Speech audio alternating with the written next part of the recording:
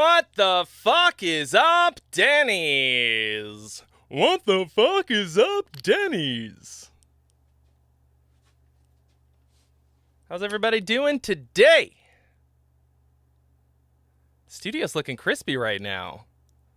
Changed up the colors last minute. It was a good choice. Look at this. I really like the kind of blue and purple blending. Yeah. All right. For you, the 24 hardcores who are here from the start, you receive the blessing of the ceremonial cracking of a cold one ASMR. Today we've got something new. Polar cranberry lime.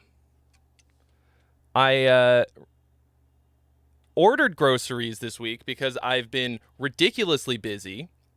And I don't know if you've ever ordered groceries before, but like when you do that, sometimes they just like freestyle it and bring you something you didn't order. And you just kind of like, all right, well. So, managed to not tap that one. How did we lose half the viewership in 1 minute? Where did everybody go? Was I too loud? Am I too loud? I might be too loud.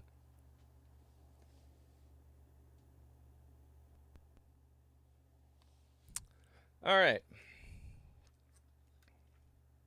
It's probably just reading it wrong.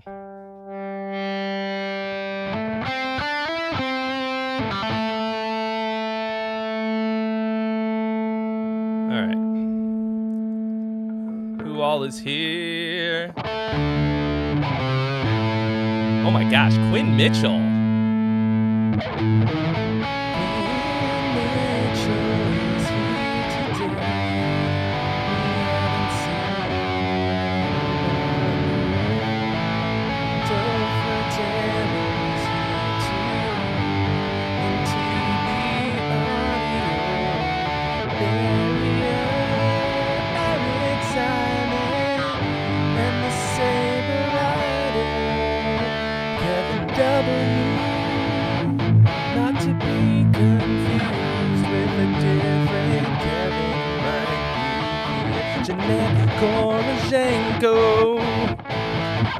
Tor W, Darren House, Jack Tripper says waka waka waka, drop audio and wave mechanic, wrench, just wrench, Darren House got a kitten yesterday, Ash is here,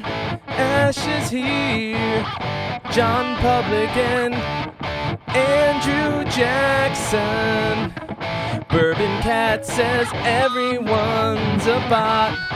That's probably true. We're all probably just bots in the world here. We're just bots.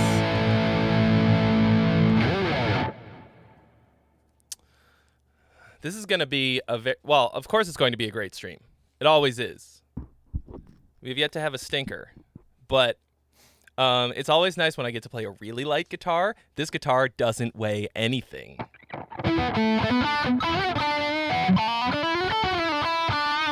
Ronnie Ladderbrook, what up?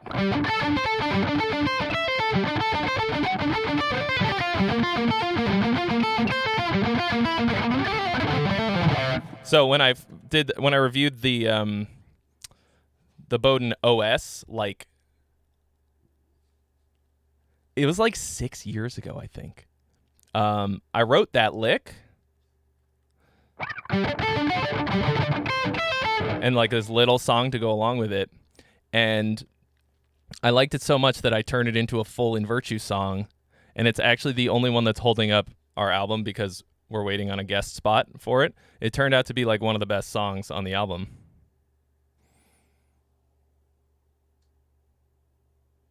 Is my voice at a good level?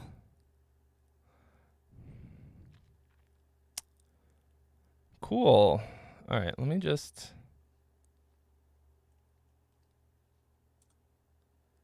You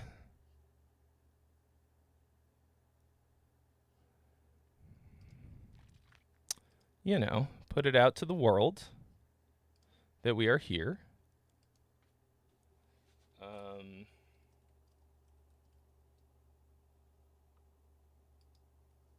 You know, because how are they supposed to know otherwise? Like, you could know. You could just know. You could just fucking know. But I think people like to have a little reminder. A little reminderino. Dude, somebody complained in the comments section on a live stream from Monday, like, Trey spent too much time worrying about his impressions. I want him to get to my entry. I was like, motherfucker, I sat here for 4 hours. 4 fucking hours with no breaks. Just let me have my fucking fun, okay? Let me just have it. Give me the jazz.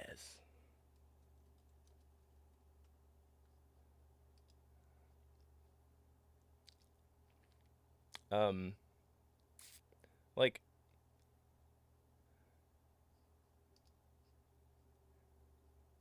dude just wants to get gonged so bad. What if people developed a gong fetish from those videos? What if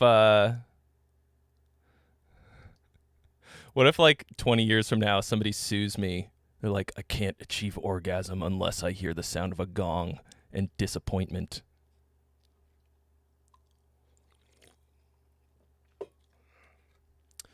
All right. Wave Mechanic loves the personal greetings. Well, you know. Someday these streams will grow to the point where, you know, I'll be like Matt Hafey, well, who is very personable, but, you know, who has a lot of, so I'll have so many comments all the time that I won't be able to do that anymore. And you'll be like, I knew him when he wasn't a prick. Sehr gut, danke. Hoffe dir auch. Hope you also are. Yes, I am. You were talking to Jeanette, though.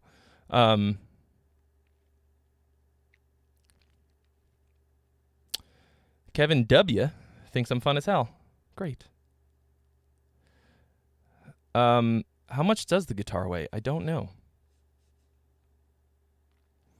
But it's made of sassafras wood.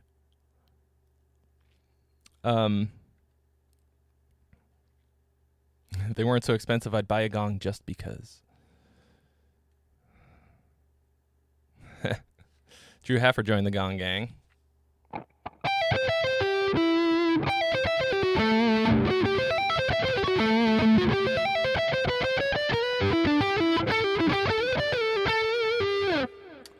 All right, real quick reminder that my relationships courses are 50% off while the stream is live. There's a link in the description for that. Abraham Lincoln description.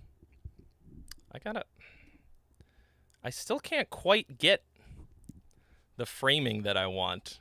I'm going to zoom out just a scotch.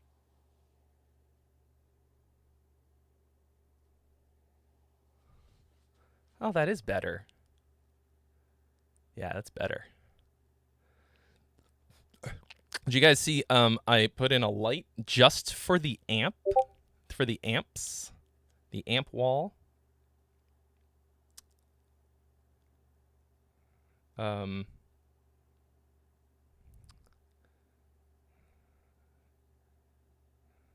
Just for the, ooh. We'll make them green so it'll pop out against the, no, that looks kind of, well, yeah, I like that. That's all right. We got a real colorful thing going on here. So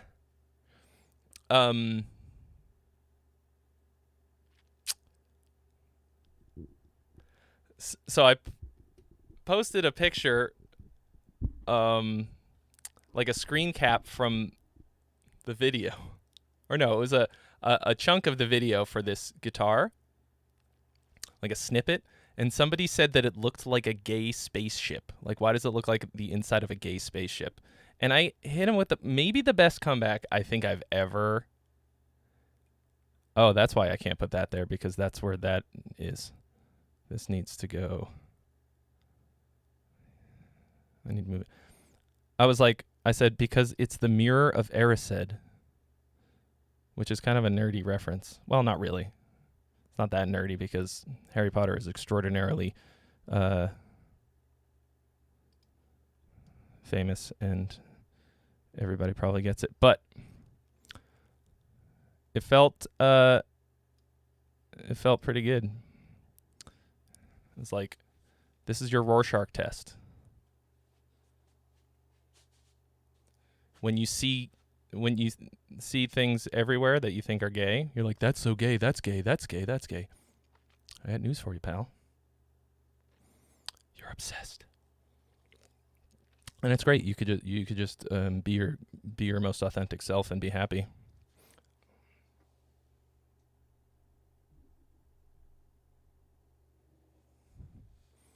Instead of tearing other people down.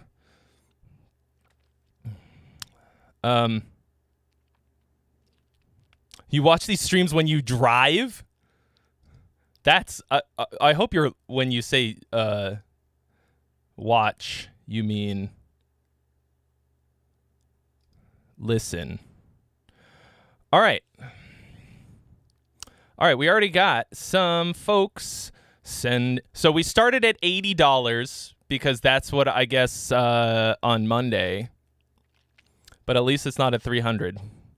Yeah, we started at 80 this week, so if anybody's keeping track. At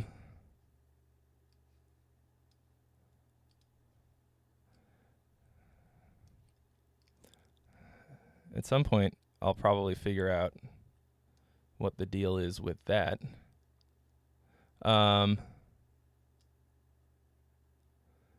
Barrier is up first. Hearna Waves. Hearna. Oh, that's the name of the band. Well, the first Harry Potter movie is kind of shit.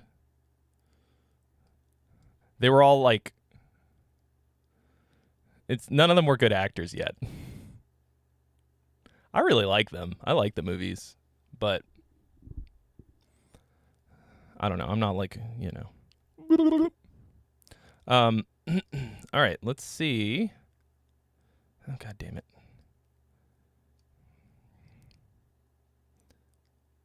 There's a point at which the volume control disappears for some reason. Okay. Barrier. Wait, he said something. Barrier says, got roasted pretty hard last week, so I'd like to see if I can redeem myself with this collab I did last year. Oh, so you're the feature on this. Okay.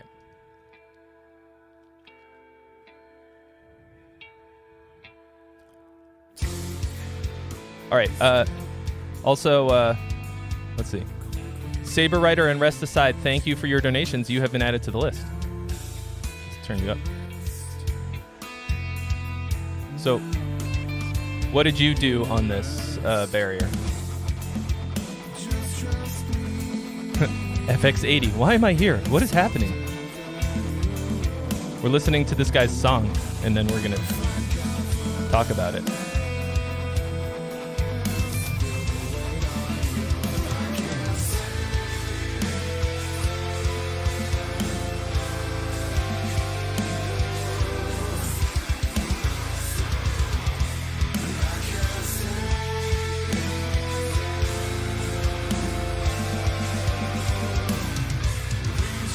Is that a good level?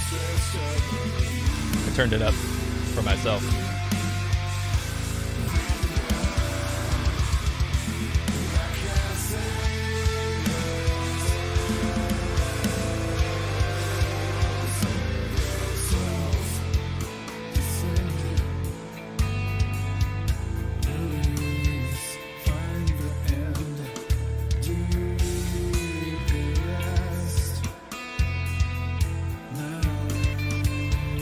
Okay, so you did all the vocals except the screams on the bridge. Cool. Sounds good so far.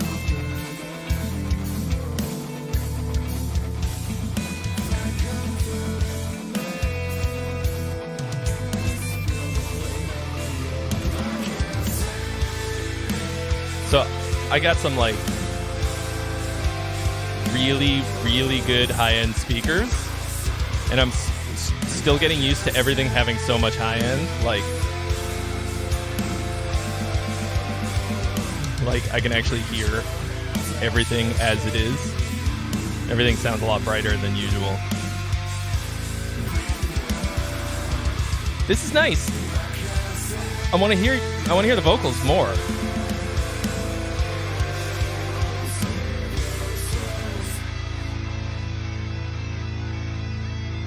Collaboration between Canadian Thal Titans, Kierna Waves.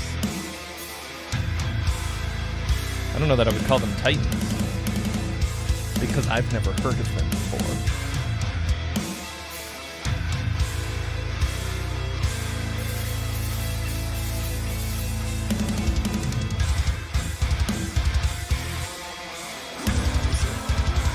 Andrew Jackson.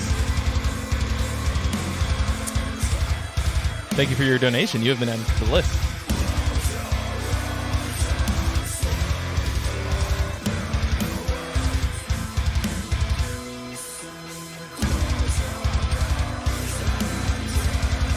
This is cool. That's chunky.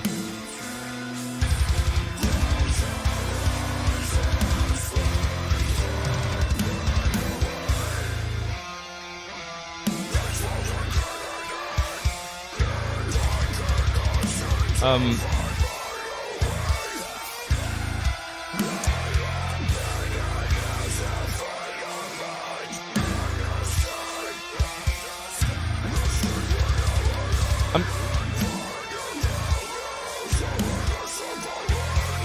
curious to know where this is going.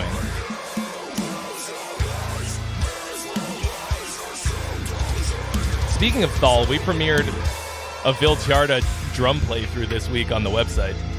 Did y'all know that we got a website? Y'all know we got a website? You can go to it. It's got cool stuff on it.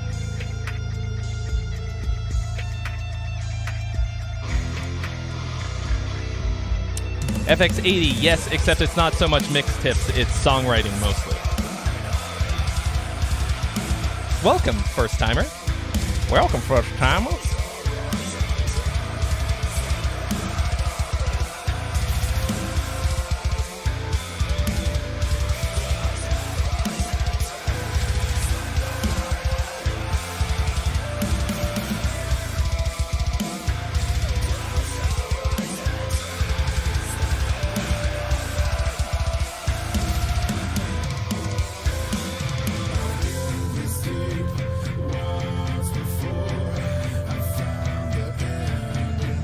Santiago Jaramillo Toro. What up?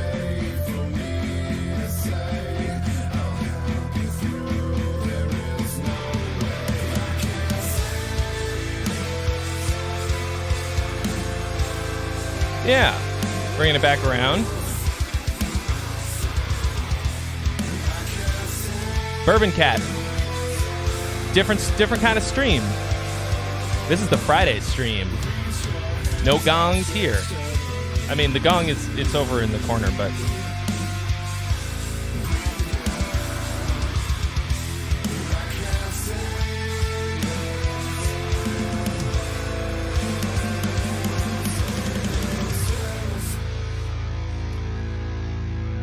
yeah, acoustic. What up? So this was nice. First of all, your voice is really good. Very nice. I wanted to hear it more. When you're doing layers, like that, I'm hearing a big octave, which sounds really good. I guess it felt like it was a lot most of the time. It felt like a lot of like the octave was on there a lot. which made it feel like it wasn't that special. You know what I mean? Like, I think that's a thing you gotta keep for when it's time to crank up the intensity. You know, you drop that octave on there.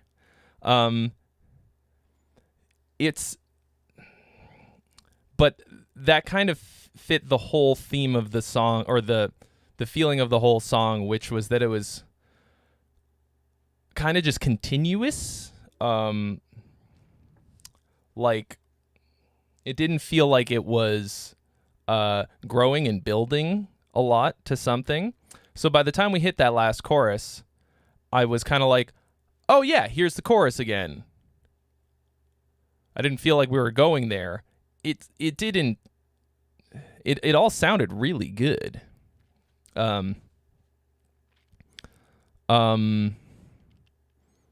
Not very hooky, but I mean, that might not really be the style, I guess. Also, so when we got to this, well, let me just...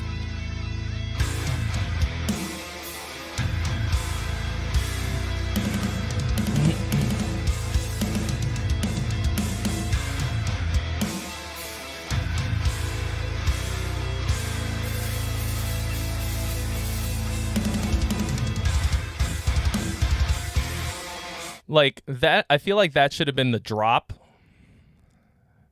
and it didn't hit that hard, because this was a cool chunky part in the middle here that I liked a lot.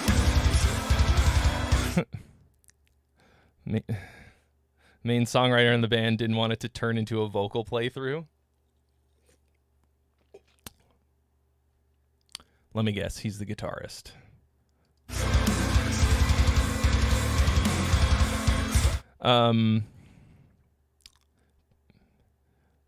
Vocals are always 100% the most important thing in the mix, in your song, period. Always.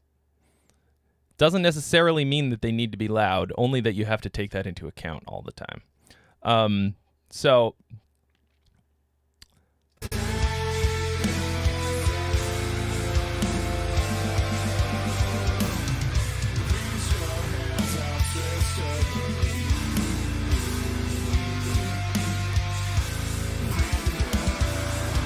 You got some nice harmonies in here too. It's just everything's so buried that it's hard for me to really, I don't know, really grab onto it. But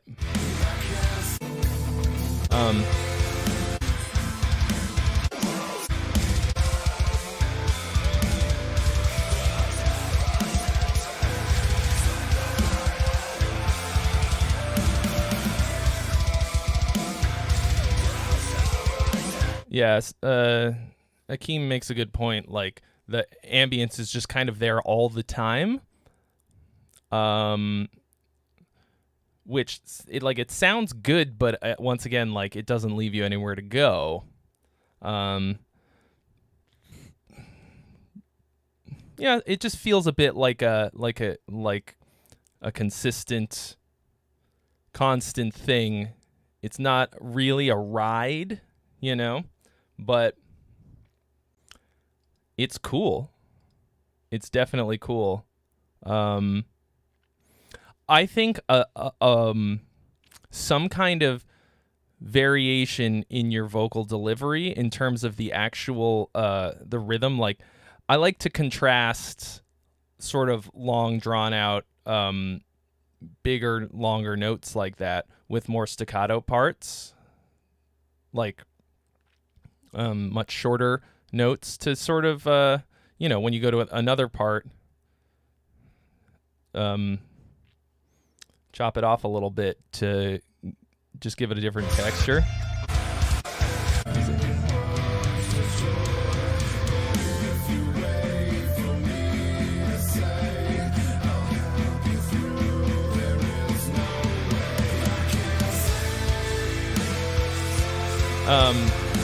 You got a lot of these big, like, held out notes, which sound really good, but to make them seem a little more special, you kick off some Give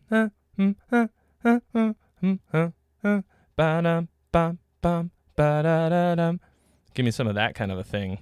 I think that's...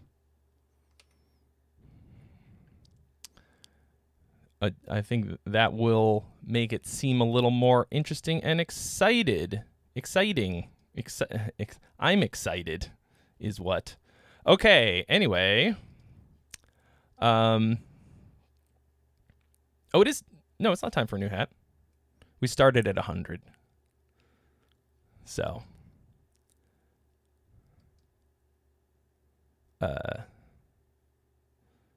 20 more.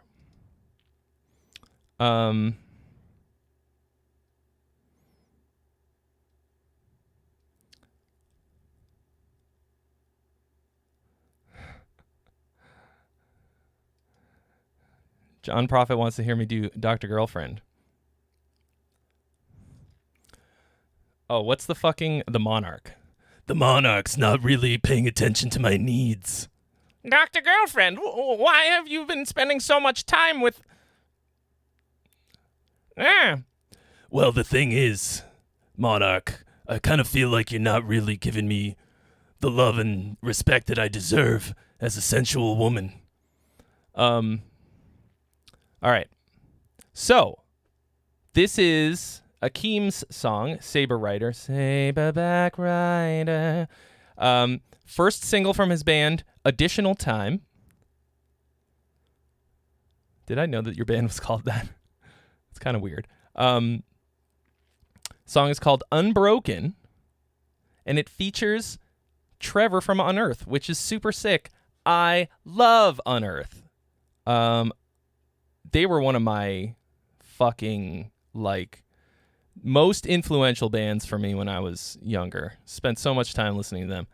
I think they're probably my favorite metalcore band, maybe. Anyway, here is Unbroken.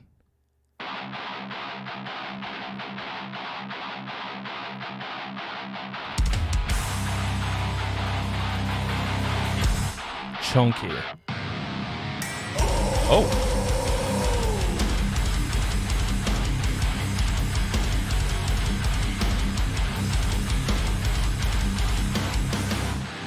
That's a lot of low end.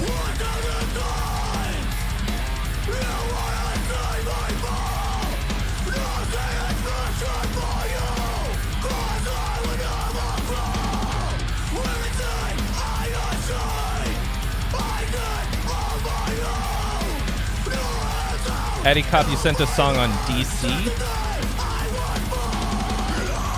Is that Discord? Okay. Too late. We're not even 30 minutes in.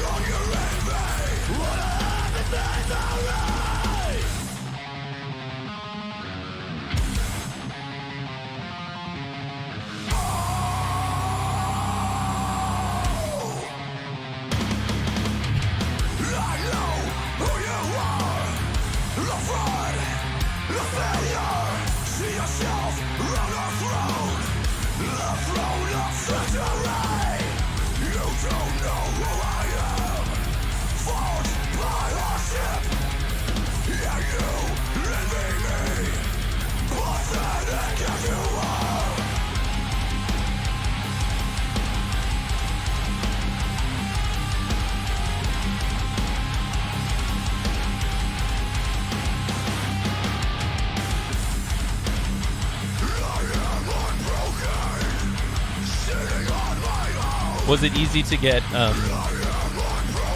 vocals back from Trevor? I'm having such a pain of a time getting guest vocals done.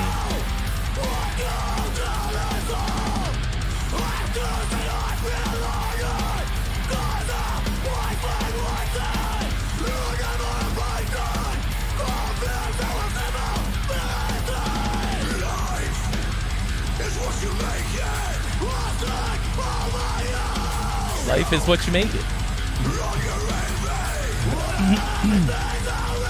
I love inspirational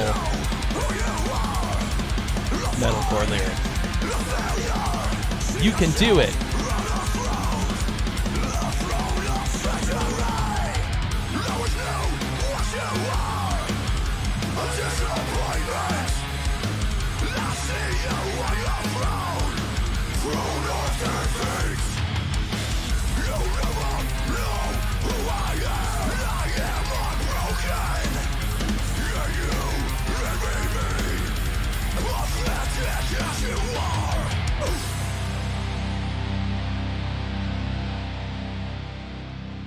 Okay. Cool. Very very to the point. Just kind of like no. It's funny your band is called Additional Time, but you didn't utilize any additional time. 3 minutes and 15-ish.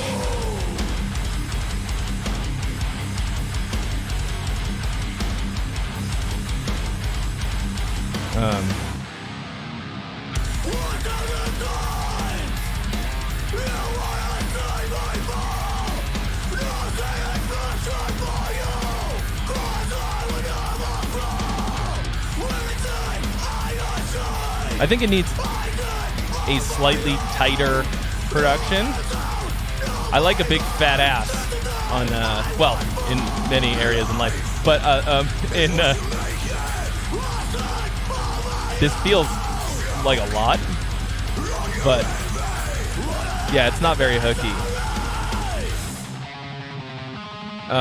But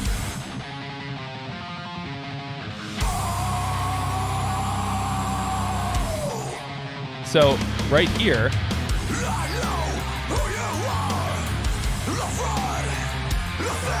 that I liked that. That's, to me, feels like a better riff introduction than this part. I think if you're gonna have one like that, you could have done away with this first one.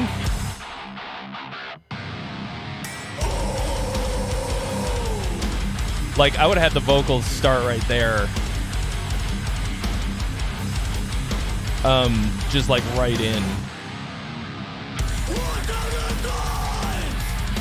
Because even though it's kicking in 30 seconds in, that still felt like a long time, you know?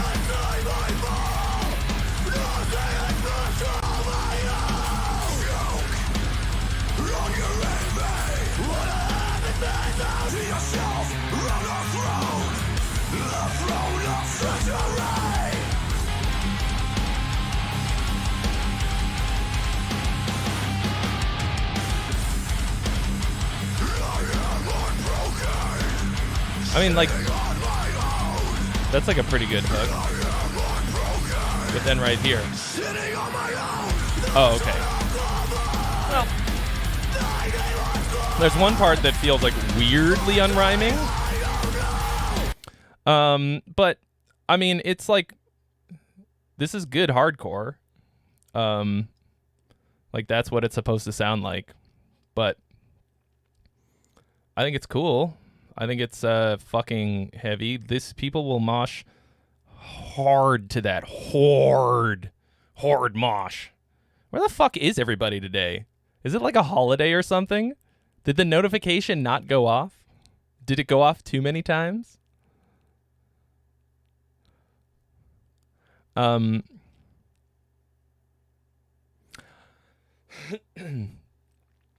a lot of second guitar parts on here. A lot of chunk and not a lot of other stuff, which is okay. Doesn't have to be a shred fest. There's like one little.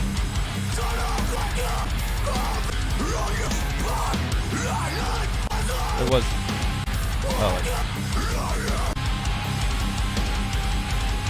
Yeah, I would have liked a little bit more of that just to up the interest factor, but they're more into playing a riff a lot of times. Oh, terror.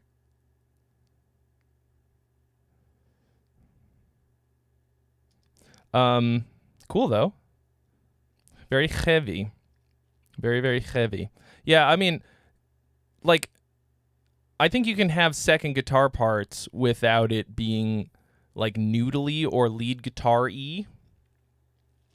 You do a lot of those back and forth types of things. I mean, if you're going to be playing this style of hardcore, metalcore-ish, then kind of, like, doing those back and forth chugs, I still really like that. There's one of those on our new album. just a lot of different ways that you can get more more life out of the same couple of riffs, you know? Or more, just like to do more with one riff. Like you have all the same notes, the same rhythms and everything. You just play it slightly differently to drag it out so that you have a better reason for playing it more times. Just changing the endings of the riffs a little bit, just a little rhythmic twist to make it more interesting, but that's what I think. But congratulations on releasing music into the world. Having a little musical baby child is great. And congratulations on getting Trevor on there. That's awesome.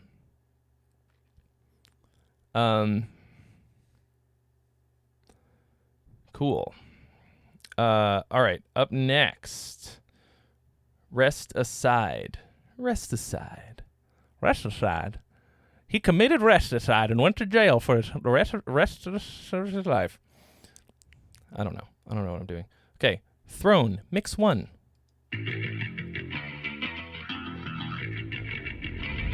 Fuck!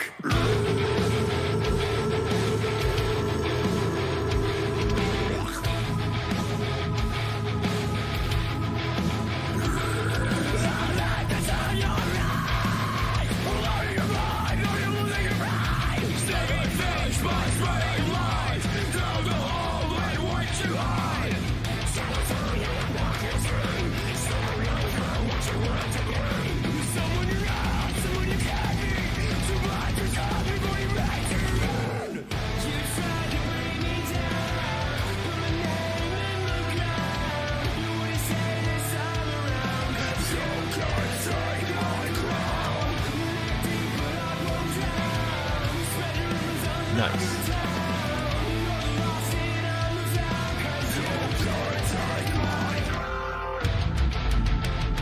Yeah, that was a pretty good kind of pop punky chorus.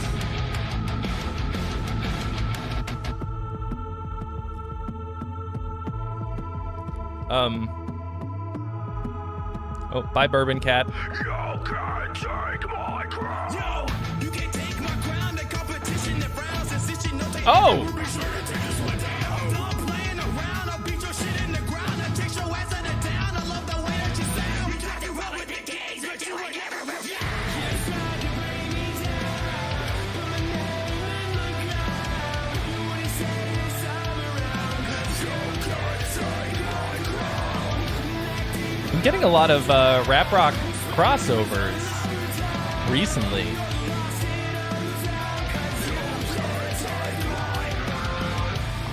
You can't take my what? So let's just make this clear. I was heard of you running your Akeem, yes I did, and I'm nervous. I'm nervous.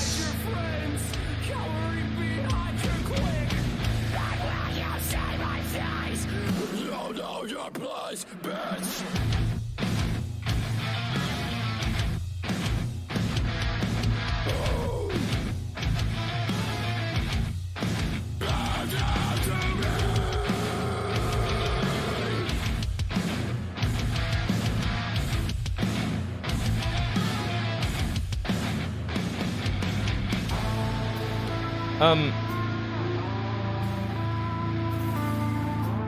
I kind of lost the plot a little bit.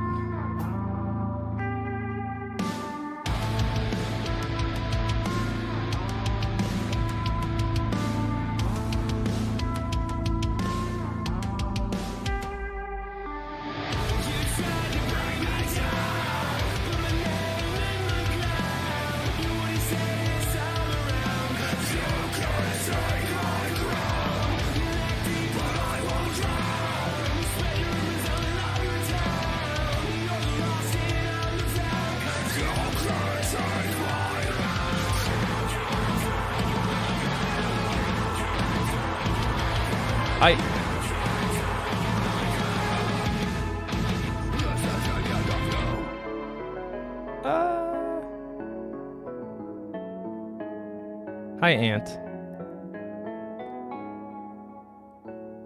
That felt really anticlimactic.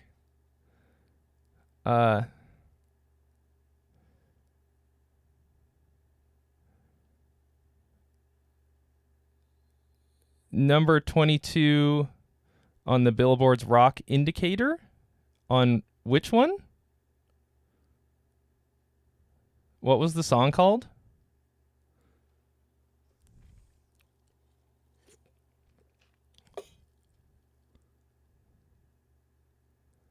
Wow. You made some of the adjustments that I recommended and it became a hit? That's fucking great. I don't know what the Rock Indicator is, but I probably should. That's fucking great. Congratulations. I'll have to listen to the final version. Falling. I'll have to go and listen to it. Link it in the Discord for me. Okay, so you're doing this thing where you don't say the word at the end of the chorus. You can't take my... And I think that's cool to do until you have to give it to us at some point. And then you didn't really do it at the end. You like kind of did.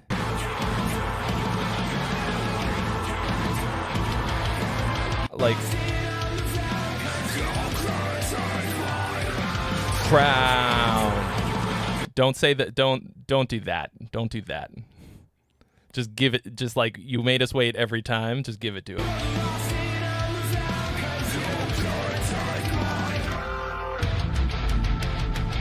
Like we heard it earlier, but you're still.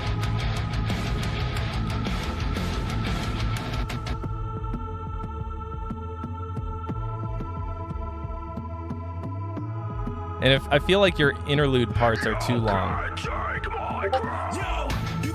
Ruby A Dude is here.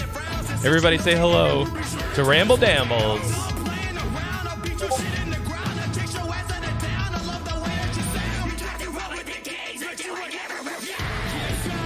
It's kind of weird to have like one super short rap verse. And it felt like it was in a weird spot.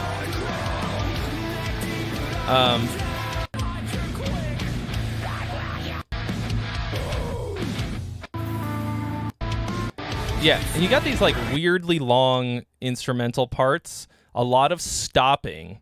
I feel like you did not do a good job building the the fucking forward momentum in your song. It keeps tanking, like it keeps stopping, and a lot of stopping when there should be going. You guys gotta limit the number of stops in your songs, especially ones that are not super long. I would take that rap verse and place it closer to the end of the song instead of so close to the beginning, and have it in a place where when it happens, there isn't this stop and a bunch of random stuff and then it happens. Have it come like right out of something else, you know, because it's intense and it's cool, but it didn't really hit that hard, partly because of where it's at, I think. Because you've got a good chorus here, although I think your rhyming scheme is a little corny.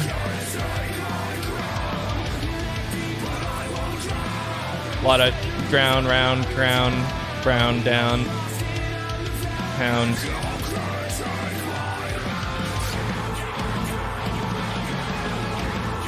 Oh, I hear you screaming it like crown way in the background.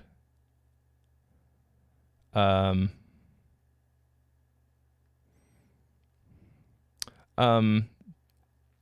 you're I feel like you're a bit low in your range.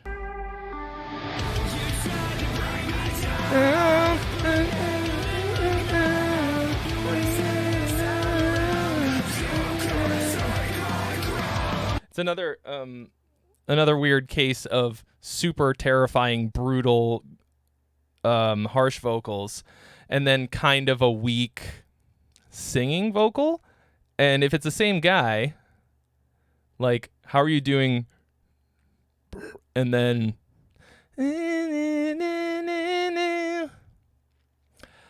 give me more. I want to hear more. I want to hear more power out of your singing. A little more rock and roll. I think it's pretty cool.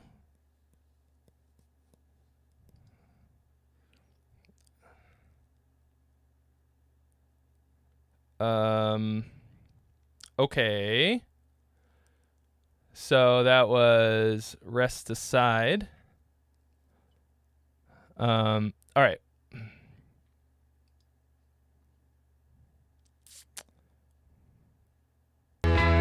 Okay. We got Andrew Jackson coming back with a new version of his song Negative Space that he submitted a few weeks back.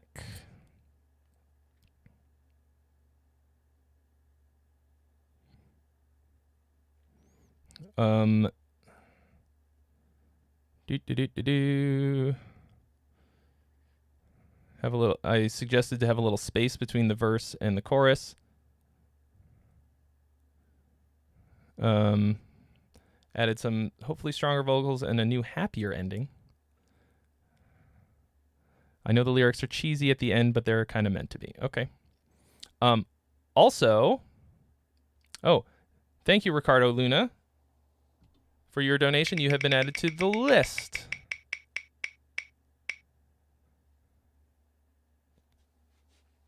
I gotta move the hat, the wheel, because I can't read it when it comes around. Where did I put that? It's here. There we go. Okay, hold on.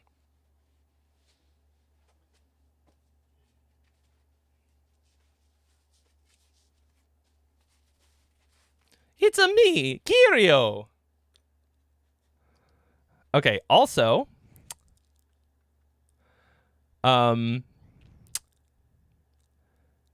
Andrew has paid it forward for one entry. He has said that it has to have vocals. So one submission that has vocals. It's not going to be the first person to drop it in the Discord. You're going to have to speak up in the chat, write in the chat that you want to take the freebie. Say, I would like to have the freebie, please. Or something. Say, freebie, please. Your submission has to have vocals, and I will choose one. Holy crap, is that Chris Pratt? Yes, it is I, Chris Pratt. What? I fell in the pit. Mouse rat. Yeah.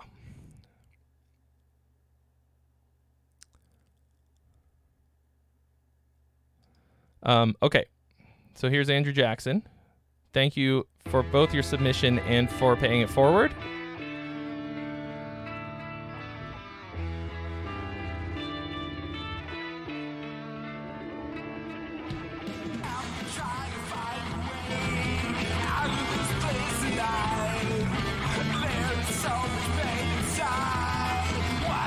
That is too much reverb on your vocal.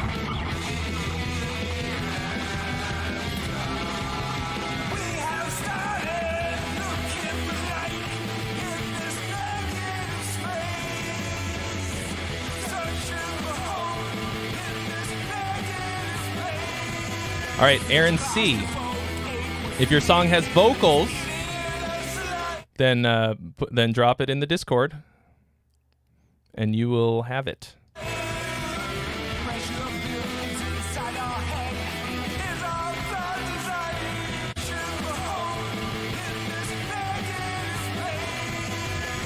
This is definitely better so far.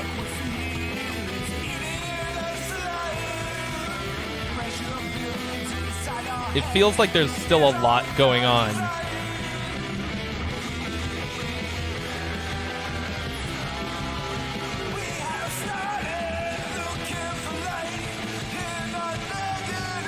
Like, I'm not really hearing much of a difference between your verse and chorus, dynamically.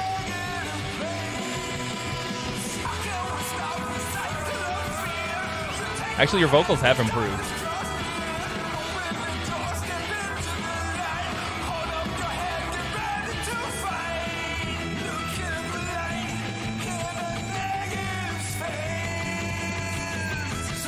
I think...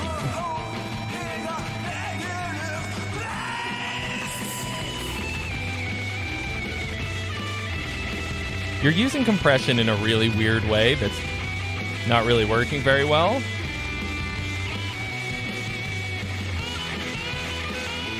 Like, everything is so mushed and mushy.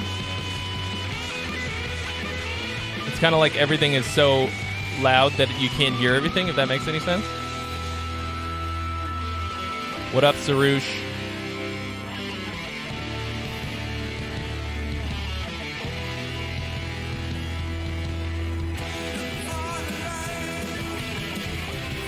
The shaker.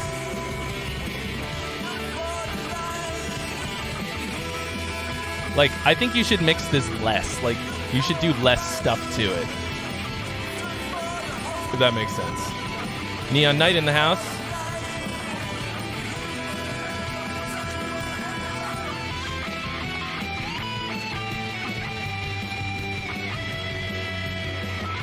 Also, I would change that chord for something else.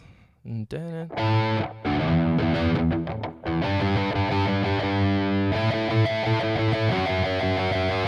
keep going to this, and that's the 2 chord in a minor key, which does not have a power chord because it doesn't have a 5th. So I would do one of these to replace it.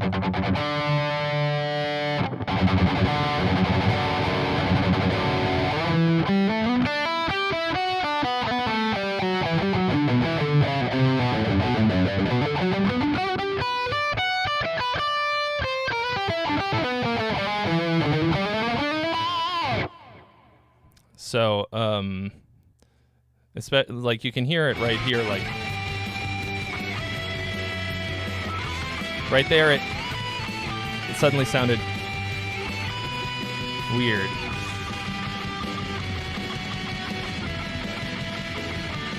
The whole thing is peaking in a weird way.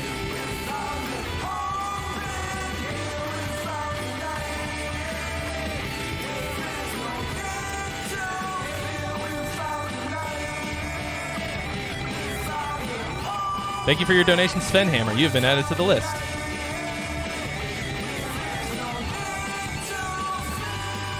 I like this. I like the ending. And I think the some of the lead guitar that's happening while you're singing works okay, but some of it feels noodly. And as much as I like the noodles, it seems like you're just kind of noodling. I would make it a little bit more, make it feel more intentional. You know what I mean? And make it a little more carefully.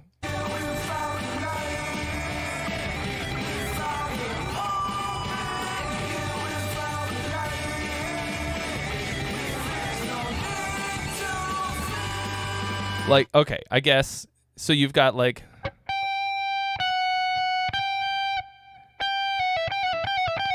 I think ditch the meadlies. I like, if it's going to be backgroundy, it's okay if it's just this kind of thing. Something like that. Chuck Wagon says it sounds like heavy metal Beatles. That's cool. Did you guys hear that Beatallica is going to be putting out a new album? Do you know who Beatallica is also?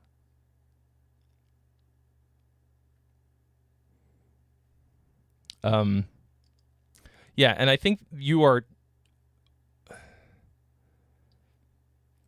Yeah, Sarush, you absolutely can do that, but most people don't.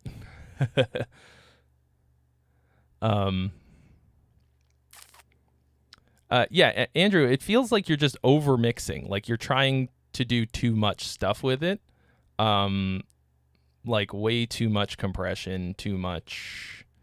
Everything is too pushed, and it sounds. Well, it sounds terrible, but you gotta you just gotta take it all down a notch in the mix, like in terms of how smashed everything is. Once again, not really a mixer, but all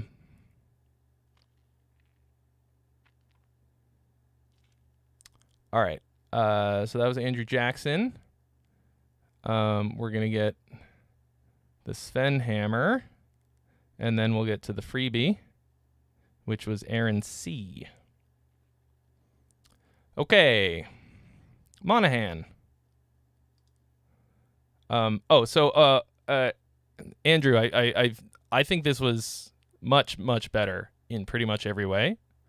You got to do something now dynamically and otherwise to differentiate your verse and chorus a bit more. The things that I do are play the guitar differently, do something like noticeably different in the performance style of the guitar, like play something that's maybe a bit more staccato, palm mute it as opposed to playing it more open. Just inject more space into it is what I usually do. My verses are usually a lot more open in terms of the space in between parts. And change the power hand on the drums, which you may have done that and I couldn't tell because the drums were just like a whisper. Also like, halftime versus like a full-time groove, or I don't know, something like that. And then like when you get to the chorus, maybe like more wide open on a big crash, something to that effect. But that's definitely coming along quite a bit. All right. Monahan, the Cleansing Flames.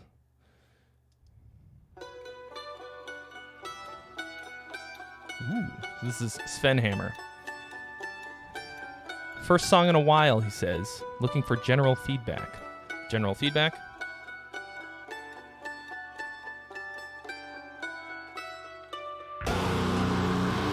Yeah, Beatallica is super fun, dude. Oh, okay.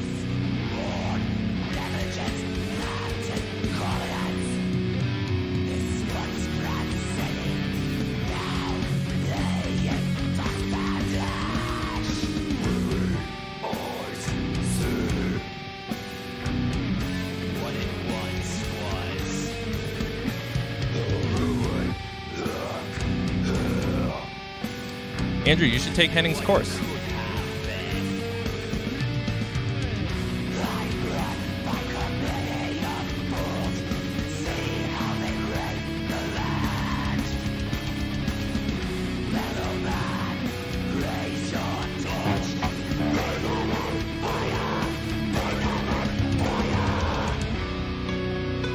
So,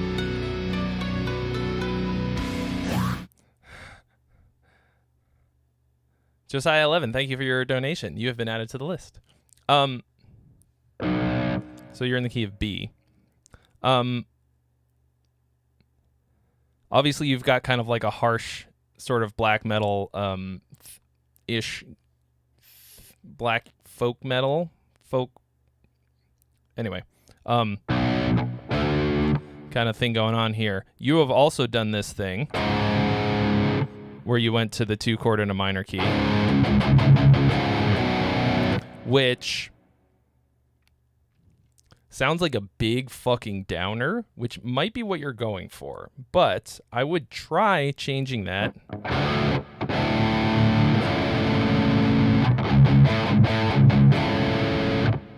to this kind of a chord, because this chord does not exist in the key that you're playing in, and that's one of the reasons it sounds wonky to me. There's also this like kind of weird disconnect between how super nice, clean, and hi-fi the mandolin thing is versus everything else, which is so super dark.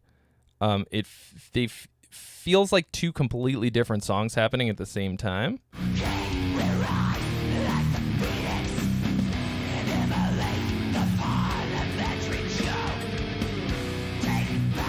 It sounds like you only recorded... It sounds like both of your guitar tracks are panned to the left.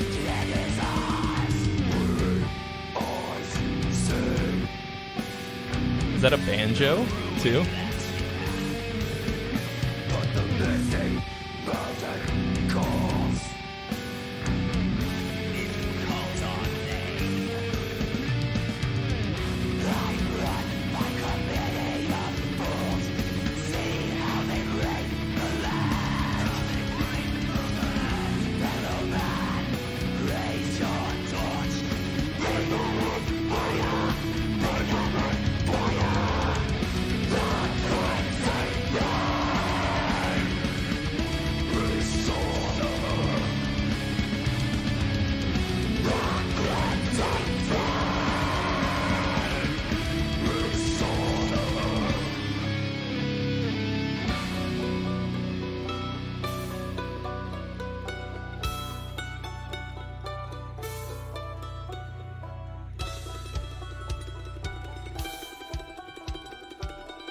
I really like these bits.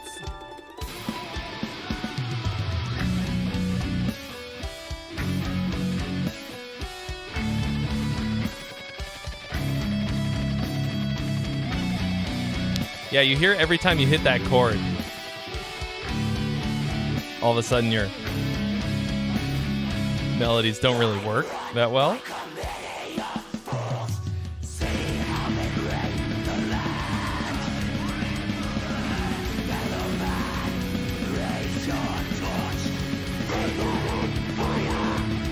Thanks, James Gerard. I like it quite a bit.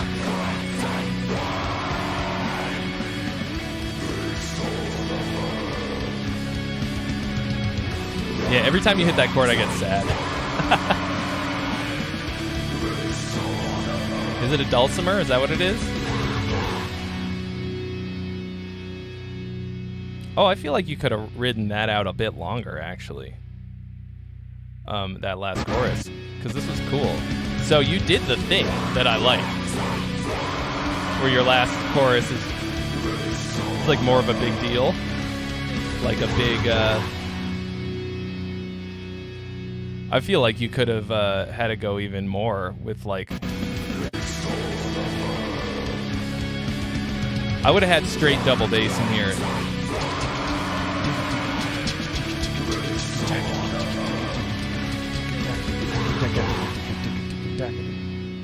Yeah. That's what I would do. I think this is cool.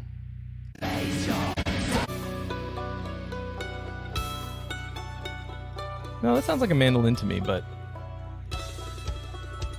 yeah. I do love a nice dulcimer, though. Love the dulcimer.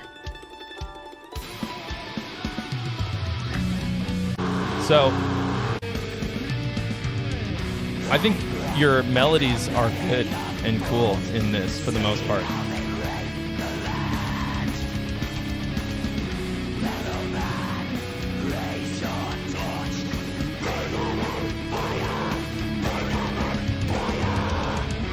Sorry, my speakers are arranged in kind of, well, they're arranged in a normal way relative to where I'm standing, though they're in a weird spot, so I'm trying to hear if it's, because it doesn't sound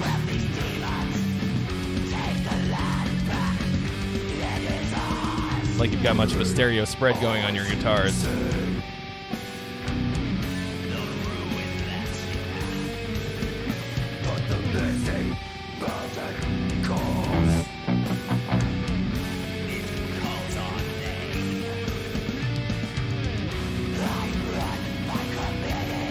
Yeah, I like this.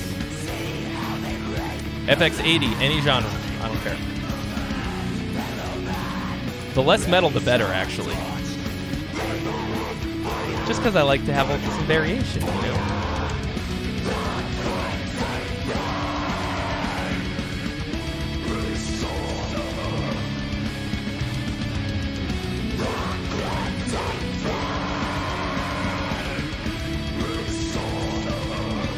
Yeah, that's hooky.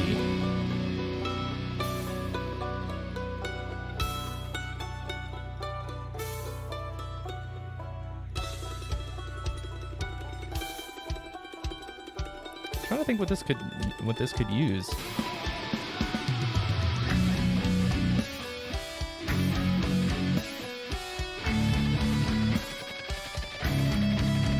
Yeah, I think the metal production needs to be sound as hi-fi and awesome as your acoustic instruments.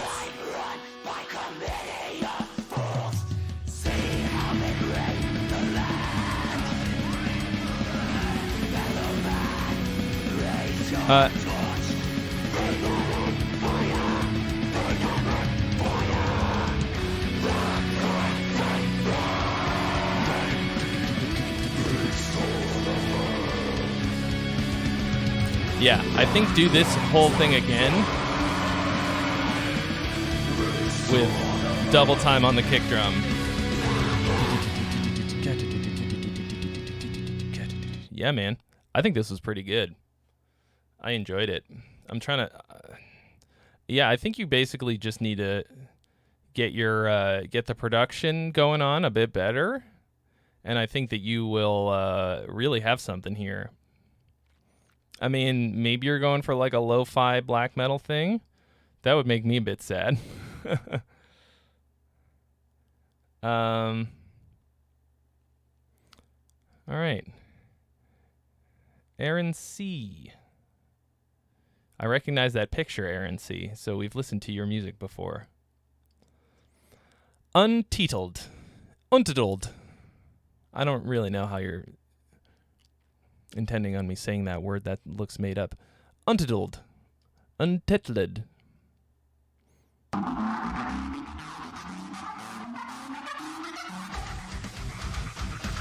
All right, you can't have your intro like weird sound effects be louder than the song when it comes in, because that defeats the purpose.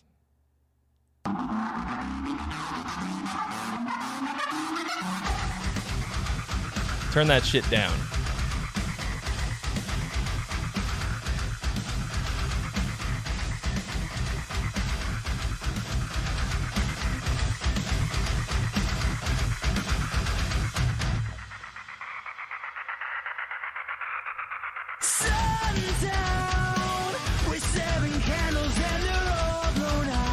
Wow.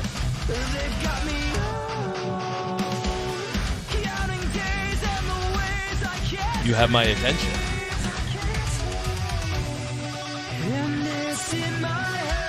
Spicy vocal melody right off the bat.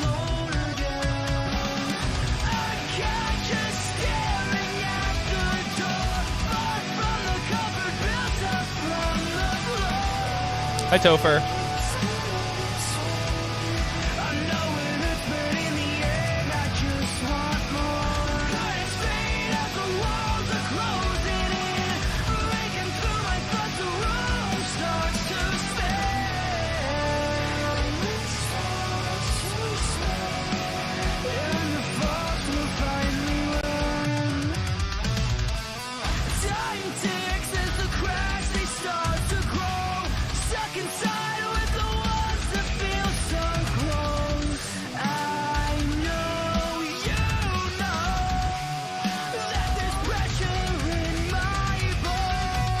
Ricardo, you are correct.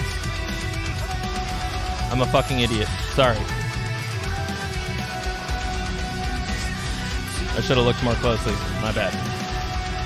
Thank you for reminding me.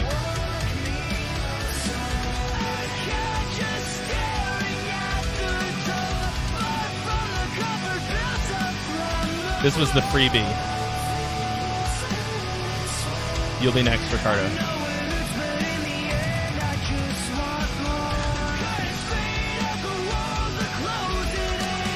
So,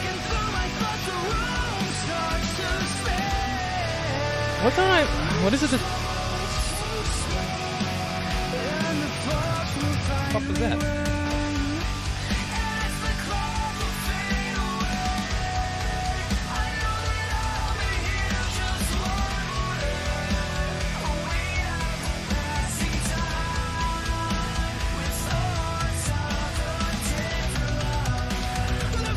You saw that, right? Why are you doing that? Stop it. I think the thing that's bugging me about this is that it feels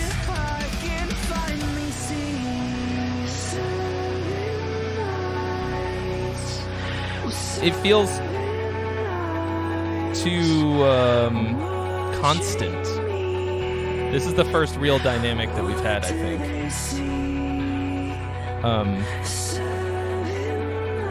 I think you need to inject a little space into your verse. There wasn't enough differentiation in texture between the verse and the chorus, so I wasn't actually sure exactly. It sounded like you had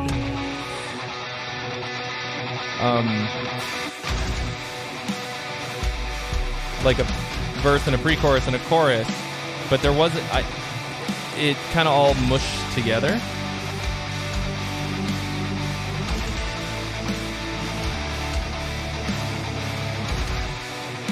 Oh, there should for sure be lyrics here. This part is great and it needs some vocals. This is the bridge, but you got no fucking hook.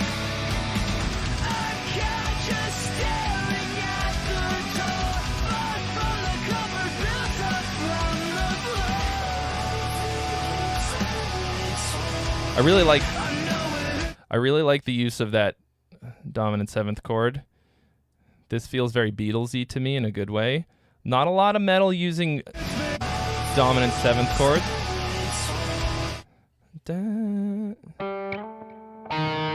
No, what is it?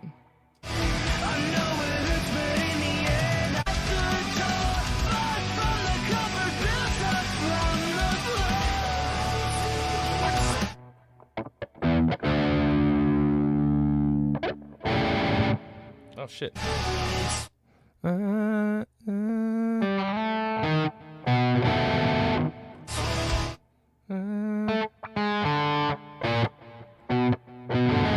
That one. Nice. That's beautiful. I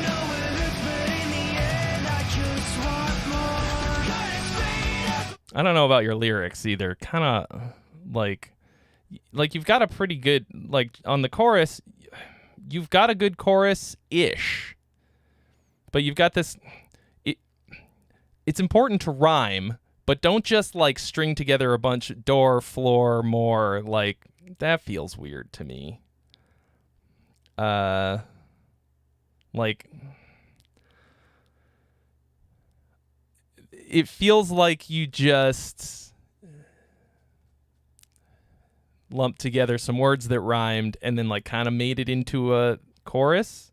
You know what I mean? Like it doesn't feel super meaningful. It just kind of feels like you technically made.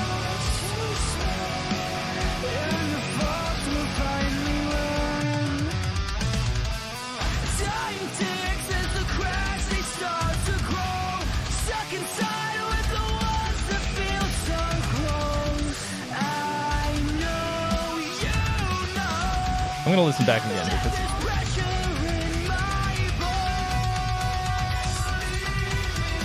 I might be wrong.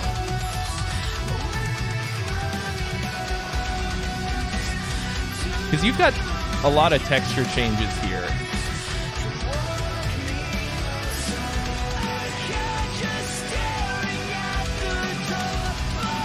Okay. I think right there, actually, I think your transitions are what needs work. I think that's what it is.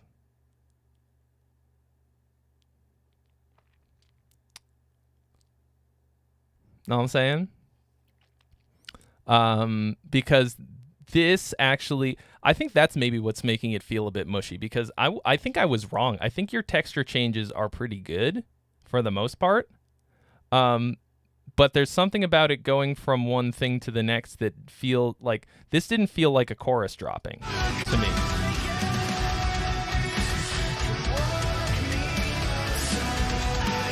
There wasn't even really a drum fill there.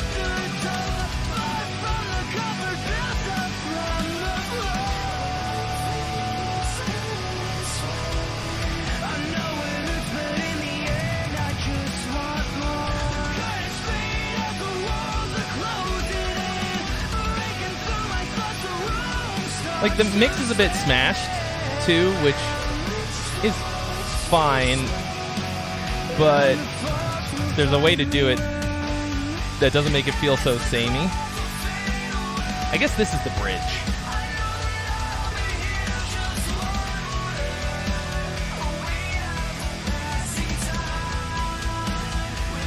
Sometimes I gotta hear something twice. This is, it's hard. Sometimes I can't.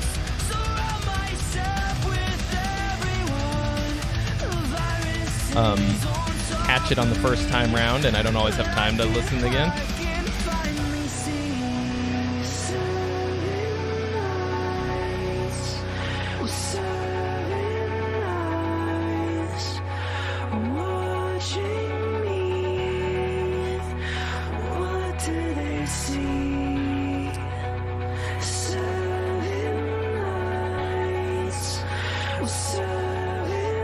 I'm wrong sometimes. It's okay.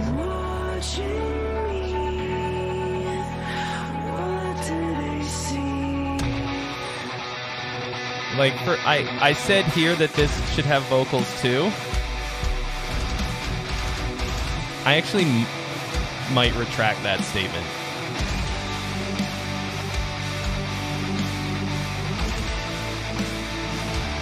I would put a big melodic guitar line here, not a solo.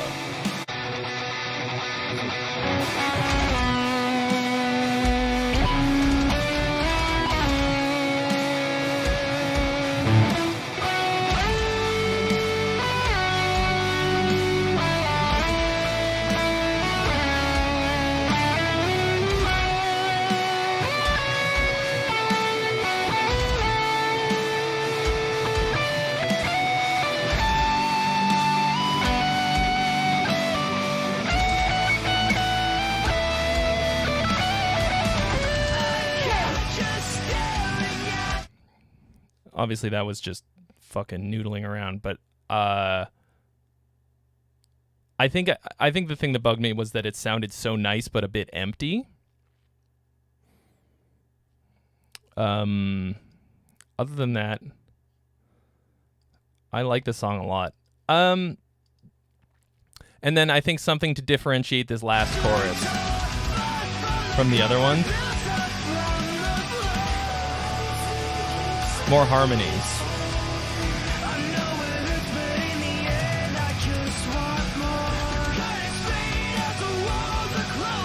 Because there's a couple lower harmonies. Maybe flip that up to a higher harmony, like same notes, but a different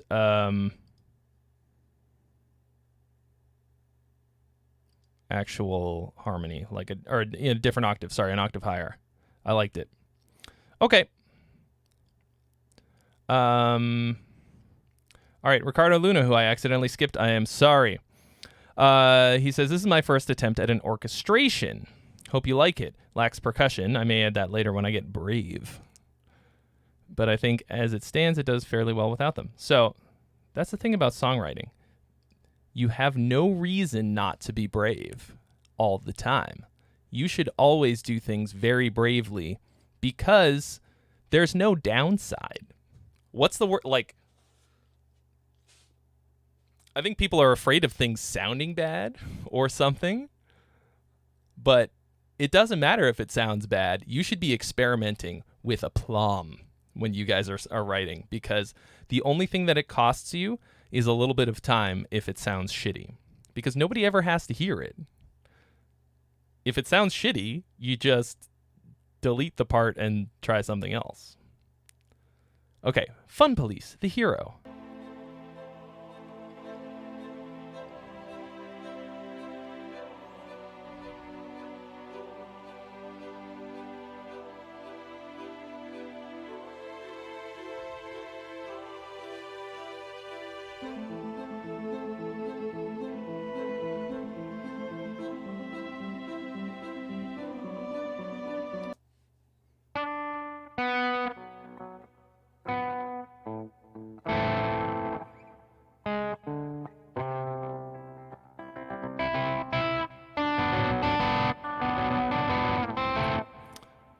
I'm not sure if that's what you were going for, but...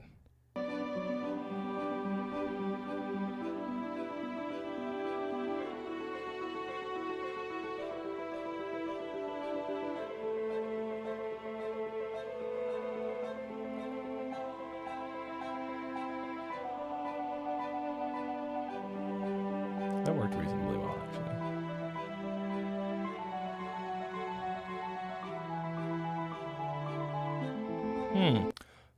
I'll tell you what I noticed right off the bat. I can tell that you're a guitar player. Tell me you're a guitar player without telling me you're a guitar player. So, your chord voicings are very blocky. It feels like you did a lot of like chord here, chord there, that kind of thing. Instead of using good voice leading and using different inversions of the same chords to keep the parts from jumping all over the place, like your harp part is like going from very low to very high, like it's jumping around a lot. And same with your string parts. Try to like look at the MIDI tracks. Like, okay, if you've got a chord here, don't use the same inversion for the next chord. Don't go root position C major, root position G major. Like, if you've got a root position C major, let's see, that's it. What was that?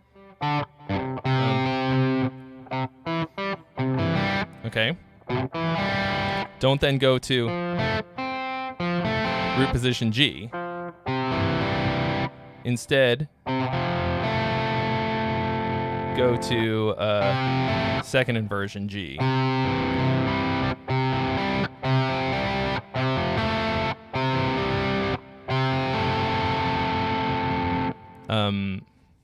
And that sort of thing. I mean, voice leading is like kind of a thing you got to work at and study a little bit, but and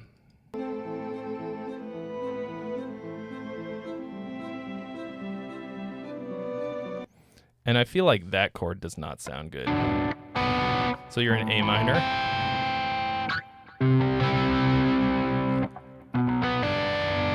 This could be a chord that you borrowed from the Dorian mode once again, but it actually feels like you not that. I mean, I don't like the sound of it. I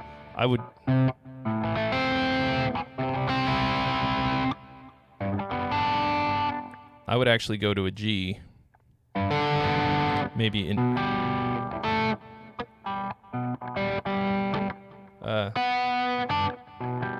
a first inversion G.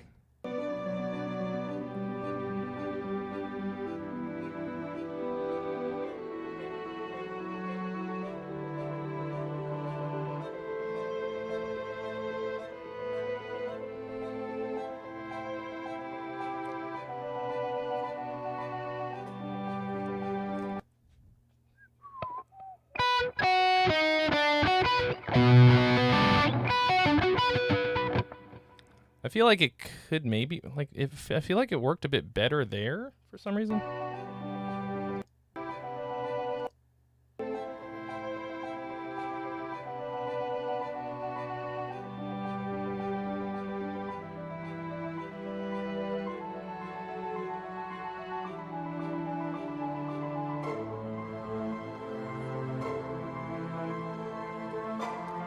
You got some cool texture changes.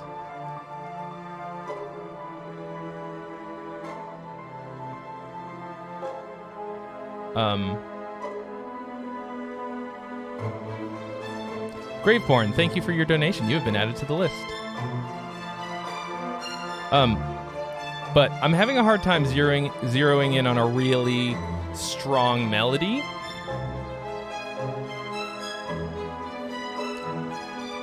Your orchestration ideas are good. Like,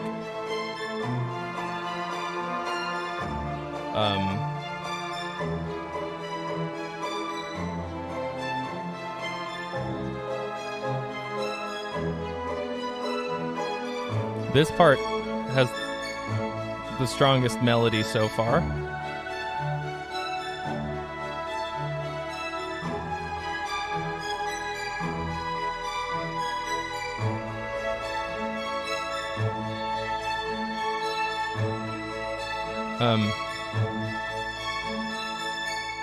But they kind of just feel like arpeggios a little bit.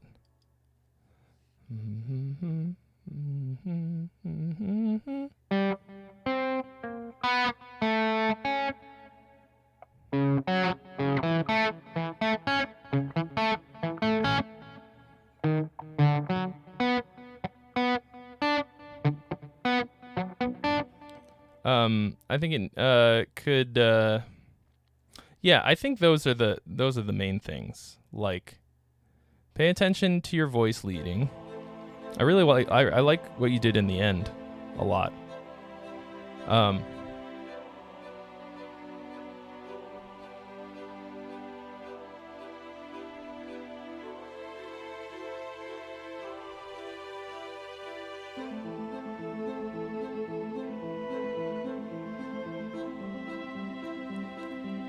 I guess that's a pretty good melody.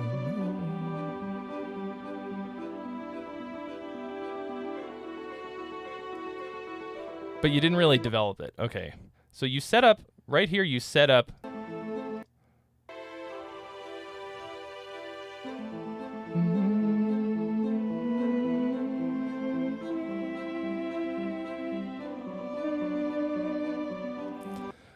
And then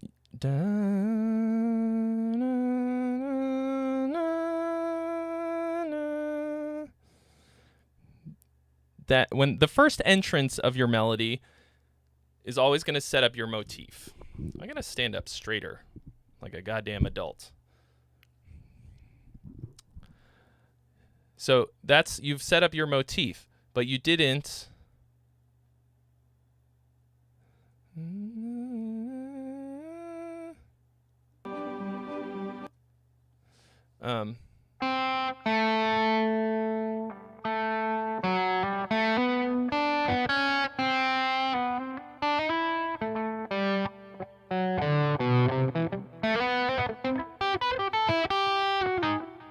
It didn't really feel like Dorian though. Like you technically have Dorian chords in there, but it didn't feel like a modal thing to me. Oh shit, we got a bot. Somebody get that bot. Somebody fucking who's gonna do it? Come on. Thank you. Jesus. Must be doing something right. Spam bot.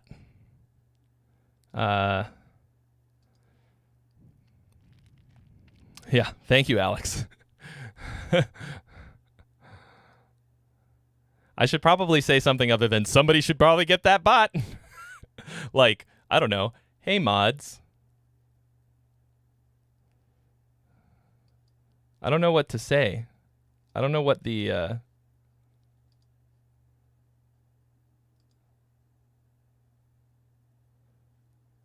Can we permanently ban them? Oh, I just reported them, so that's fine. I need a mod! So... Hot boys and girls video chat. So.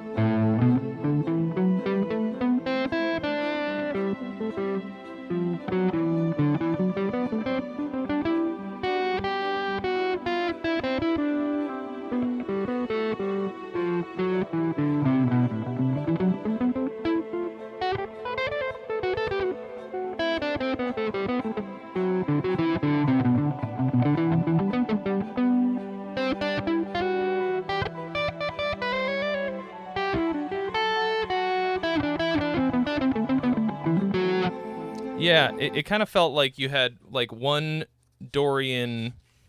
It felt more like you were doing modal interchange, like had a modal interchange chord, but it wasn't, you know.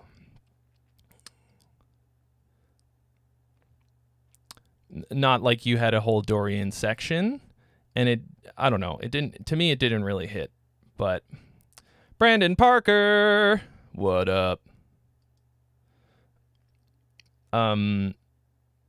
But I think your orchestration is good.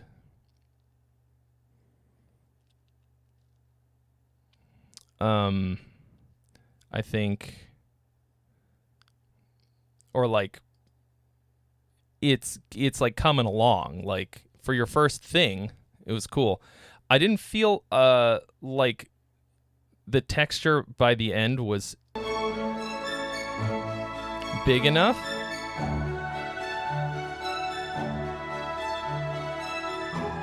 I would have like a big like your upright bass, kind of like really,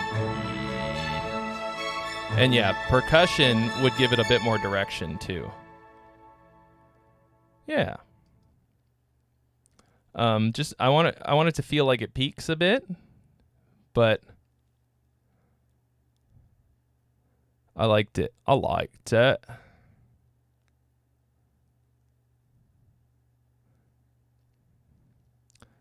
Zenker Games, hello. Brandon,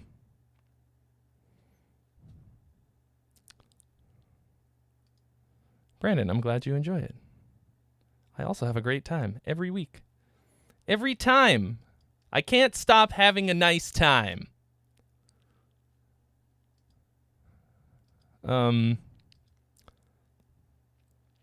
Tell all your friends. Tell everybody you've ever met in your whole life that this is happening, that this is going on, because that's how we get the folks in the door, you know? It's word of mouth. I can send emails and everything, but people are only going to come if people who aren't me say that it's cool, you know what I'm saying?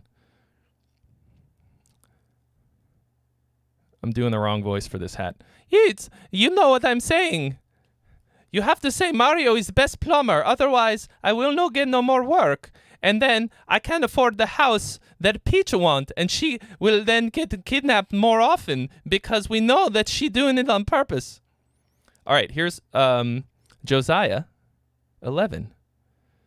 Feral. The first 10 Josiahs were rejected. This is Josiah 11, the final form.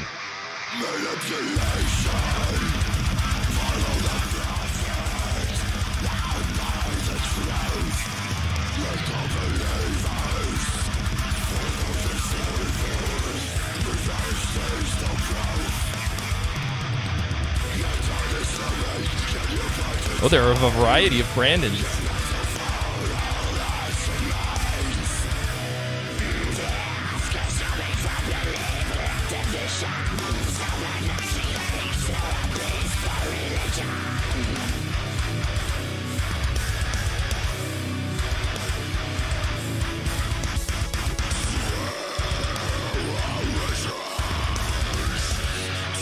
I can dance to this one.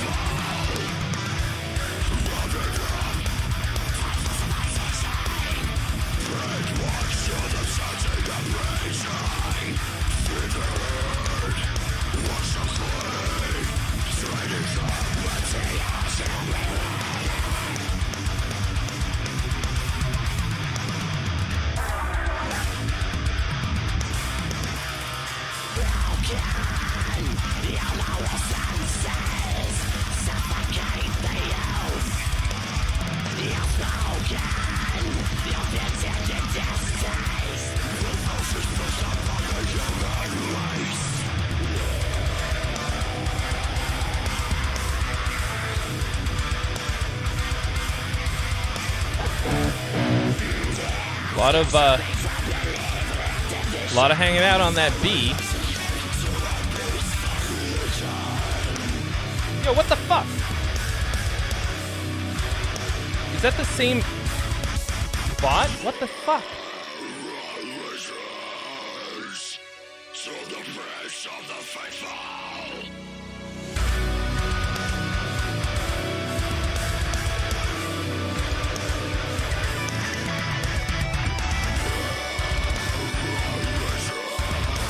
Is that a different spam bot with the same name?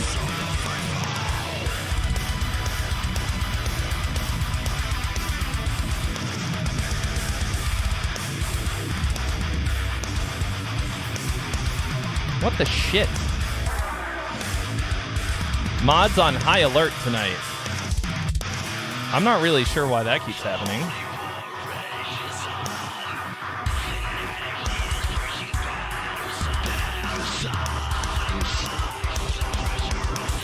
Trying to have a stream here.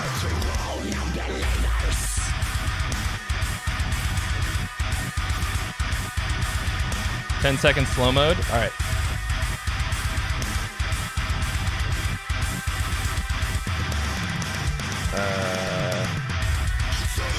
I don't know how to do that.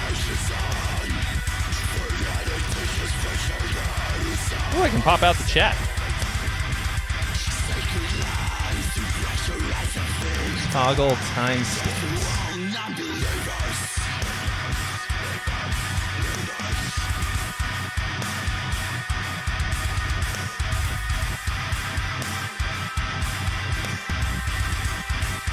I'm sorry. I'm like really distracted. I'm gonna... What is this? What did I just click? I don't know how to put on a...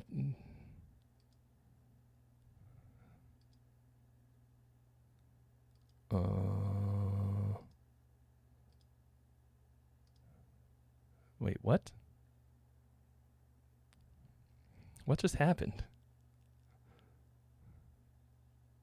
I did not make a poll. What the fuck? How did that happen? Yeah, yes or no, folks? What are we going to do? Is it a yes or a no? Hey, we got 89% yes. I don't know. Does anybody else know how to put slow mode on? I mean,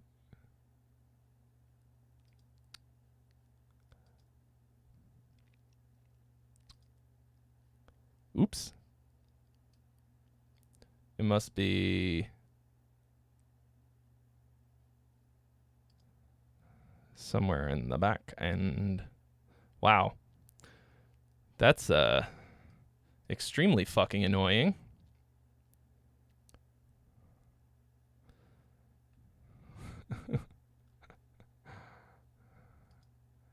I'm just trying to stream, and now I have to... What do you mean discard changes? Changes to what? Fuck's sake.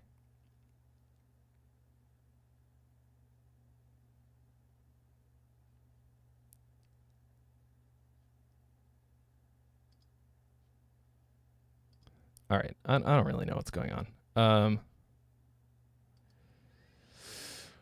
Well, I guess just mods on high alert. Mods on high alert. The mods on high alert. That's a new song. We put the mods on high alert. Okay.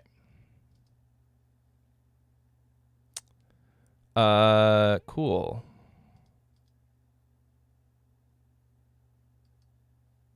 So, back to listening to the song.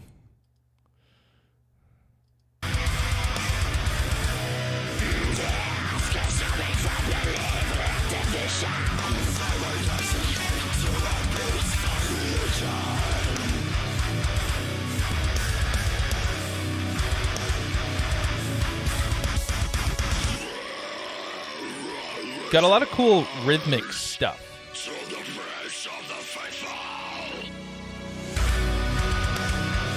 Jeanette, you mod 70 channels? What?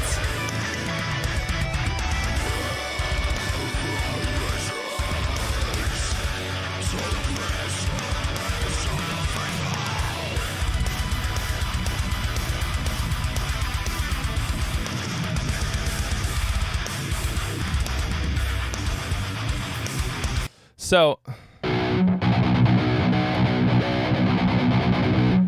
lot of key of the open string riffs. This is getting a little more interesting here.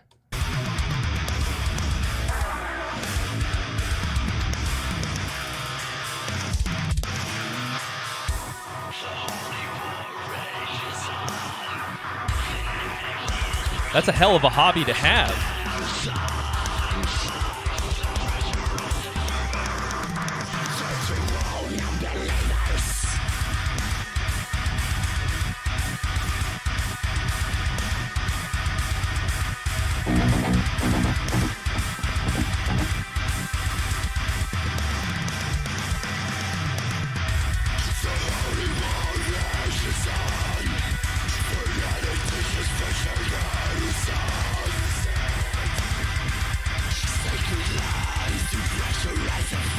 So, like,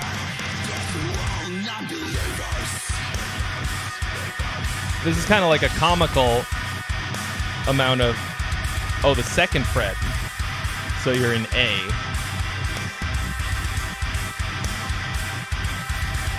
But anyway, it's like, why hang out there for so much?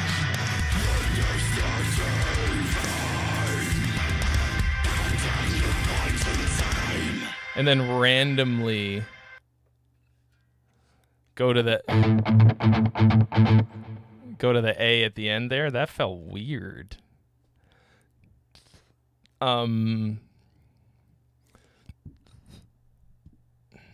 So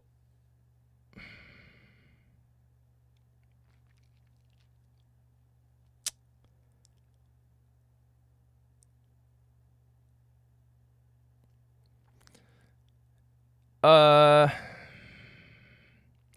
don't know what to think about this one because it's cool. It's heavy. You've got some cool like orchestration bits in here.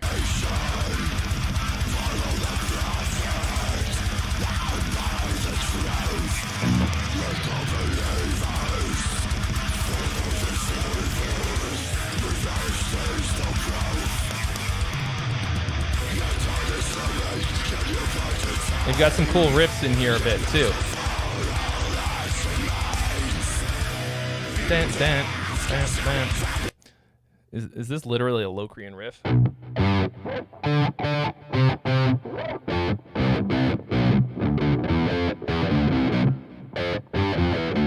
feel like I heard a flat 5 in there too.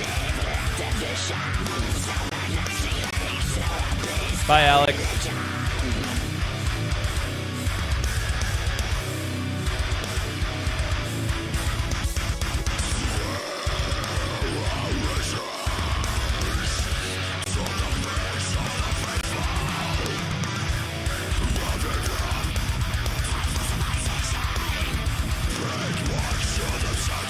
Okay, so I'm hearing now you're going back and forth a bit.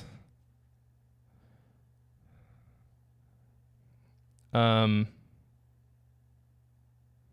Jeanette, how do I do that though?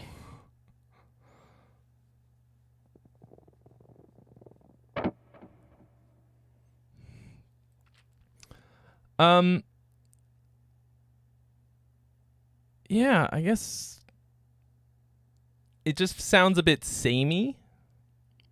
It doesn't feel like there's a lot of distinct parts, like in terms of what's going where, you know what I mean? Production is cool.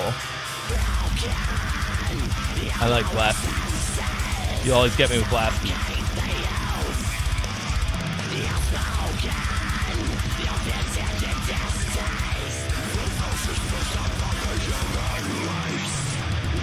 Might just be Phrygian. I might be crazy.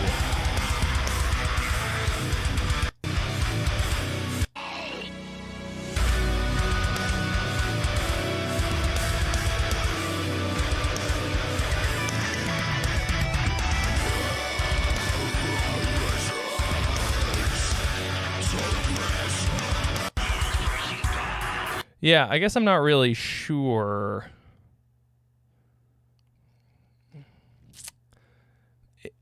It doesn't. It feels like it peaks so early, and then I don't know where it's going. You know.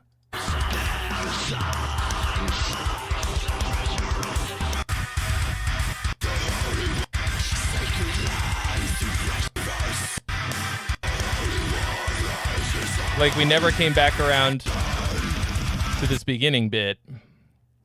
It feels a bit riff salady to me. Those are some very, very tight guitars. Very tight rhythm guitar sounds. Like very high passed. Sounds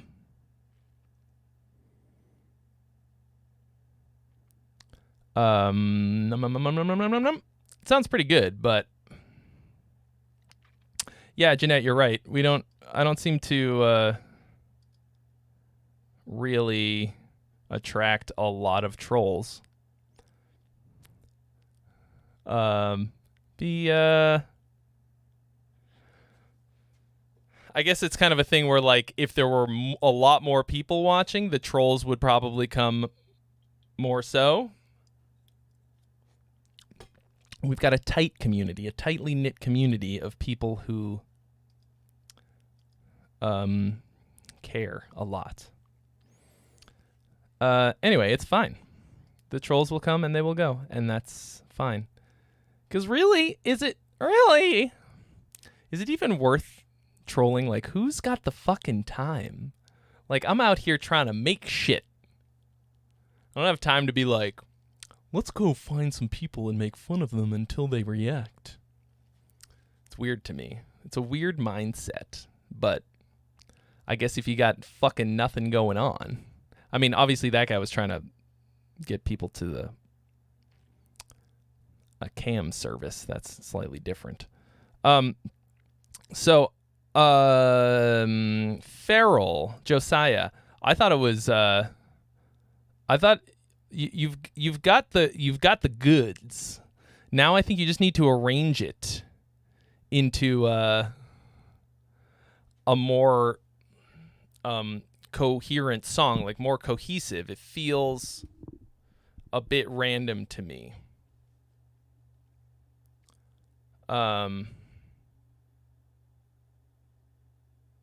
Martin, you burnt yourself. I'm sorry to hear that.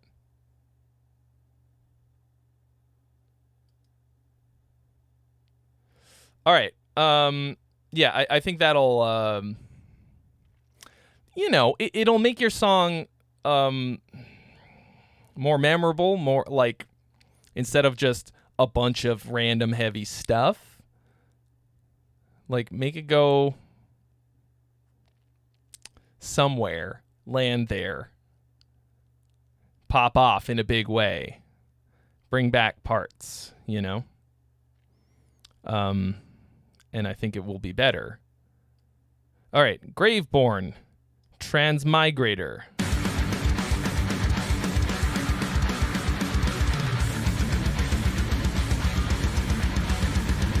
Let me know what you think of the leads in particular.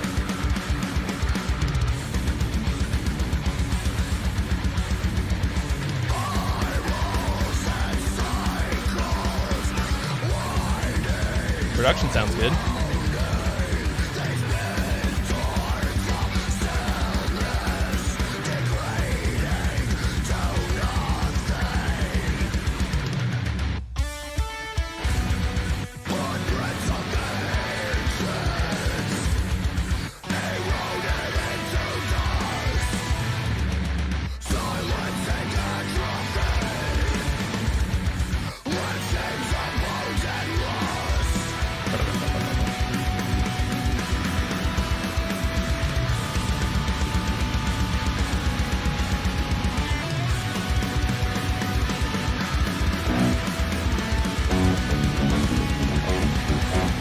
A lot of songs in B tonight.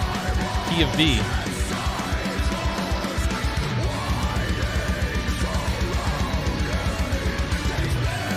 All right. Right off the bat, the thing that's bugging me about this is the cadence and delivery of the vocals. Dun, dun, dun, dun, dun, dun, dun, dun, dun. Really slow. Pretty much the same rhythm every time. And then, like, just not really...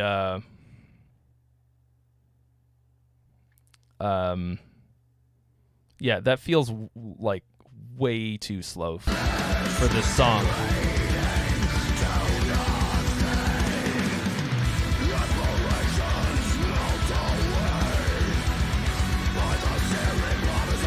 I like this part better.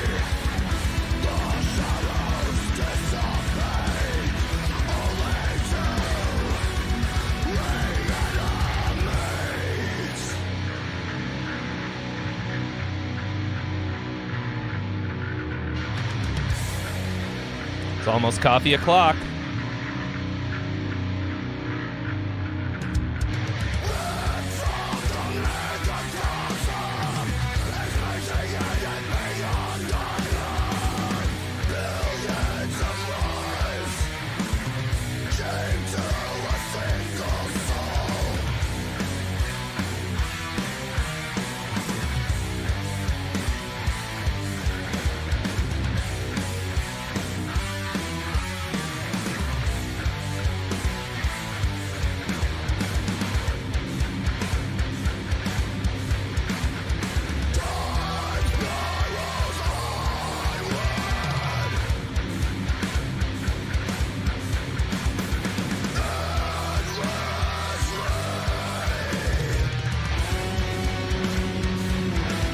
It kind of felt like you should keep singing through those middle bits.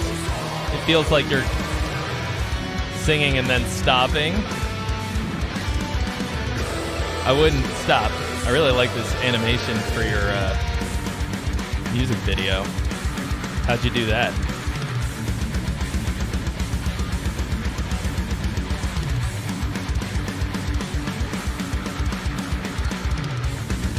We've already heard this instrumental part.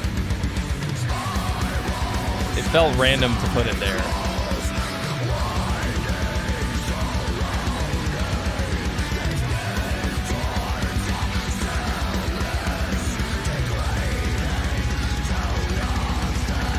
Yeah, this is pretty sick. Actually, I stopped it in a bad spot because it was starting to sound pretty cool. I think what I'm hearing a little bit is right here, though, and this part in general. It feels like you picked this rhythm and you're sticking to it, and there's a couple spots where you're cramming words in to make it fit. Oh, your friend made it in Blender. I might want to get in touch with your friend. I might also need some things in Blender. Hello, Miguel Owls. Yeah, so setting up a rhythmic motif like this, okay? Dun, dun, dun, dun, dun, dun, is very important. And super sick, right? But you should let the lyrics determine the rhythm more so. And little variations are going to make it... Of course it was Tony Simone. That's fucking hilarious. I was seeing, and I was like, huh. I wonder if kind of looks like some of the stuff I've seen Tony Simone do. I actually have been in touch with him once or twice about some things that I didn't wind up doing yet. Fuck, that's funny. That is so funny. He's really good. He's really fucking good. And he's an outrageously good drummer. What the fuck?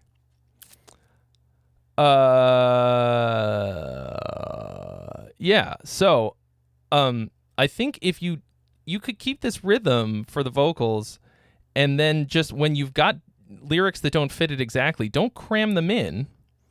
Use that as a variation.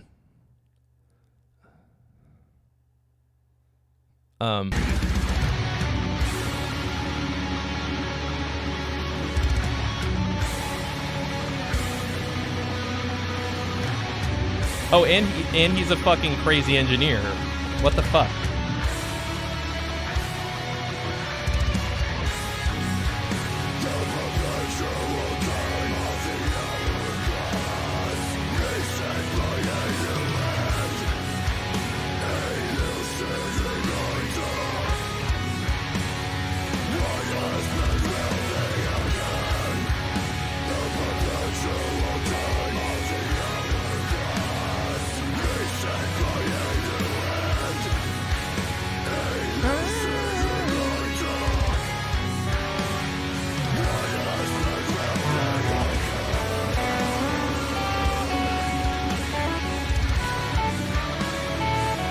Sorry, I'm noodling on your nice song.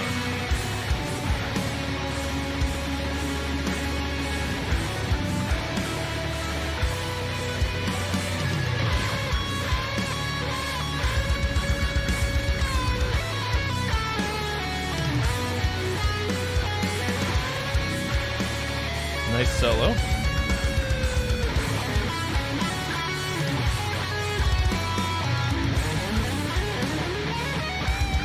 Oh, what the fuck was that? How are you going to have a bunch of nice... How are you going to have a really nice melodic guitar solo?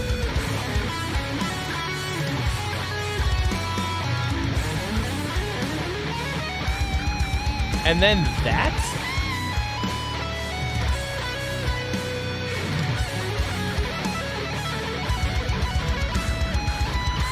That was fucking terrible. Everything else about that solo was good. And then that was dreadful.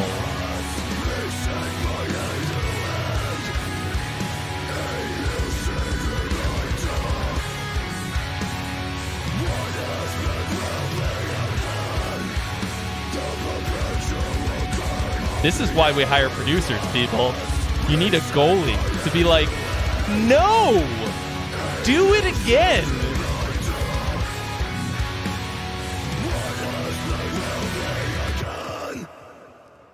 I thought everything... Oops. I thought everything about this song was pretty sick. Except for that. How did no one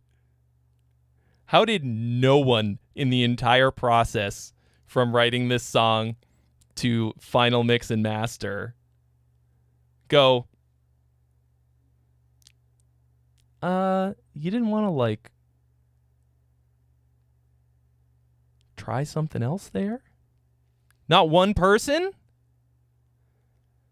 If I was editing your album, if I was the editor, you hired me to edit parts, that's what an editor is, Trey, I would have just deleted that chunk. I would have straight up deleted it and left it empty. That would have been better.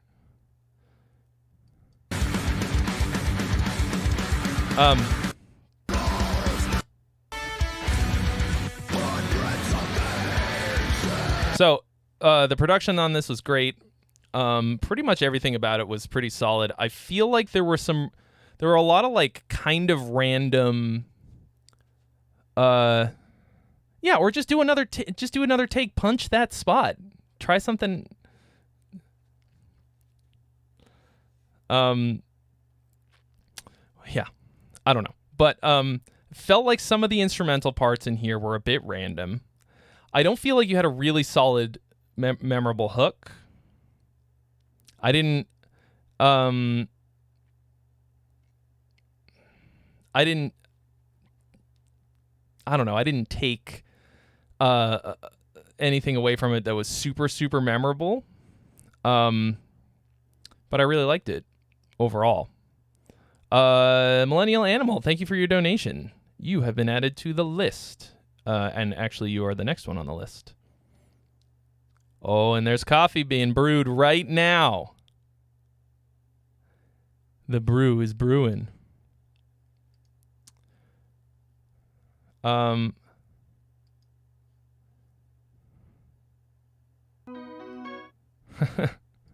Zenker Games. Yeah. Yeah. What's under there? What's under where? Oh, no. I think he just got me. What's underwear? What is undergarments?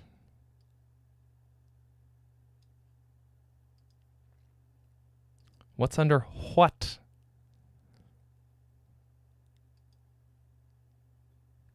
You ran out of studio time?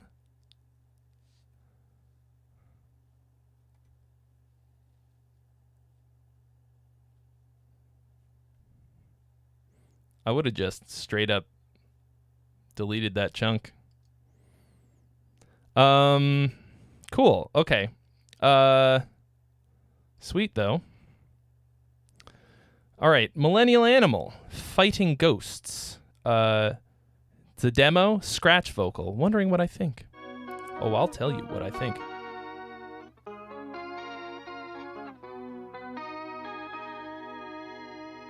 Frank Fuckenstein! Awesome hanging out with you at 42 Gear Street, dude.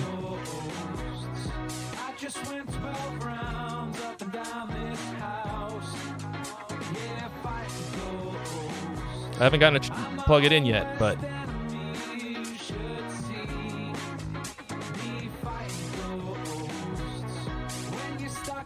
I got it.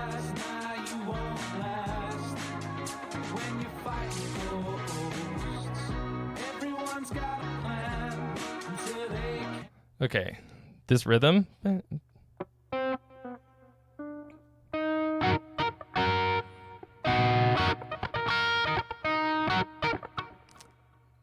Not really doing it for me.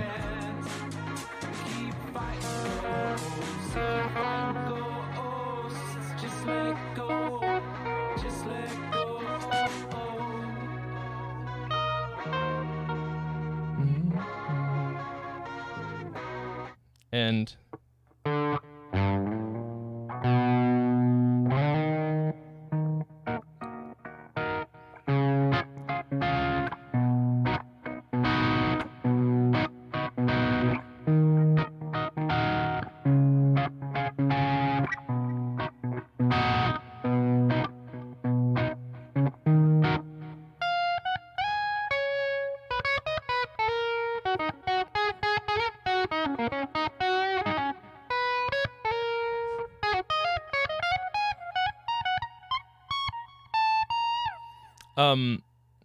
chord progression's a bit boring. We've got the Iron Maiden chords back and forth. I'm a cautionary tale for those about to fail this mind of mine. I'm a cautionary tale for those about to fail this mind of I've been up all night knowing I don't look right. I've been fighting ghosts. I just went fighting ghosts. That felt a bit like a weird rhythm. On up all night. Hold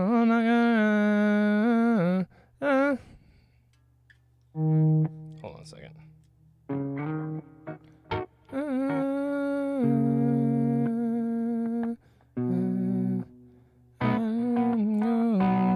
Yeah,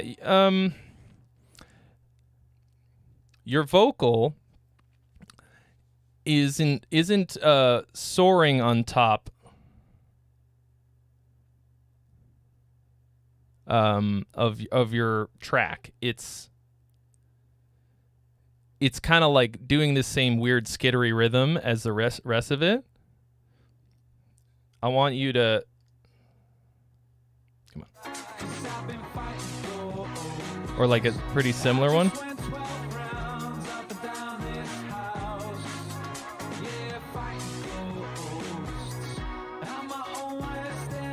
Got a pretty interesting, quirky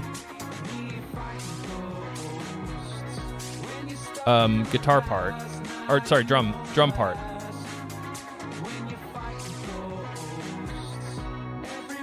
I like whatever trashy thing you've got hitting on weird offbeats.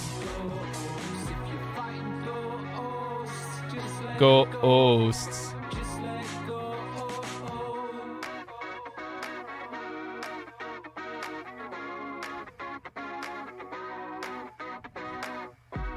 I'm a cautionary tale for those about to fail this mind of mine. Yeah, like, ooh, time for a new hat. I must go rescue the princess.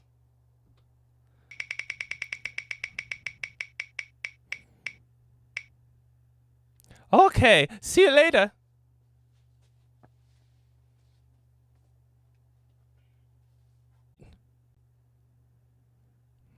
I mean, he didn't do the thing. It was, what was that sound? I just heard a fucking noise. All right, see you later, Atticop.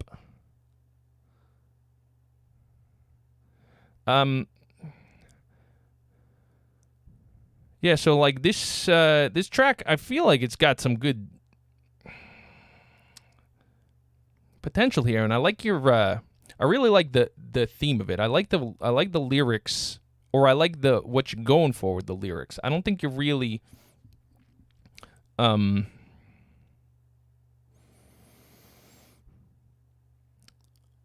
don't feel like you're really hitting what you're going for with this. Like, to me,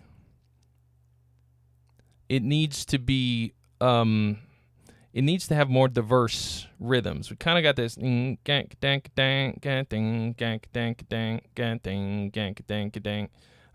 then you just kind of like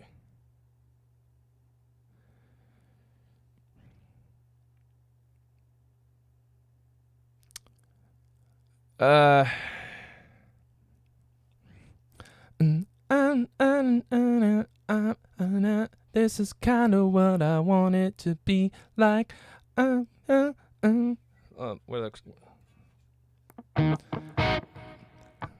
is it? I'm a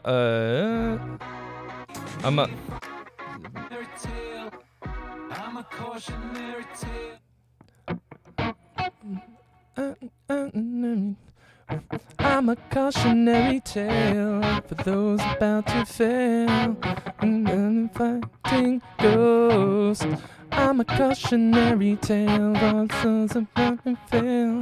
And fighting ghosts. Like, obviously that's not good. That was what I'm just doing now. I'm just bullshitting, trying to remember what the fuck lyrics you had going there. But you got no syncopation in your vocal. It's a very mayonnaise on the beat, white kind of a thing, you know. Like, where's the bump? Where's this thing? What's gonna make me do this?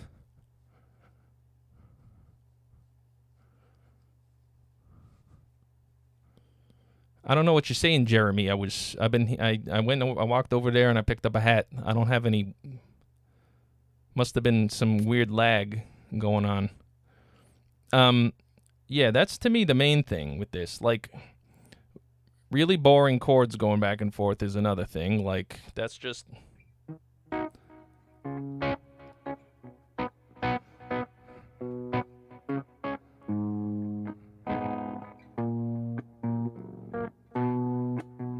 So many other things that you could do. I think this concept, fighting ghosts, is very worthy of a song, and making it great is going to be worth the time that you're putting into it. Sinister Bunny, I did a whole video about this guitar, so you should check that one out for my feelings on it, because I really like it. Shit, I gave away the ending. So, yeah, that to me is what's gonna. I think your basic lyrics are cool. I like the line, I'm a cautionary tale. That does it for me. I don't like that you rhymed it immediately. I think you should, I'm a cautionary tale, something else, and something do be, and then rhyme it, then bring around the rhyme.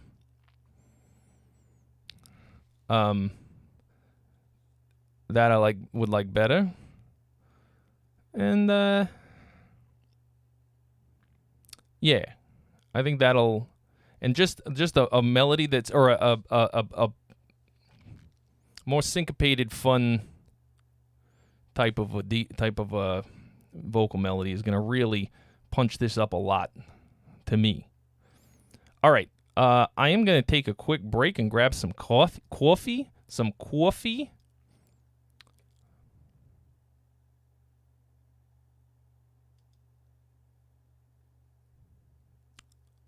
Why does it say I've only been live for 4 minutes?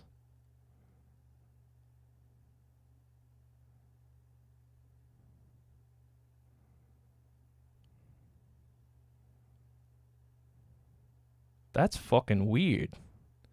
Streamlabs like hiccuped. The video's fine though?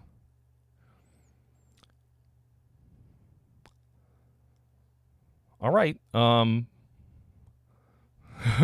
makes me a bit nervous, but I'm okay. That's fine by me. Johnny Falcon, yeah, hello from Norway. He says, yeah. So all the rules are in the description. You can absolutely send something in right now. I will be back in just a couple minutes. I'm gonna grab some coffee so that we can do this. So that we can do this right. You know what I'm saying? I need that brain juice. Your boy needs to be able to think. Let's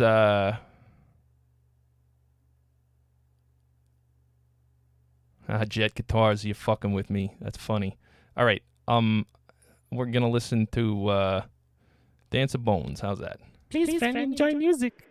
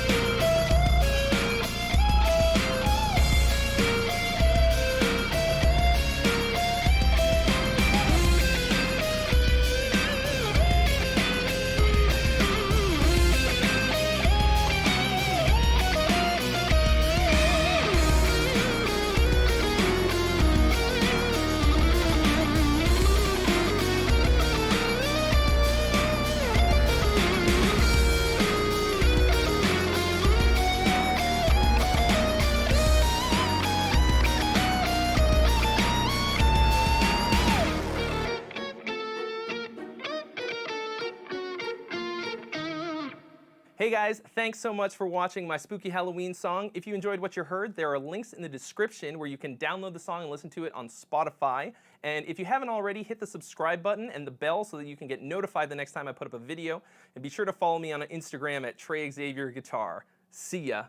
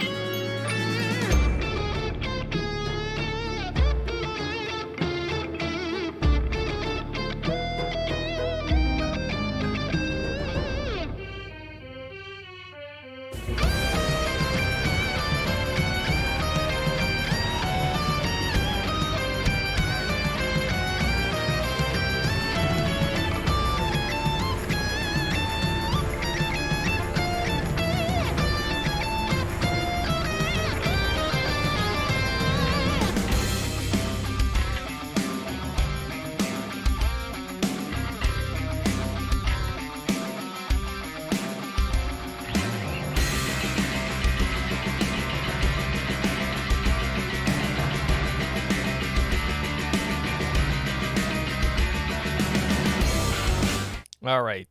Did we have to listen to that more than once? Was it miserable? Were you so fucking sad?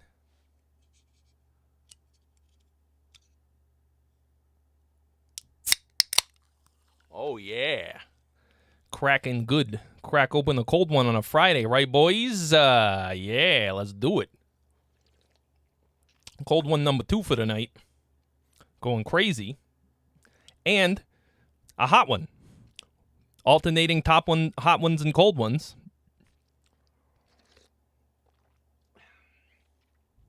All right. So, Millennial Animal, did you,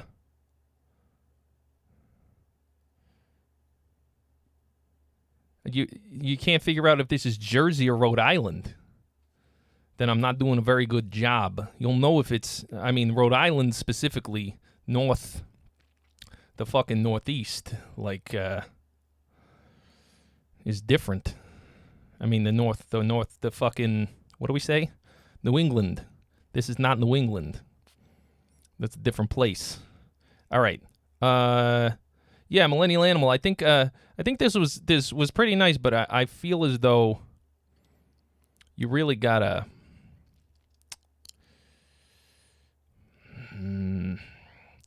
do a bunch of things to punch it up. It also felt a bit samey most of the time. Really give me some differences. Give me some things they're gonna differentiate the different parts from each other. All right. One of the several Brandons that is in this chat right now has submitted this one. Heirloom.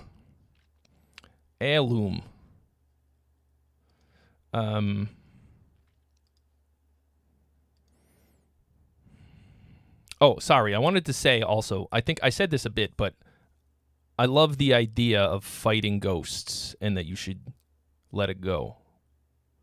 That to me is a very, very powerful sentiment that you've hit with this track.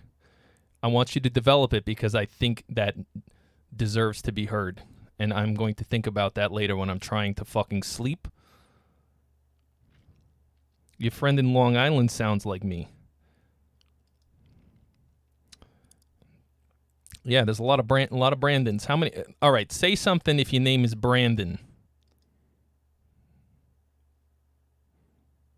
Yeah, okay, it's said like heirloom, but it's spelled weird. All right. Curse of Radiance.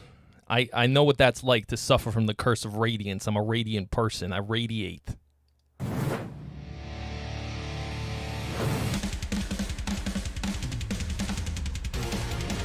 Oh! Let's fucking go!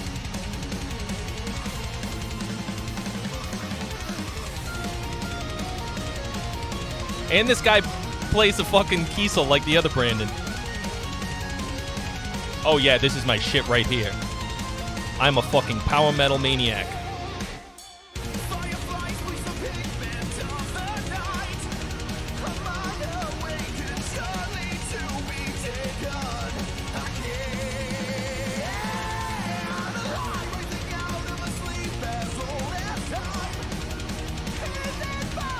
So much fire. Oh my goodness.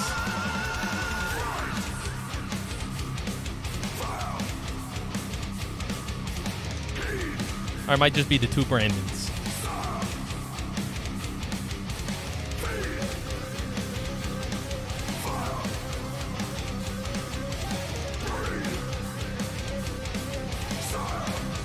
Oh, you're playing keyboards on this, but the guitarist is playing your Kiesel.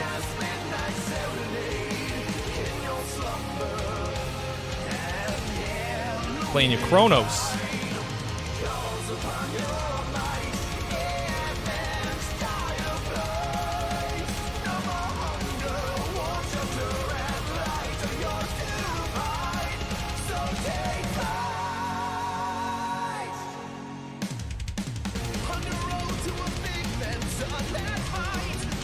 All right, that was cool.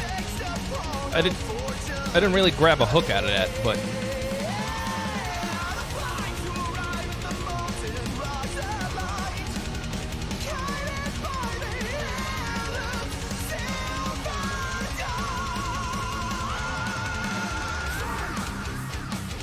Homie's going in. I don't know about this part. Hope you had a fire marshal.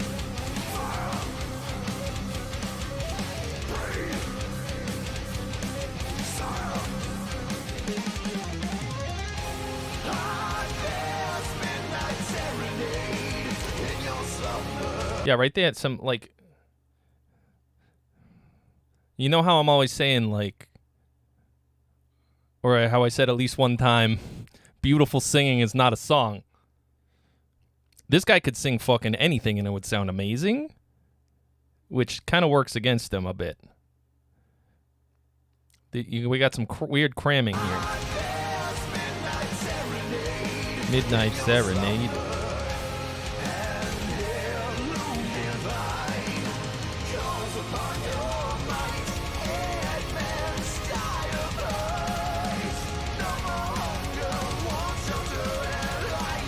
Warm shelter and so take flight. That's a little bit corny to me.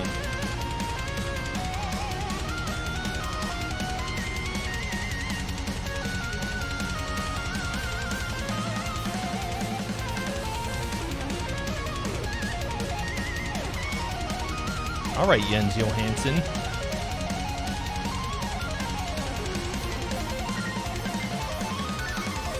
I mean, that wasn't as sick as Jens Johansson because he's untouchable, but that was pretty sick.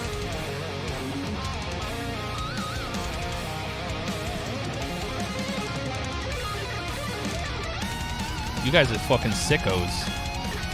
What's going on here? That guy does not look like he's in a power metal band, which I like.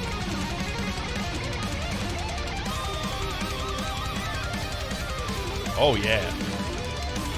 Oh, baby. Dueling keyboard and guitar solo.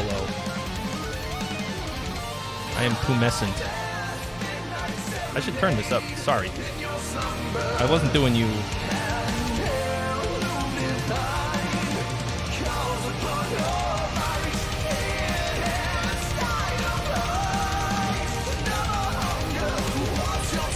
Power metal librarian. That's funny.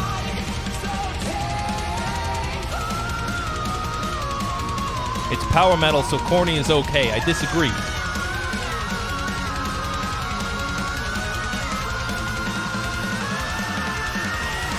I've dedicated much of my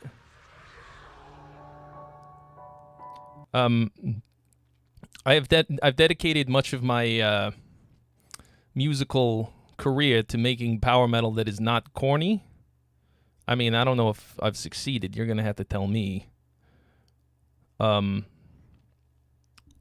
You know what I'm saying? Like, that's kind of the premise of In Virtue, is like that I tried to make power metal without the Dungeons and Dragons bullshit, and leather pants and stuff. So I thought that this was fucking awesome. Number one, Jeanette, you used to be a librarian. I believe it. Were you a sexy librarian with those glasses, like the cat's eye glasses? That's something that I think is cool. The librarian look. Sorry, I'm not trying to what's the word? Objectify you. I want to know if you were good at the Dewey Decimal System too. I think you probably were, but that's my first association. I actually did date a librarian. No joke. A real, honest to God, at the time she was getting her master's in library science, which is a thing that exists. I guess there's more to it than just the Dewey Decimal System, which I'm not sure that I know anything about, but apparently it's you got to get your master's before you can be a real librarian. Anyway, good story, Trey. Great story. So,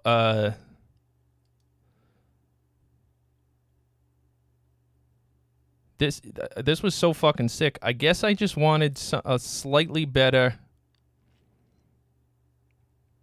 hook. in this great chorus that you had. You got really top-notch chord motion going on here. In your like good voice leading, amazing performances all the way around. My question to you is, why did you make this a playthrough? Fucking shut up. Little reminders and shit. Gotta be so loud. Literally reminding me to brush my teeth and take my vitamins. I can't do that right now. I'm a bit busy, you know what I'm saying? I gotta have that though, because I forget. I'm a forgetful guy. So, I want like this to become like to take the fuck off. But in order to do that, you need real shit. You need a real music video. This is a like it playthroughs. Like I do them, but like playthroughs are a good thing. Are a way to get musicians to be your fans. And musicians are the worst fans to have because they're the most critical. They care about stupid bullshit, like what kind of guitar you're playing and that kind of stuff. And then like, then like, you want just regular fucking people who enjoy music to be your fans of your music. So like, I do playthroughs because they're pretty easy, they're pretty simple, but what you really need is a fucking real ass music video, because those are the things that are gonna like bring in normal fucking people who like music. So, but it's nothing. It's not like bad. Like it's not bad. You just also have to have a real music video, I think. It's nothing. It's not that you shouldn't also do playthroughs. Because it can be a good promotional tool. To an extent. Like I said, I do them. I absolutely have several playthroughs. I guess I just yeah, I think you could have. You released this EP largely for fun. I don't know what that means. Does that mean you just didn't care about it that much? Feels like you put a lot into it just for fun. Like a playthrough? Okay, let me tell you something about playthroughs. Gear Gods is the #1 outlet for premiering playthroughs. All right, I shit you not. This is people spend good money to hire publicists who contact me to get their playthroughs on Gear Gods. All right, so I am actually the arbiter of playthroughs generally. I don't think there is any outlet that does more playthroughs than us. We premiere like between 2 and 4 a week for bands. So like we did one for Whitechapel last week. We did one for what was the other one the week before that? We did a Carcass one recently. Like it's all over the map, you know. And if you're gonna do them, it's important and good, or like it can be good, but so I'm not going to tell you not to do them. Big Kid is here.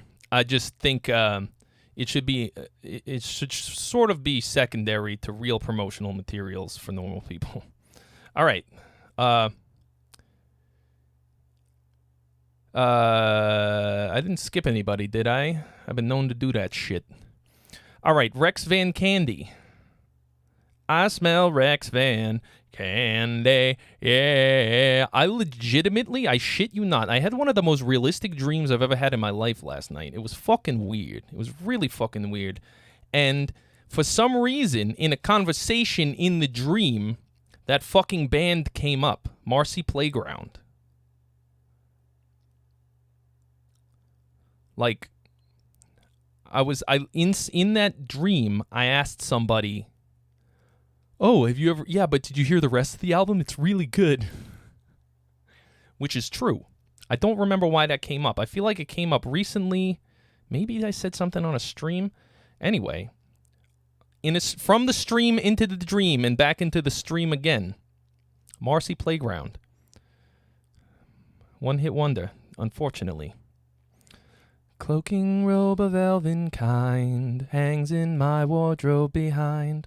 All the things that mother said weren't proper for a boy. Okay, sorry, Rex. That's going to happen every time, but... Here's Rex. King of Candy. That's what Rex means, king. Causality is the song. Oh, that's a lot of low end. I can actually feel low end with my new speakers now.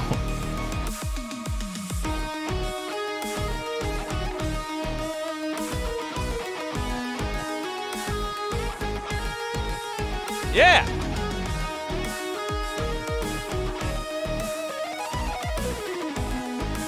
Oh, all right. All right, Rex. I can crank it up.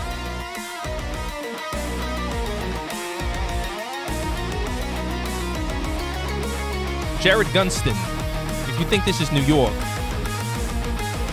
then you haven't tasted the water.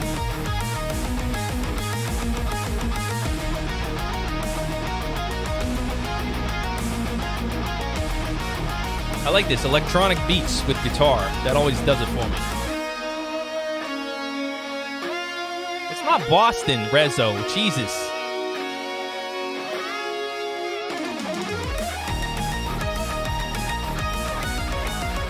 Oh!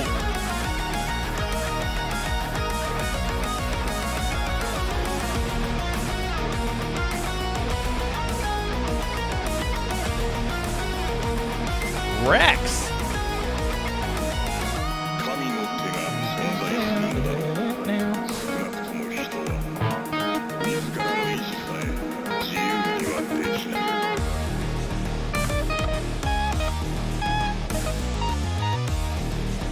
Yeah, this is a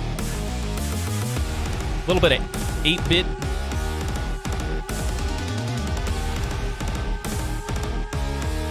That kind of sounds like...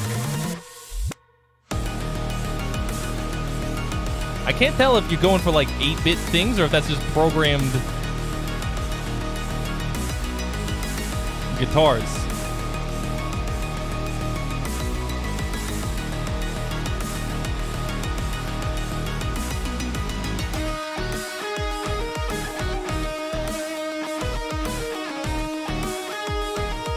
NES chips going through guitar amps. That's cool.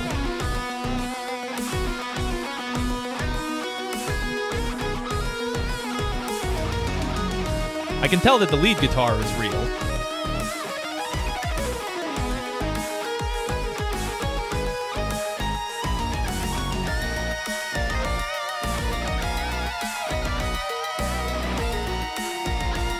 Yeah. Oh, homie's a dick ripper.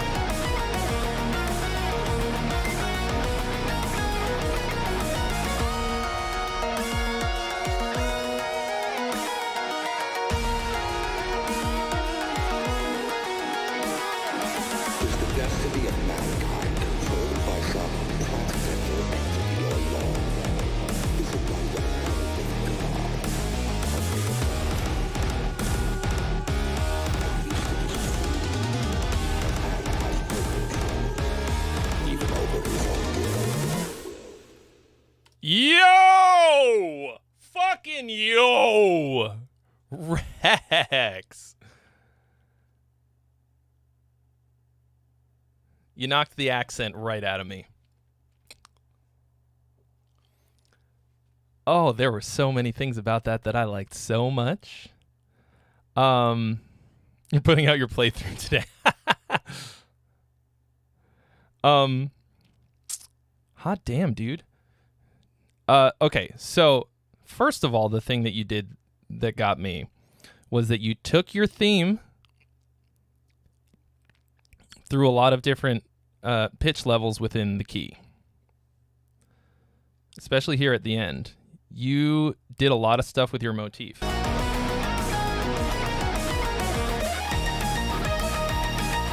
Okay, let's examine.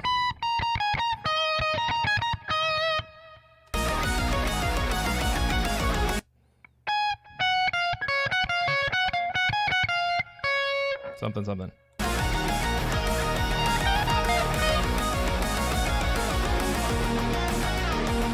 Da-na-na-na-na.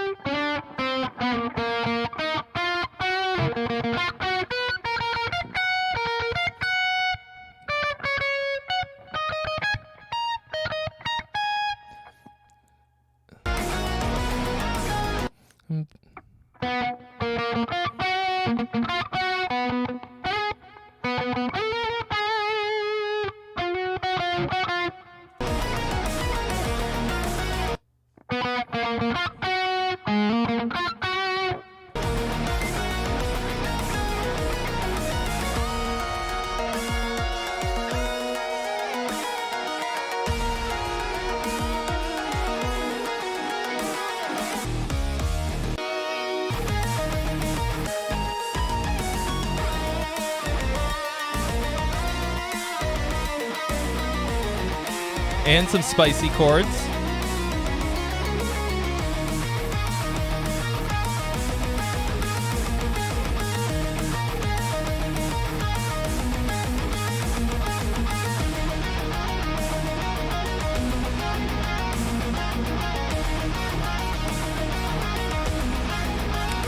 Hey, Daniel Baber, you should say Sid Metal again.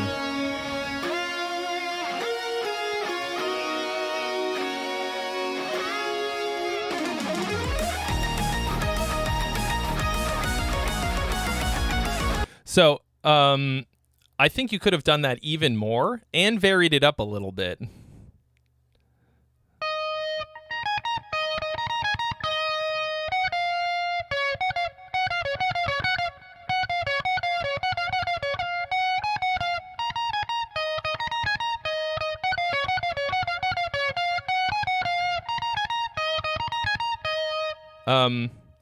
Rhythmically varied it up. So, if this is your theme, cool, syncopated, change up a little thing the next time it comes around.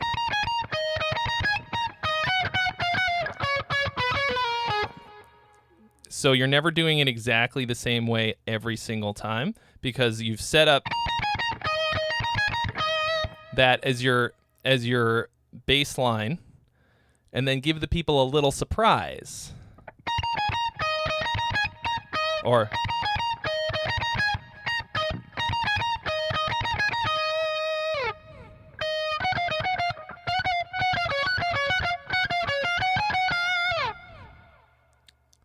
is it really on the Billboard Hard Rock charts, Charles?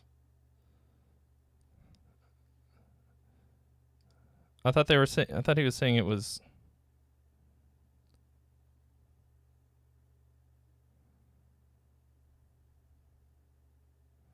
Dude, what the fuck?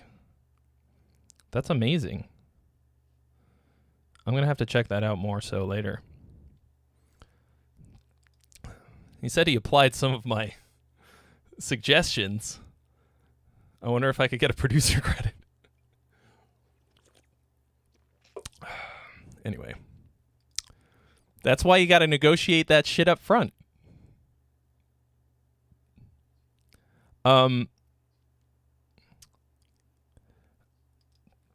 Yeah, I think there are some other things that you could do to vary this up to make it even more exciting. Like,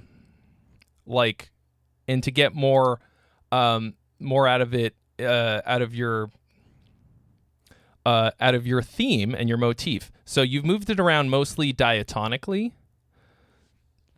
I think you could you could modulate at some point.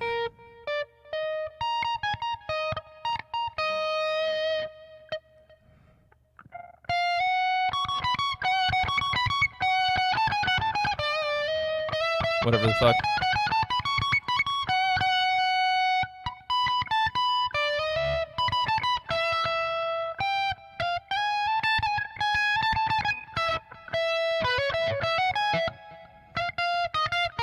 That was not a good key change. I'm just fucking around, but I think that would kick this to the next level for me because I liked basically everything about this. Cool harmonies. Oh yeah, and then you kind of inverted it. Da-da-da-da-da.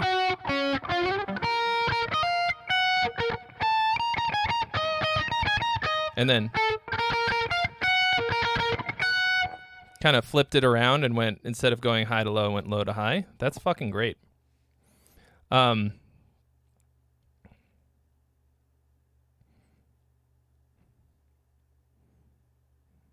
You did a really good job with this. It was pretty unique sounding. Fun. It had a lot of fun. I forgot. I'm going to go back to being from Jersey now. This is New Jersey, all right? It's not Boston. Fuck Boston, all right? Fuck a Bostonian accent. And it's not New York. New York is slightly different. It's Jersey, all right? This is where they go to bury the bodies. All right? People wondering why it smells funny down here. All right, I'm going to be honest with you. I'm not really... probably this could also be New York. Shut up. Nobody asked you, you son of a bitch. All right. Fucking good shit here tonight. Really good. We're bringing some noise which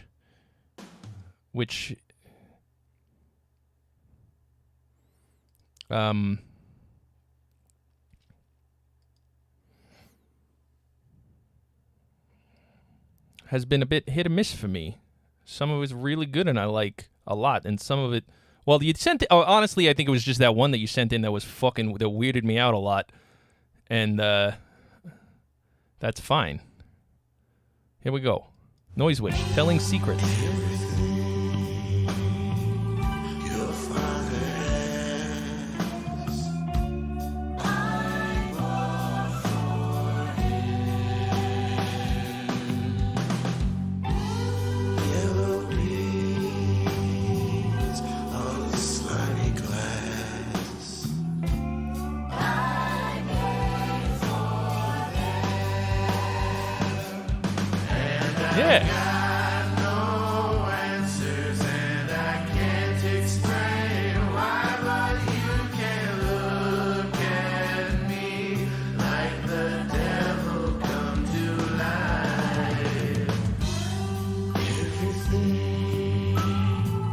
Jeanette, the last track was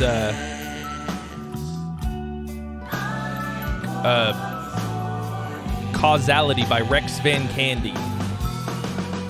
This is fun. Oh, and also Rex Van Candy knows Mary Z. That's cool. She's the shit.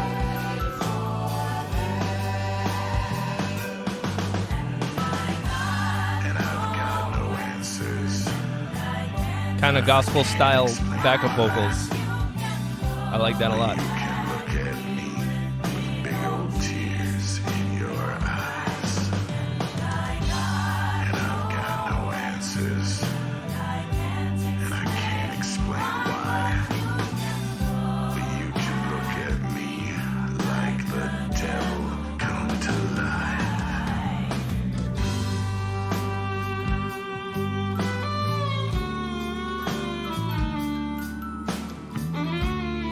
Hey, what's up, Nia and Mrs. Taylor and Mr. Taylor? The three Taylors? That sounds like a family band if I ever heard one.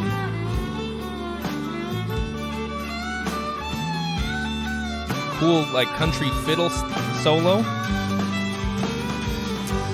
Oh, that was real nice.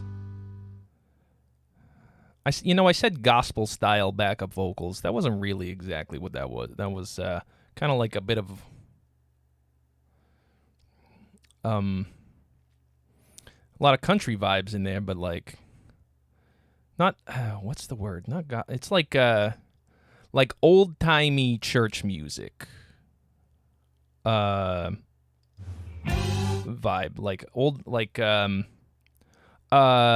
hymn. It sounded a bit like a hymn. Fucking hell, what's oh buddy, come to Butthead. What's the there was a movie that used this.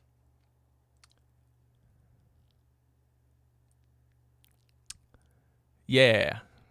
I'm gonna listen some more, and the movie, the Everlasting Arms. Fuck, what is it? Leaning.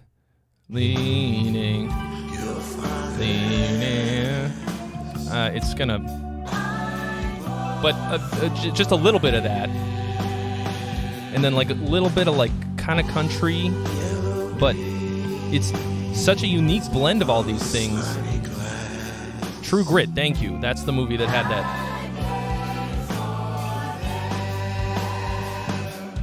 And I got no answers, and I can't explain why, but you can look at me like the devil come to life. Yeah, that's a cool line.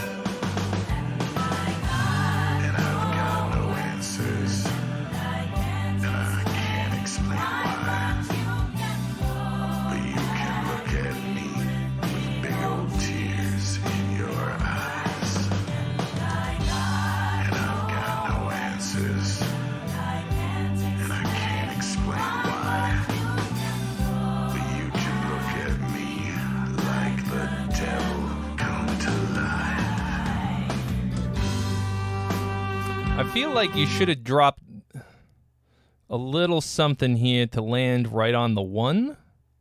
Like the devil come to life, I'm telling secrets.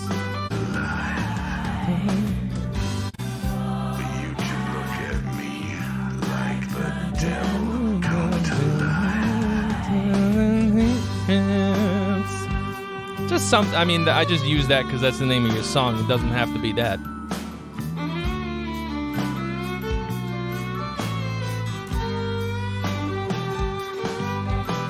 Daniel says goth gospel, which we could shorten to gothful. Gothful music. You gotta say gothful music so people don't think that you're lisping. Yeah, man. This is so sick. We got some real good ones here tonight. I like this a lot. This to me, so you grew up in a Pentecostal church. I can't off the dome think of what like Pentecostal churches are like, but Southern Gothic, says Ricardo. Southern Gothic.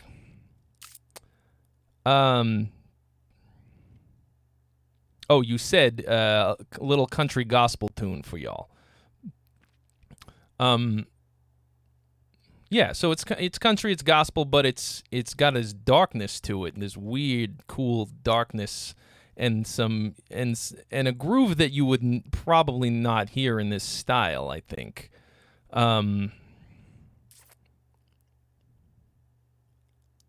Pentecostal are the craziest ones. All right.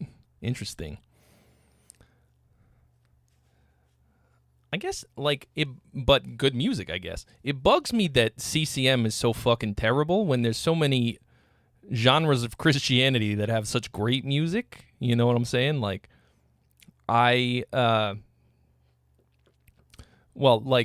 Gospel music is crazy.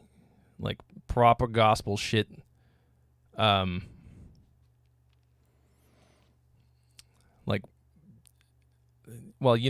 Gospel chops and that whole shit is off the chain. And then old hymns and that kind of thing. Old classical big organ music and stuff like that, and they do in old Catholic churches and shit. Big choirs and shit. That stuff's great too. And then along comes CCM and worship music and ruining it for everybody. I mean, that's America, right? Let's give them the lowest common denominator and bring in all the dummies. Just as anti-art as you can make it. Anyway, that concludes my weekly rant against CCM.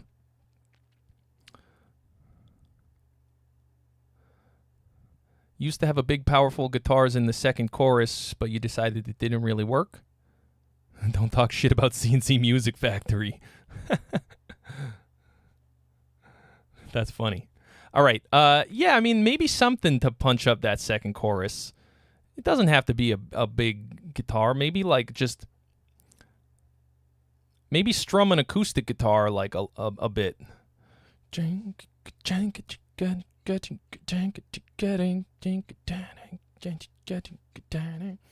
know what I'm talking about?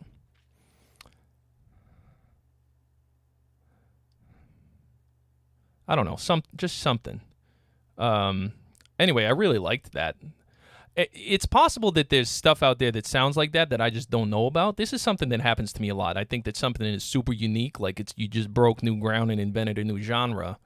And then somebody's like, dude, this is a whole thing that people listen to. There's 85 artists that sound like this guy. And I'm like, well, I don't go out of my way to listen to dark gospel playlists. So it's new to me. But, all right. Jake LaRoche, Was bin ich? By Bloody Pineapples. 11 musicians from around the world. Interesting.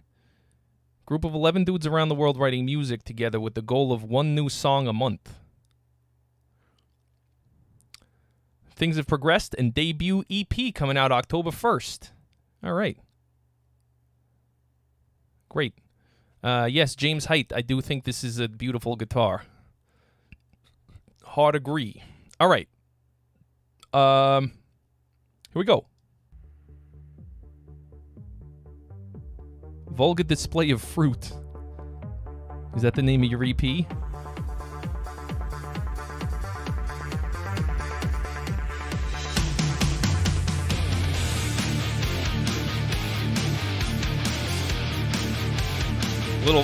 Little Rammstein sounding off the bat to me.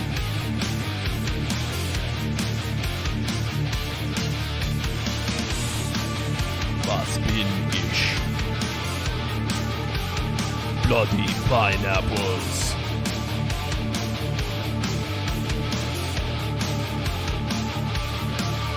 Bin ich schwarz, bin ich weiß, bin ich dein Dunkelheit, bin ich kalt, bin ich heiß, bin ich alles, was du geglaubt. Ich bin dein Angst, bin dein Lust, ich bin alles, das du fühlst. Ich bin bei dir, kannst du mit. All right, let me see if I pick this up, see if my German's any good. You said I'm white, I'm black, I'm darkness, I'm light, I'm cold, I'm hot.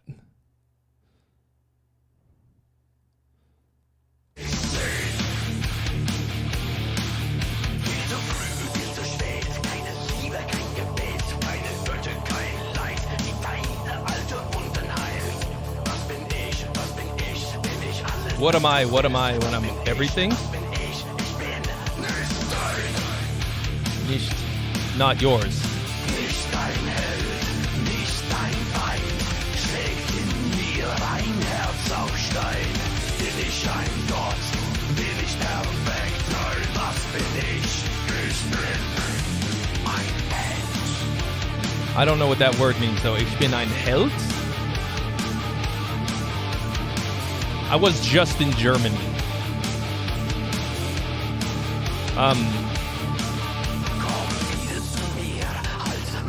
Spent a week in the Deutsch recently, so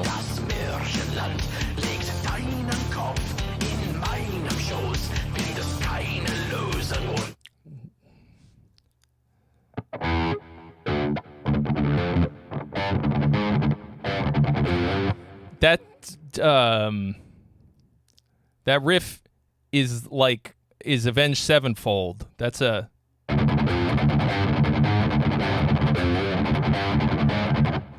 what the fuck is it? This shining city built of gold. Of innocence. In the waters of the deep. But it's Rammstein. Did I live in Germany? No.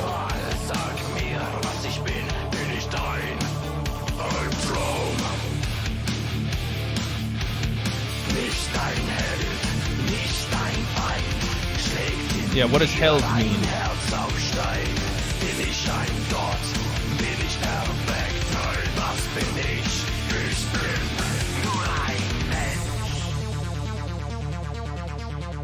It's Beast and the Harlot? Yeah. All right. Sam GM and Chloe Village, thank you for your donations. You've been added to the list.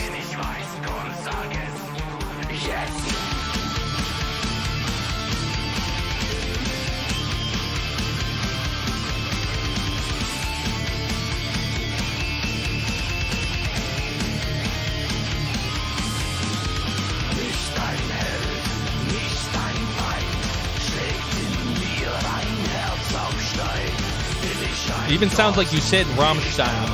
Uh-oh. Jersey guy's out. You sick of Jersey guy. All right, I know how it is. Yes, now we get to hear from a different region of the United States.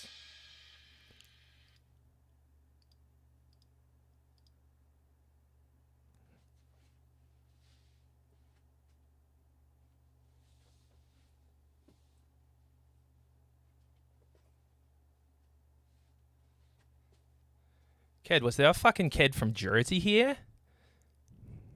Some people were saying he sounded like me? That's wrong. Fucking Jersey don't sound nothing like Boston.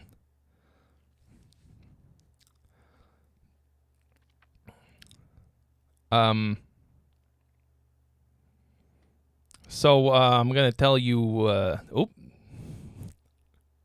Nuh-uh, your mum. Say hello to your mother for me, kid. Kid, it's your fucking. What is this? Your first day? All right. Sorry, I gotta kind of get in. I gotta get into character. The hat. Putting on the hat doesn't just put me in the character. You know, I gotta say a couple lines. Your mum. How's your mum? All right, see you later, Jared Gunston. Thanks for stopping by. Say hello to your mother for me. So, obviously, this song just sounded like Rammstein. It sounded like you put, a bunch of, kind of Rammstein, things in the blender. And then, I'm feeling vibrations that aren't real. So, I don't know if that's, kind of what you're going for here. It's hard to, it's hard for me to tell, I think you did a good job of sounding exactly like Rammstein, and making a cool, a pretty cool track. I liked your lyrics, what I could make of them, because they're in German, and my German is a little whatever. Although, to be honest with you, I'm pretty impressed that I was able to make out as much as I did.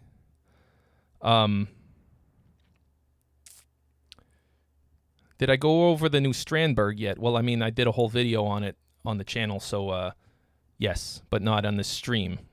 I'm just playing it today.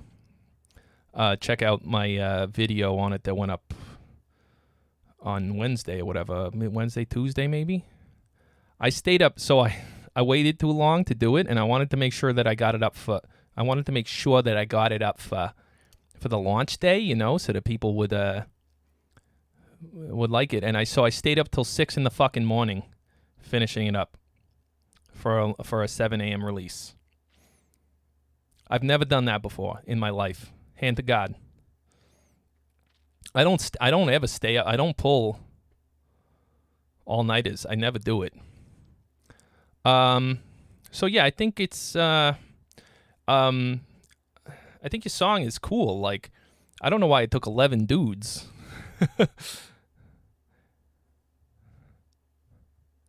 To write this song. With those 11 dudes, was 6 of those 11 dudes the guys from this band called Rammstein? Although, honestly, I'm pretty impressed that 11 dudes were writing songs and it didn't turn into a Too Many Cooks situation, because Too Many Cooks, oh boy.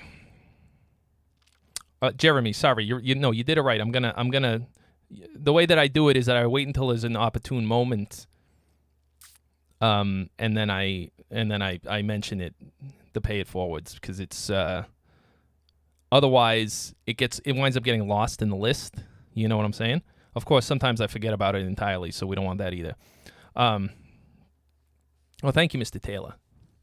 There were a lot of things I wish I could have done. I wanted to put in more B-roll and stuff, but so I wonder what.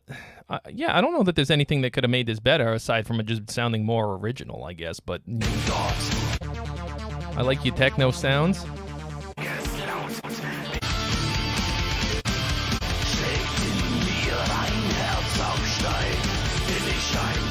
This to me is like one of the best things. Like one of the things that the German language is best for is this kind of a sound. Like, it sounds so fucking like creepy. You could be saying anything. I mean, it's kind of like that "und keine Eier" thing that Tool does when he's just reading a recipe for like vegan cookies or some shit. You know, Mr. Taylor, I wanted a white one too. If you watch my shit, you know that I love white guitars. Oh, I went Jersey again. Jesus, that's. Oh, after doing it for an hour, it's had to get it back. It's had to lose it, you know? It's fucking had. I wanted a white guitar too. All my guitars are white, and they used to make the white Bowden metal. Isaac has an 8-string one, and I was like, oh, you think they got one of those? No, but if I, like I said in the video, if I can't get a white guitar, you know your boy's going to want a blue one.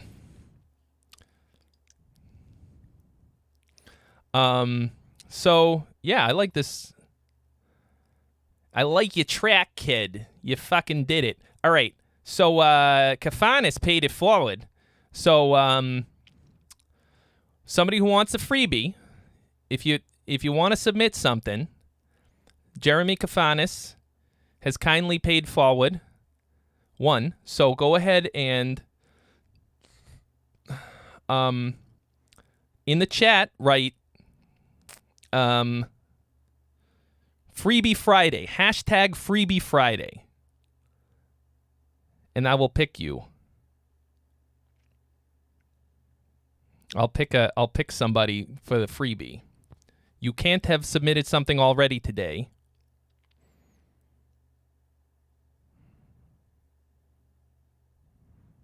I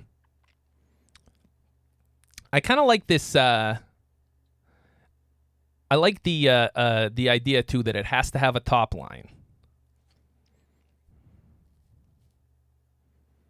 I think I want to make that a permanent rule. If you're gonna get a freebie, your song has to have a top line. Doesn't necessarily have to have a vocal, but it has to have a top line.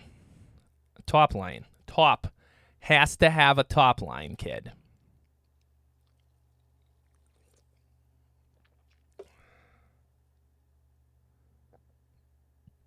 We only got one? Only one person wants this freebie? Who else wants this freebie Friday, huh? That's a pretty good tagline, freebie Friday. Of course, that might imply that all the submissions are going to be free. 70 people in here, only one person wants this freebie.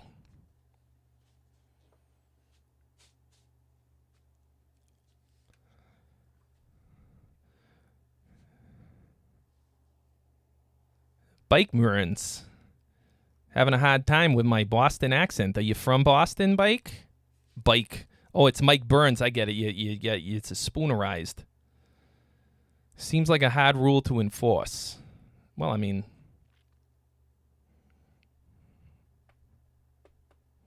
All right, Troubadour Records. Does your submission have a top line on it?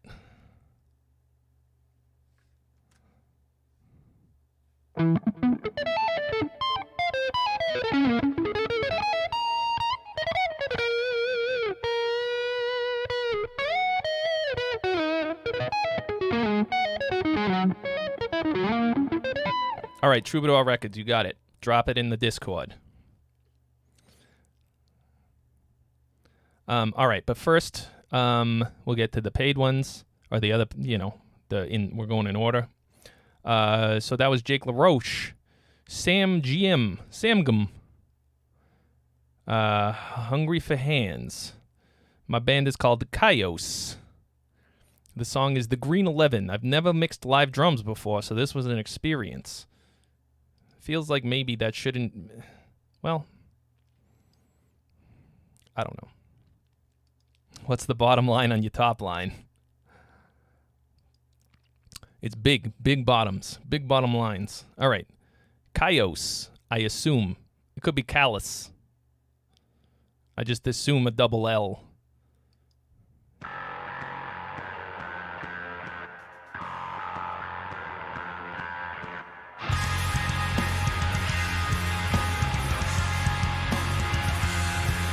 Oh.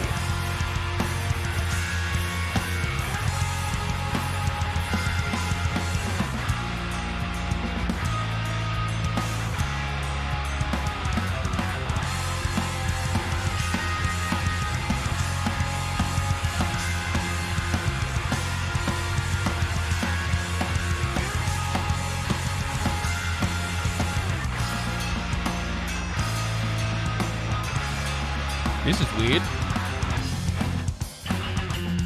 It's Carlos. Sounds like I'm saying the name Carlos with a Boston accent. Carlos. This is Where's the One music. Oh my god, is that a set? Is that a Peerspace set that you rented? I feel like I've looked at that before on Peerspace. This is Where's the One core.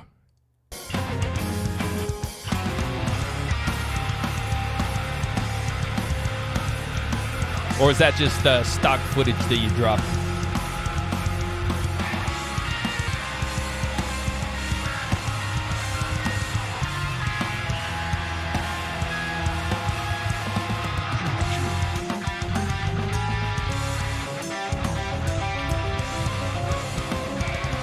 All right, I think you did a pretty good job mixing the live drums. They sound pretty good to me.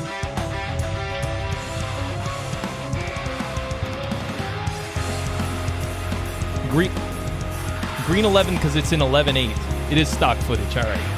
I think they probably filmed the stock footage at the Peerspace that I'm referring to.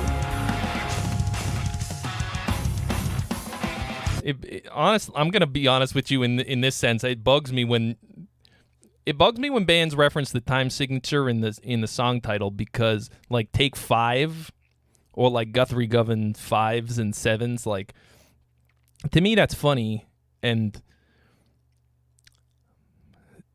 like I mean, whatever. Like, it's tough to name instrumental music, but like, it's funny because like that shouldn't be the thing that's important. Like, what is the song about? Even instrumental music is about something, you know? Like, it's going for a...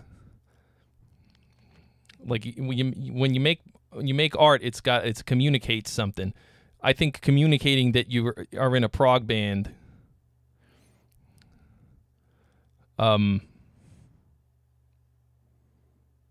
is all you did with this title, but I don't know.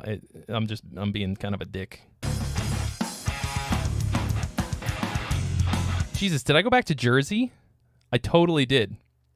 Wow. I'm gonna be honest with you, kid. That's Boston. There's Boston. I also feel like maybe you should have hired someone to hold the camera instead of just trying to film it yourself on a tripod and then adding fake handheld footage afterwards. Aside from that, your video looks pretty cool. Your lighting is really good.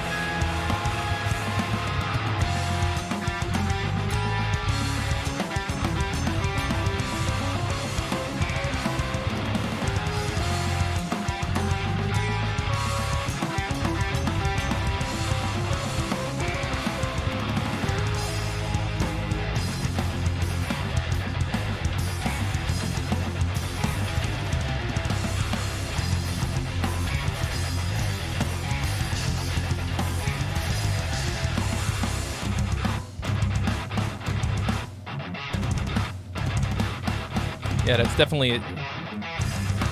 Nuh-uh, that's not a Prestige, because a Prestige would have to be an Ibanez. That's a Jackson. Oh, I got myself a sick new Prestige, guys.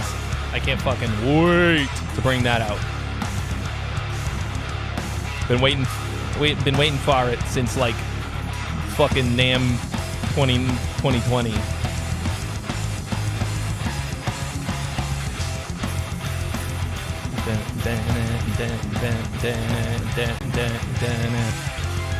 So you got some really cool parts in here.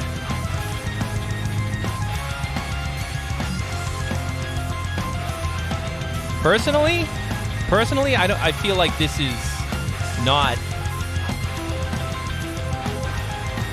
melodic enough to be instrumental, to hang on its own.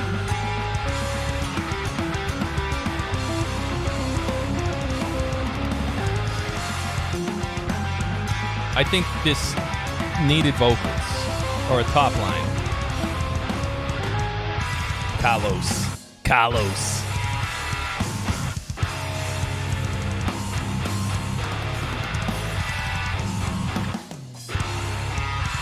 This is just like kind of grooving.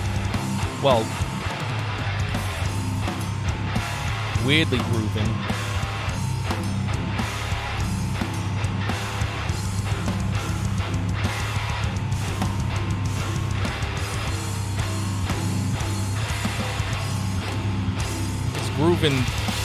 Grooving in 11/8, which is tough to do. You ever seen that thing where the guy's like, here's how you groove in 13, and he's gonna play, and then he's like, man, you can't make money playing in 13. Fuck out of here.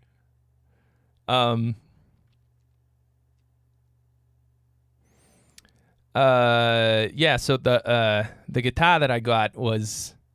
You seen it's out. It's like it's been out forever, but for more than a year, like a year and change.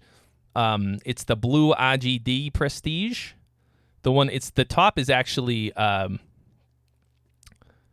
what's it called? It's not wood. It's Richlight. It's like a blue Richlight top.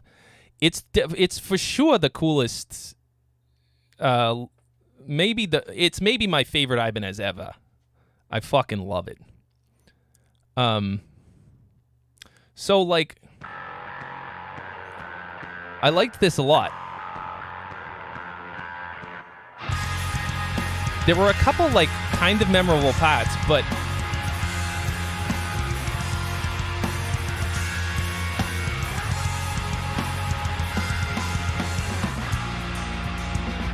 like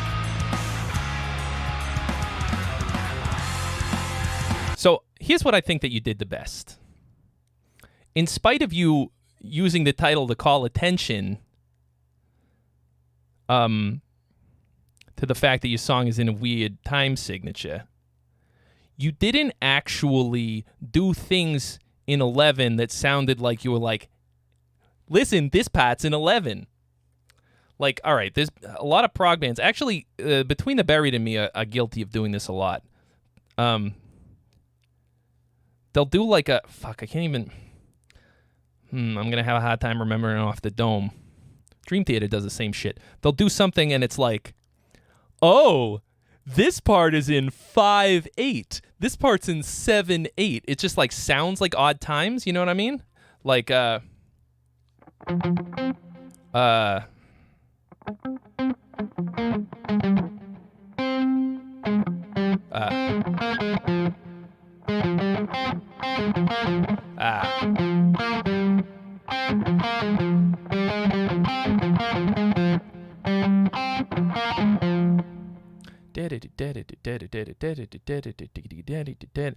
I'm not gonna come up with a good example of this. Oh, it's Selkies.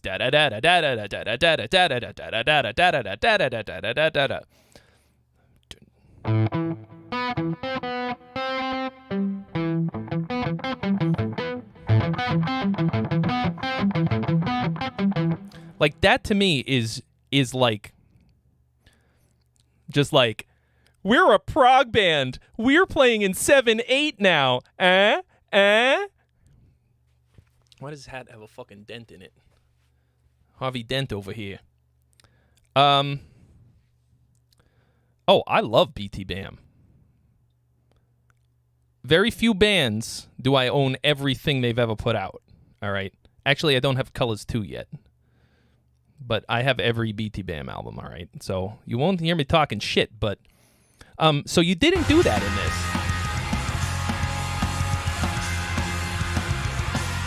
Like, everything sounds very organic.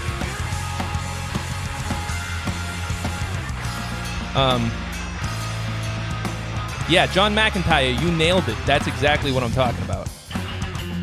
Like, this didn't do that for me.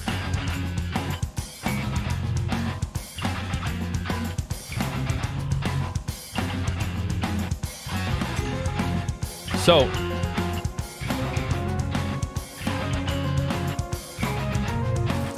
this was very masterful in that sense.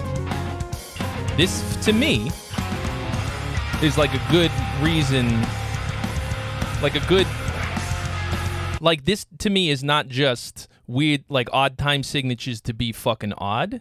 You understand what I'm saying? Hello, Mick H. Jorge, it's great.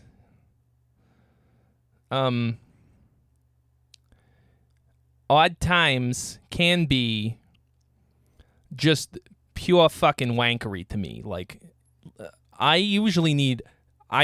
have to justify any odd time signatures, personally. I don't like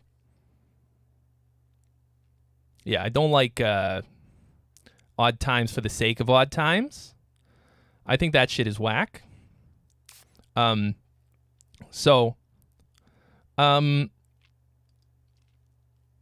I want to be able to listen to a song and not know that it's odd times. I like that. I want it to sound, like it's really natural and not this like weird stuttery thing. Like it creates a chaotic feeling, and you can either ride that chaotic feeling, or it can be completely distracting. In this case, it made it feel chaotic in a really nice way. In a kind of like, oh, I don't really know where I am right now. I don't know where I am, kid. Oh no, that was bad. You aren't doing anything just to, like I said, to break the fourth wall and look like at the camera, whatever. All right, Towsy 92, thank you for your donation. Ked, what up, kid? Your mom. Towsy 92, thank you for your donation. If I can get my accent right, I'll have a better time. You have been added to the list. Anyway, Carlos, pretty fucking awesome. I would say personally, if you want to have fans who aren't just musicians, the song is an 11/8. I would suggest adding more top lines.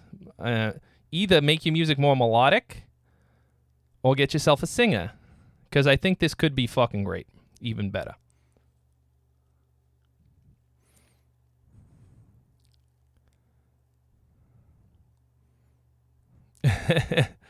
Jossa, why are you yelling? Why are you yelling in here? All right, Chloe Village. Chloe. Good job, Carlos.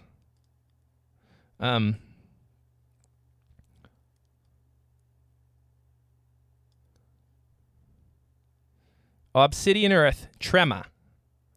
Great movies.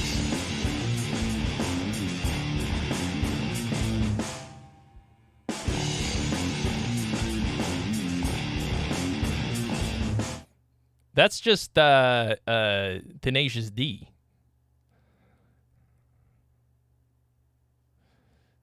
Doom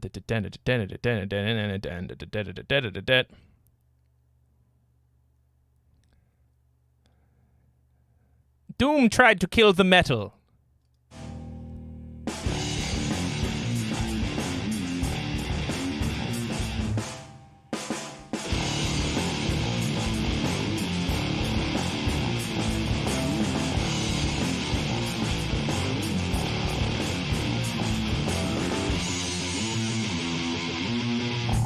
I finally stand. The mirror turns black once more as the roach climbs. He whispers, "Do it again."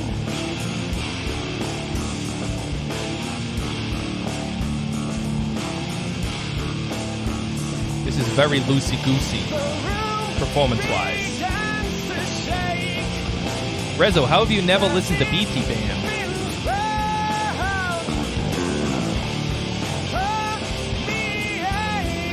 All right, so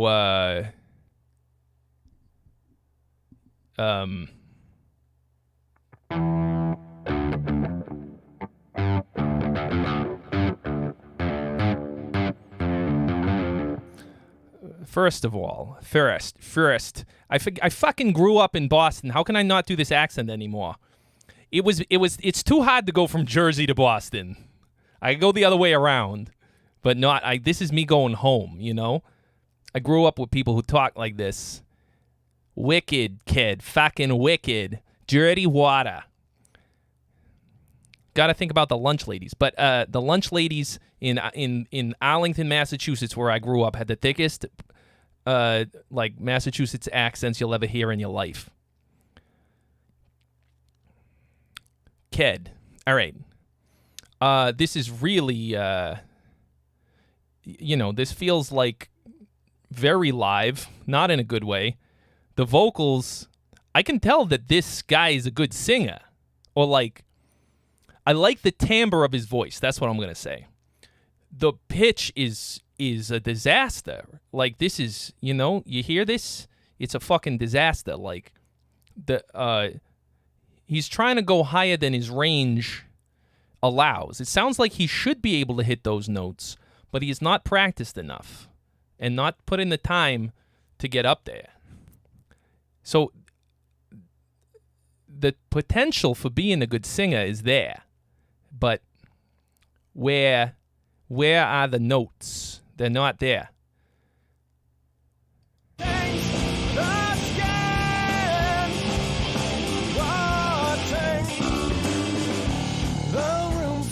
But I think compositionally, so far, it's, aside from being the metal by Tenacious D, it's not bad. Kind of Tool-esque vocals.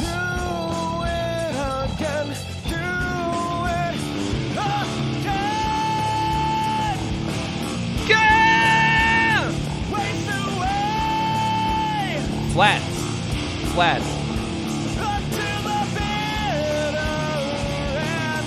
Like if you want to do this same thing, so right now you're in C. Try doing it in B flat. Try tuning your guitar down a whole step and doing this whole thing again. This sounds like a bar band got a hold of a pretty good track, a pretty good song, and they're doing a bad cover of it. Doing a bad cover of it. And the lyrics are like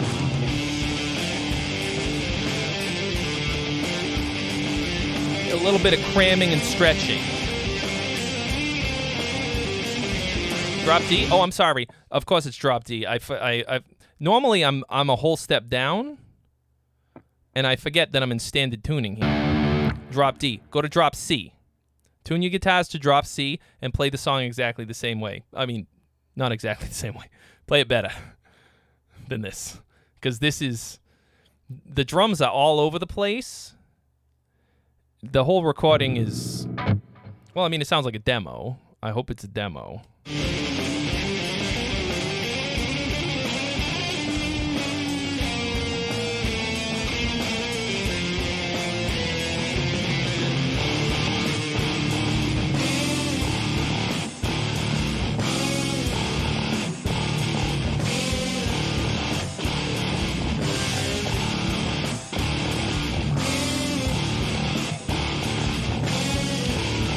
Pretty banging bass tone. The room begins to shake as it spins round. Yeah, so sorry. So the melody is good, but it sounds like he wrote a good melody and then once again is trying to like cram these words into it to fit the exact melody that he wrote. That's bad. That's bad writing. That's not how you do it, all right? Like, unless the words happen to fit the cadence, the rhythm, the delivery, the melody exactly, then you got to change it. Like, you got to change it up a little bit. The drums you had to rebuild, lots of cutting and stretching. You telling me this is the final product? Oh no, Chloe. Oh no. Get thee to a producer. Do not put this out into the world. Release date, 6th of August, 2021. Whoopsie. All right, well.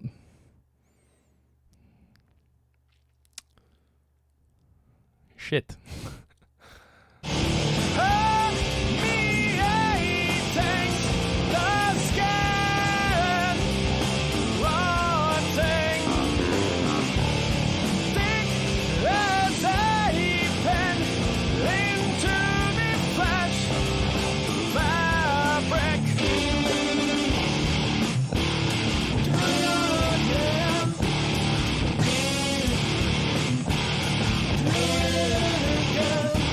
Well, this is a great... I went back to Jersey.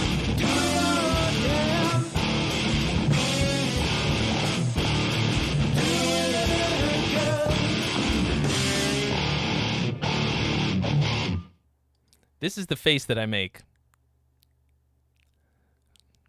when something's not quite right. And there was a lot about that was not quite right.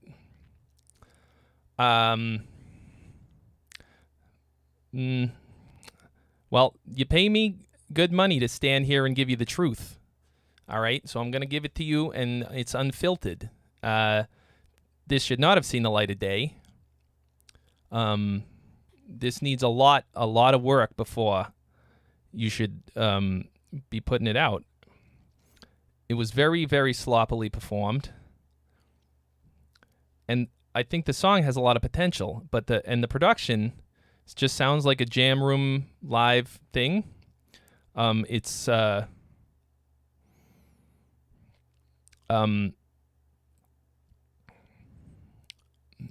it's just not up to snuff. So this, something I say a lot in here is like, okay, you did an EP. Why'd you do an EP? Nobody knows who you are, presumably. Instead of doing an EP, pick one song, take your whole budget, and do one song, and do it right. Hire somebody to do it. You know what I mean? To do a good job. Take the time to make it perfect. Instead of putting this out. Endorphin. Hello, Ukraine. Still have not been to the Ukraine. I would like to go someday. So I think this needs a lot of work. It's hard for me to give you... all right, so it just sounds like you started out... Like, it just sounds like you're starting. Like this is kind of beginner, like, stuff here. Like, you're making a lot of amateur sort of beginner mistakes, rather. Making a lot of newbie mistakes. And I think you could absolutely have something if you just kind of, well, if you spend more time, if everybody kind of practiced the shit and then spent more time crafting your hooks in the vocal instead of, I don't know.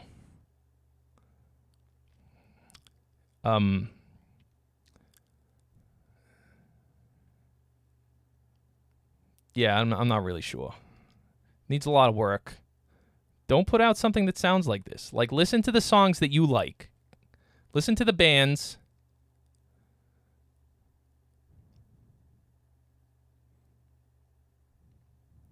Listen to the bands that you like, all right? Check out music that you enjoy. Put this up against it. Does it compete? My little standing mat moves a lot, and I don't know why.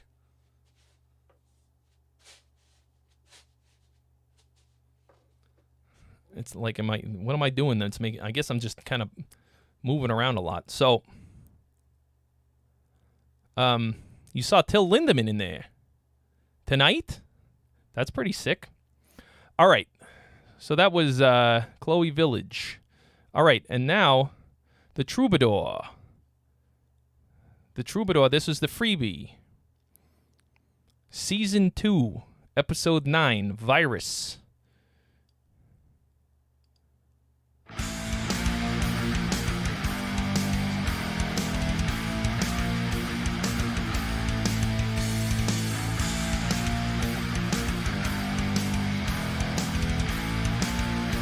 I saw Cletus in here earlier.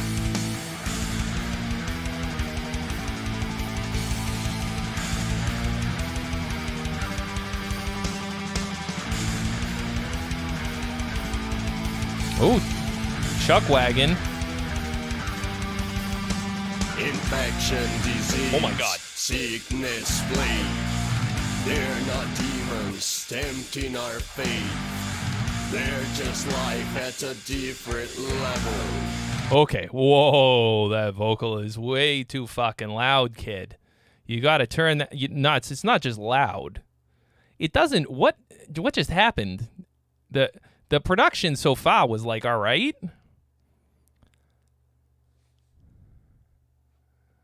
And then like, holy shit. We're too proud to accept. All right, here's the other thing. You got this like triplet time thing with all your instruments, like kind of a swing. Infection, disease, sickness, plague. They're not demons tempting our fate. And then the vocal's not really hitting it. We're too proud to accept. In a world of anthropocentrism, and it's so dry. It's so fucking dry. For microorganisms, we sit proudly on top of the evolutionary chain. human body contains trillions of microorganisms, outnumbering human cells by 10 to 1. And you're also just kind of talking, like 1 to 3% of the body's mass. that's some interesting dissonance.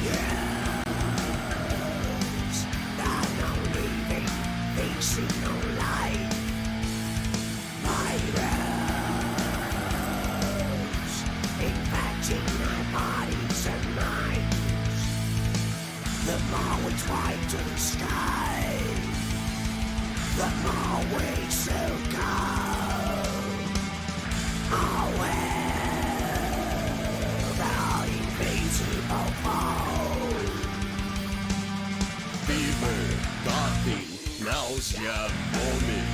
Symptoms are mortal decay. We'd be doomed without modern medicine. Modern medicine. That's awkward. We tend to think of the world Awkward. from within, but that's just a misconception. Inside.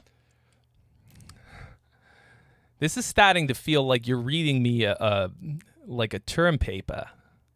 It feels like you're reading me like somebody's treatise on something instead of a song. You know what I'm saying? Our incredible machines, microorganisms make up the human being.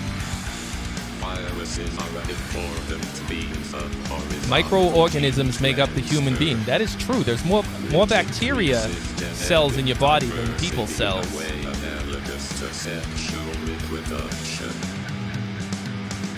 Every now and then we just seem to understand the complexity.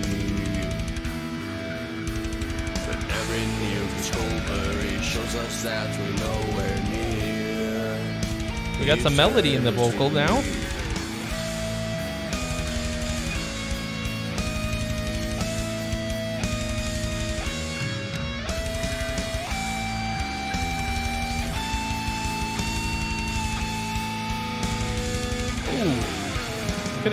Could have done another take of that.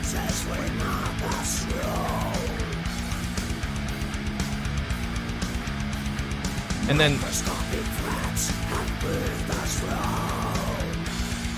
felt a breeze just now.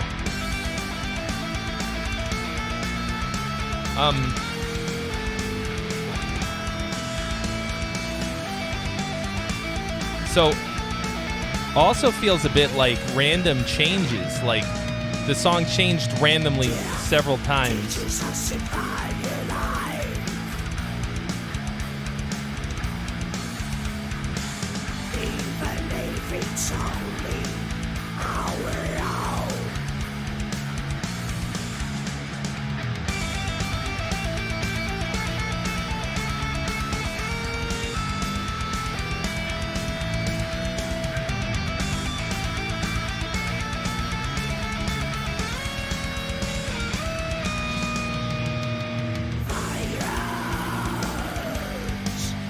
Like a lot of this just sounds like really random to me. Yeah, you're trying to like I mean the vocal delivery is so flat, like emotionally flat to me. And like weirdly slow. That I'm having a hard time like latching on to anything. It's like you kind of did this thing.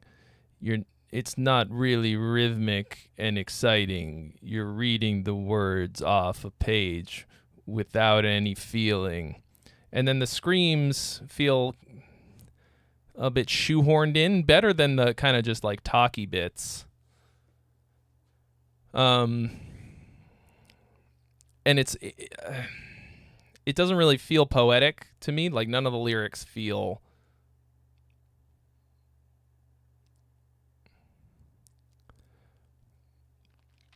like anything other than prose. It just feels like prose. And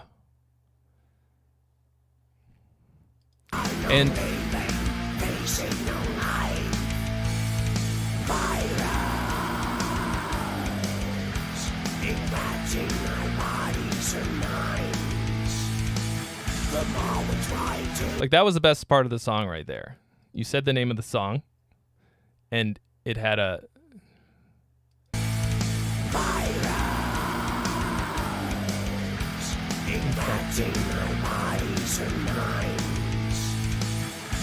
I would have done that again. Virus.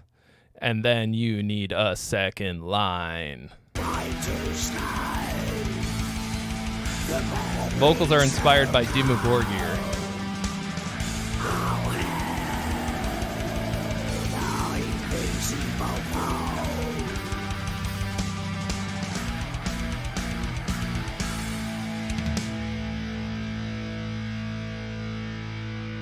Yeah. I guess it to me this was kind of like sleepy.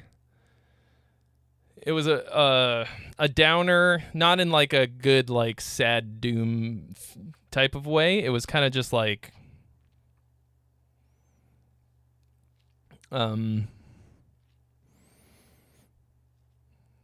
you had that like your one hook there at the end. That was cool. But it felt kind of low effort to me. The whole thing felt kind of like most the vocal more than anything else. Everything else like was like okay. About 1 to 3. Okay. So there's your hook again. I missed it the first time.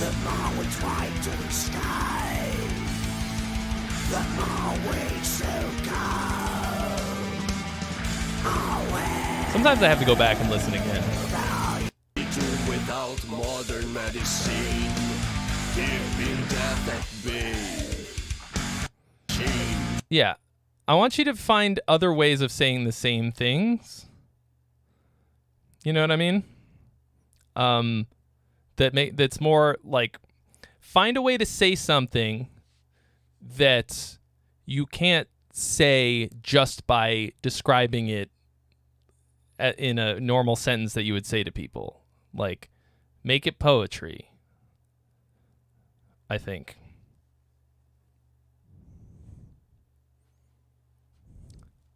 You see a lot of stuff on this show that if it had a good songwriter behind it, it would blow up. Well, I mean, it's all about songwriting, basically, more than anything else. So that makes sense. Like, if this song had a good songwriter, that's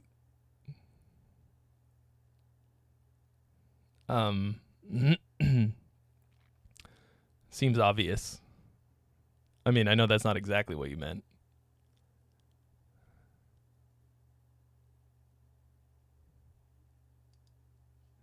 Interesting, Josser. I mean, obviously, I don't share your opinion on that because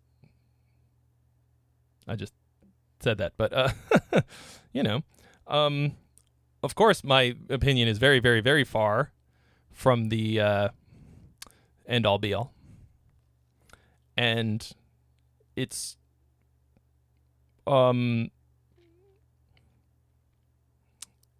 what's the word? There's something for everyone, I guess. Like, there's stuff that I didn't like very much that other people will fucking love. I love the story that like 10 artists passed on Teenage Dream before Katy Perry recorded it. Can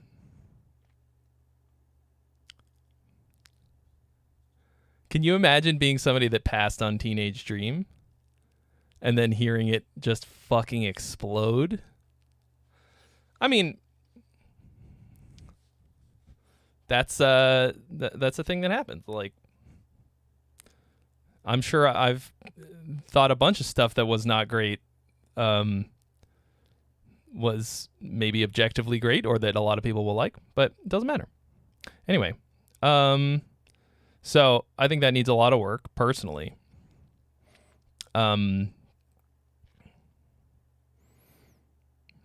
but I liked your hook. I think you had a good hook. I think you just needed to. I think it felt very long for what it was. Okay. Codera, Reminiscent. This is Tausi. I didn't skip anybody, did I? Okay. Oh, the last one was the freebie, by the way.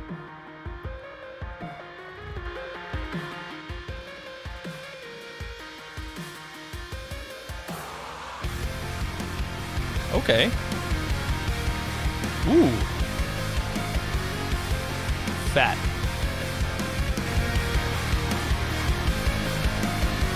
I'm thinking about the good times. Do they remember me? I'm dwelling on the bad times, searching for a remedy. Reminisce about the things we used to miss. I'm shaking, bound by this euphoric state of bliss. Frustrating, I'm fighting. Well, wait, got a spark in your heart, don't hide it. I think it's time we ignite it and stop all the hiding.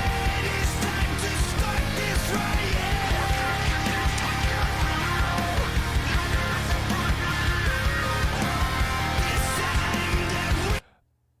The production of this track does not match a lot of the things that I'm seeing.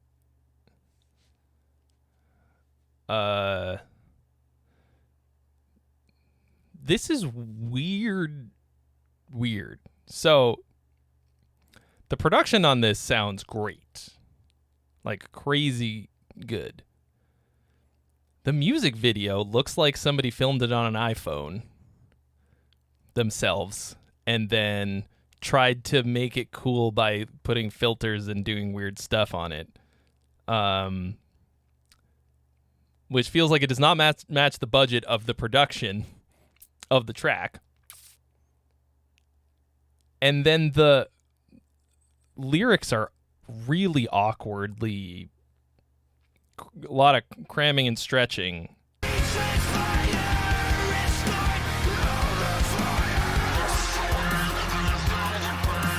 Vocals sound good.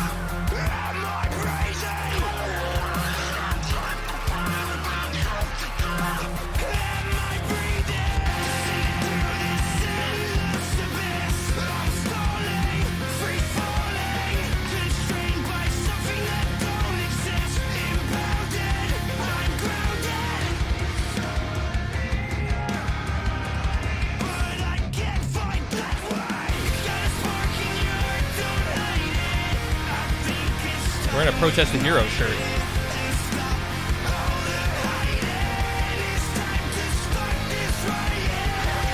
Like, that's a hook.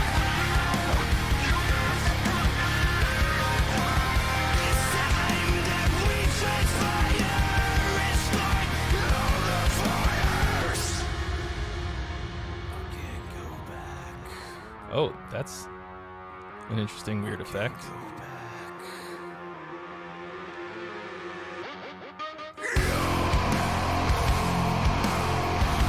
I am hydrated. I'm also a bit hungry. It's only 5 o'clock though.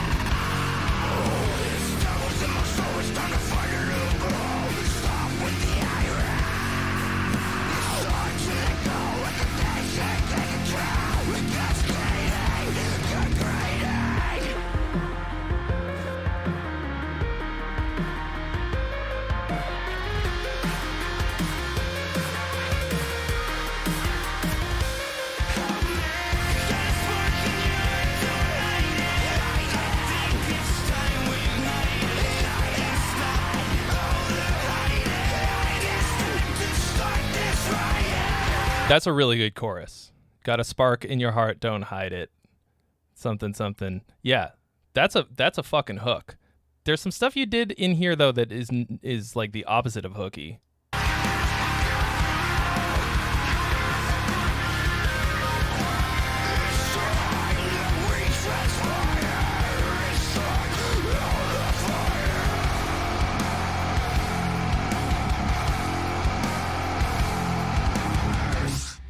So let me try and figure out what it was I didn't like in the beginning.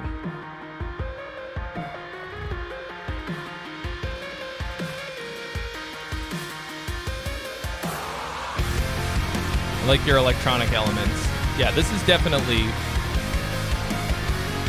really good butt rock. I'm thinking about the good times. Do they remember me? Right there. Do they remember me? I'm thinking about the good times.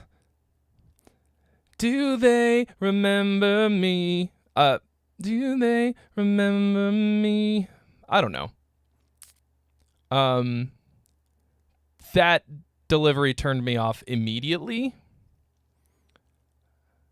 In spite of the vocal being really like, you're a good singer. You've got a good, really great voice. I'm dwelling on the bad times, searching for a remedy. And that line is really good. And the way that you played it off, I'm thinking about the good times. Do they remember me? I'm dwelling on the bad times, searching for a remedy. Those are good lyrics. Reminisce about the things we used to miss. I'm taking, bound by this euphoric state of bliss. Bound by this euphoric state of bliss. I feel like, yeah, just the like what you're doing with the emphasizing the certain syllables that you would never say that in a census. You'd never say that in a census. You'd never answer the government census by saying it this way. Sentence. Maybe I do need to eat.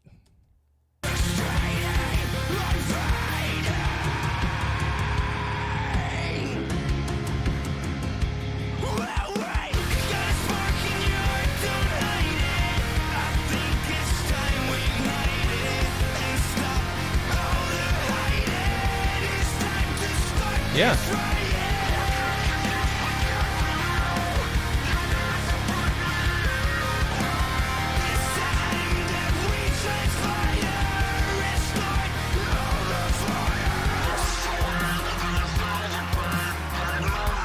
Yeah. I think you should delete this music video. I think you should straight up delete it from the internet. And pay someone to make you something good. Because this song deserves a lot better. That's my piece of career advice to you. If you paid money for this, you should get your money back.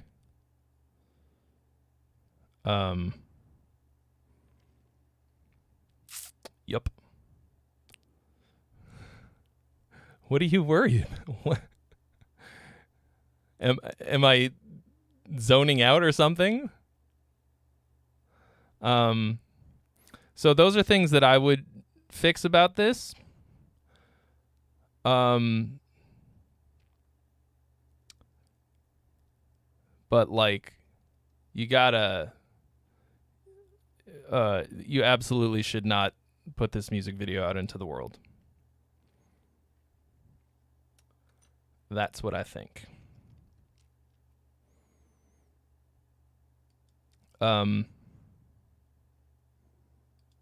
You didn't pay for it. Well, good. That's good. So then deleting it, you don't lose anything. In fact, instead of losing, you're going to gain the opportunity to do it again. It doesn't even have 300 views on it.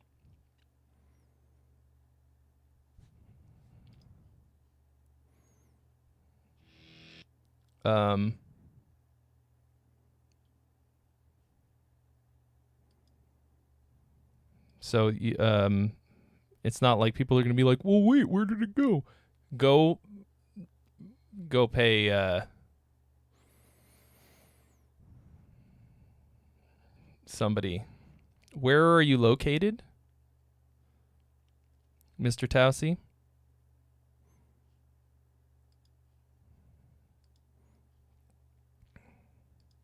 Well, it doesn't. I mean, it doesn't matter. You should hire somebody who knows their shit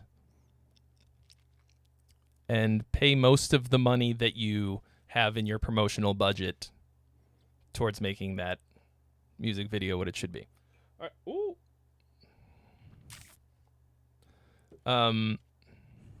Okay. I'm going to order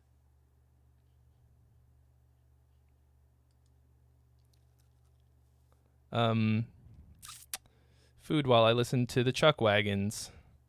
Oh, you're in the UK. Do I know anybody who does sick music videos in the UK? Well, here's what I would do. Whoever did the latest Architects music videos, find that guy and hire him.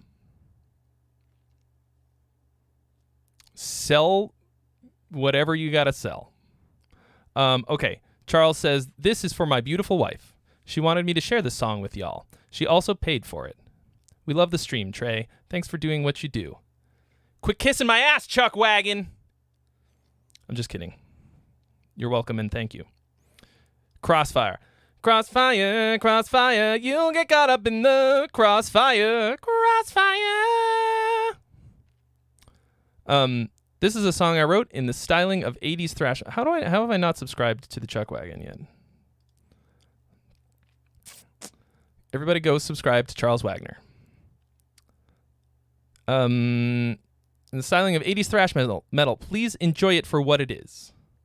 No.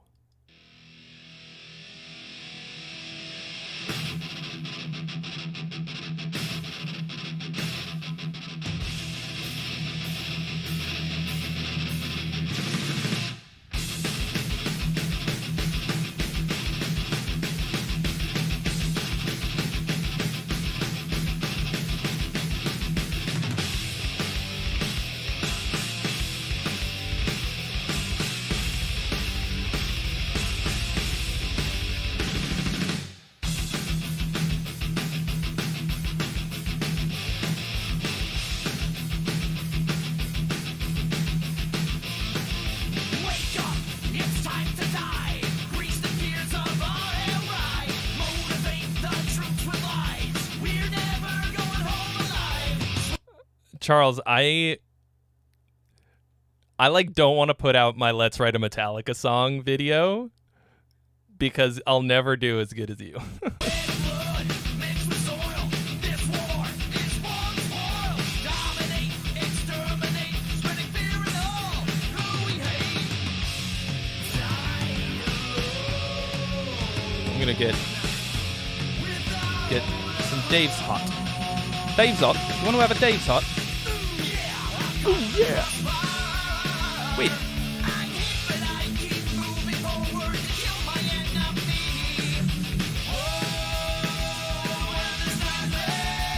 Charles, I've heard this before.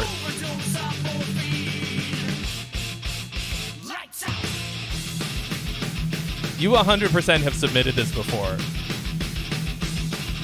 Cucktalica. I'm sure that was a typo.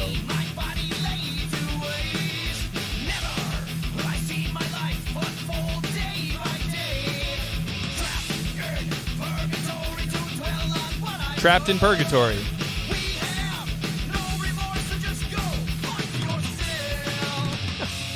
So go fuck yourself. That was.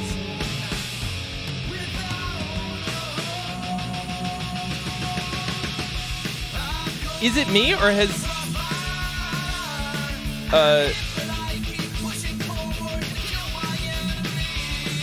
what the fuck is this app? All right, maybe I'm hungry. Oh, okay. Has DoorDash been suggesting like really high driver tips lately? Anybody else experience this?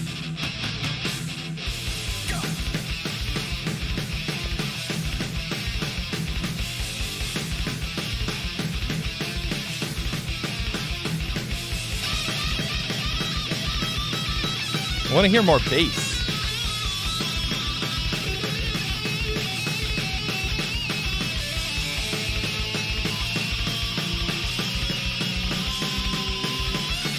I mean, this is really fun, and like, I am enjoying it for what it is, as requested.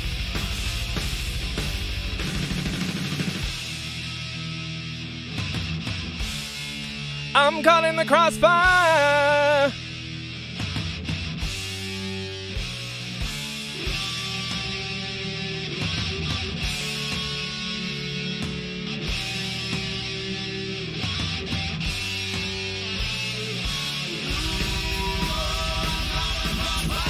It's a great hook.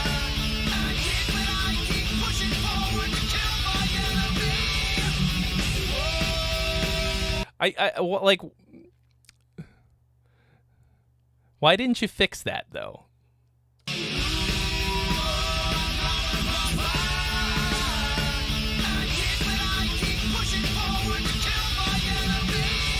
Like, why not do another take of that or edit it to be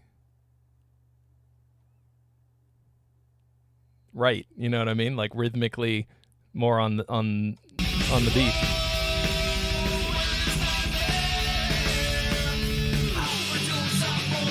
I'm pretty.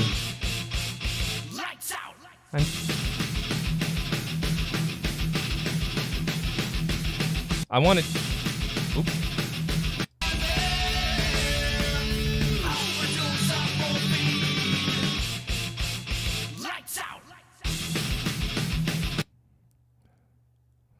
Maybe on that last one, lights out, like with a bump, bump.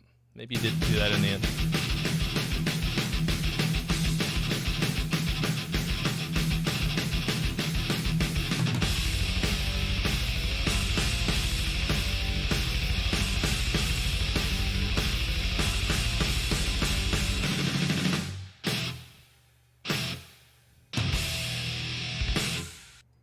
Yeah, this is cool. I mean, like I said, we have heard this before, but I think you did such a good job like getting that era of Metallica, taking the soul of it without stealing specific things, which is what I also tried to do.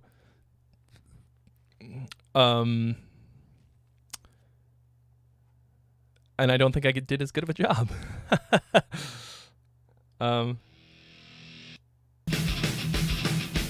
Like, there's a couple things that are just weird.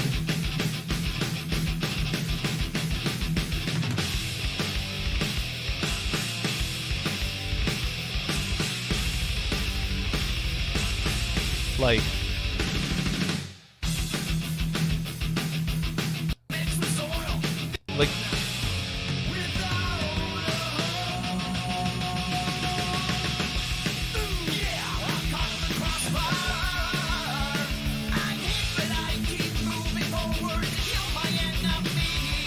yeah, like that's such a weird and awkward line that I feel like you could have fixed, but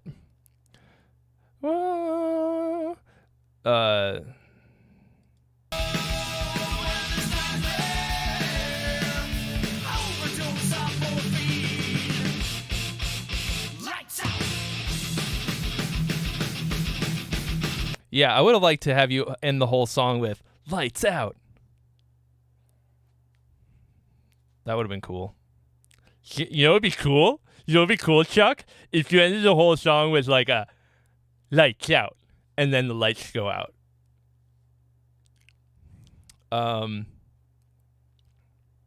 It's cool though. It's fun. It's cool. It's fun. Great. Good times. Great oldies. Cool and fun. What's not to like? Yeah, you nailed the vibe.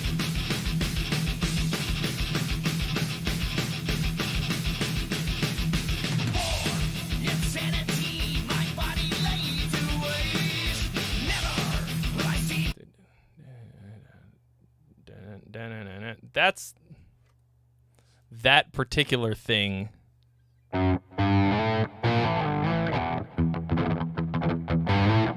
That sounded very. That was basically Master of Puppets, though.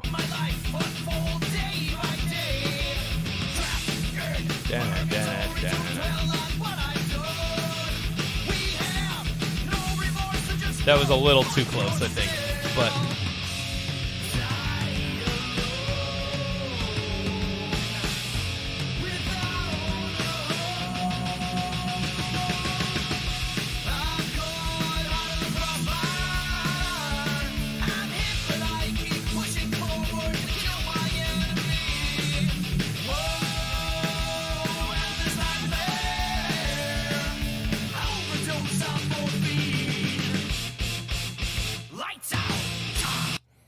yeah, dude, it's fucking sick. Weird and awkward lyrics are all over hard rock and metal. Yeah, it sucks. It fucking sucks. I'm on a mission. I'm on a mission! All right.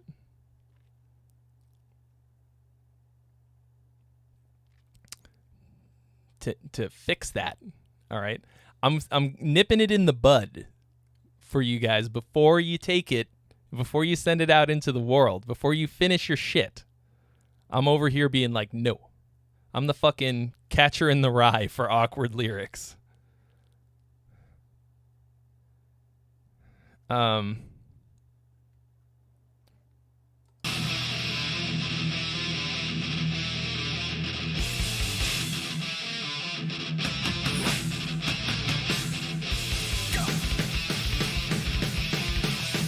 Yeah, a lot of calling back to certain parts of Metallica songs. Like I can pick out which ones you were kind of parodying or like referencing. That's good.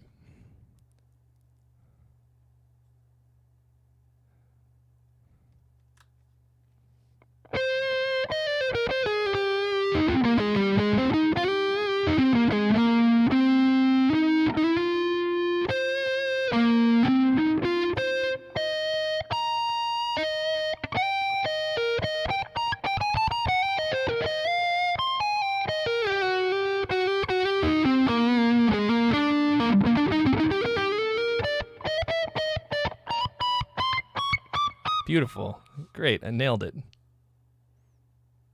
I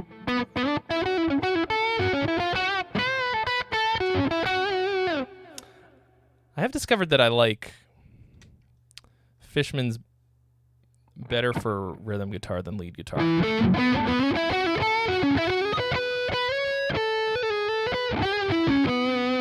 Although, interestingly, if you watch my video, like, I liked mode 2 better, but not for lead guitar. I wonder if I can set...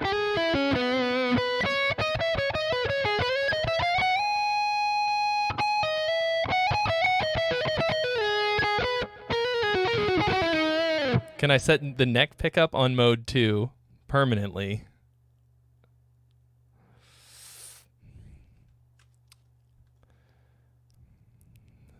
And the bridge on mode 1 and mode 2. I wonder if I can flip-flop them. I don't know. Yeah, Charles, this is sick. And a really catchy hook that sounds like it could easily be vintage Metallica. Ooh, I'm caught in the crossfire.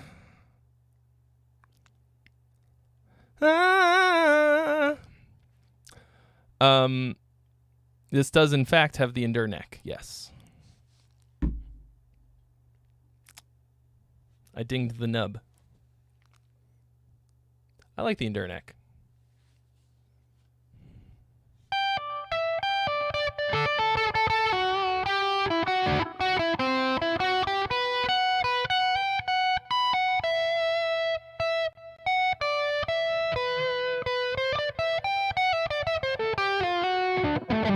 All right, who's next? Who's up?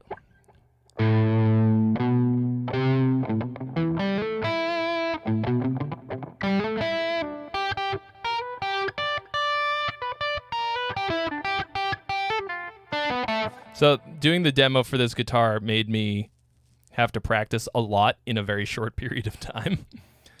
And I am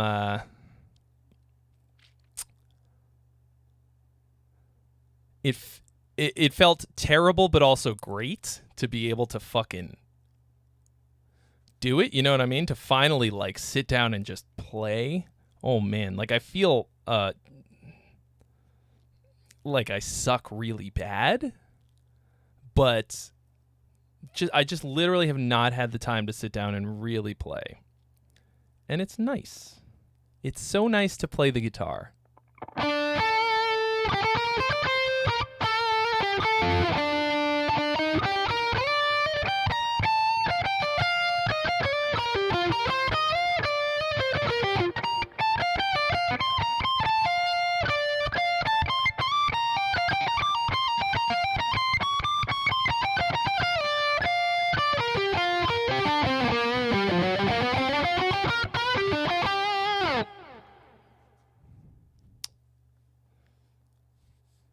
Interesting, Big Kid. You prefer them for lead. You don't like them for rhythm.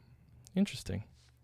I've just been able to get like really good, pretty crushing rhythm tones out of them. And good lead sounds.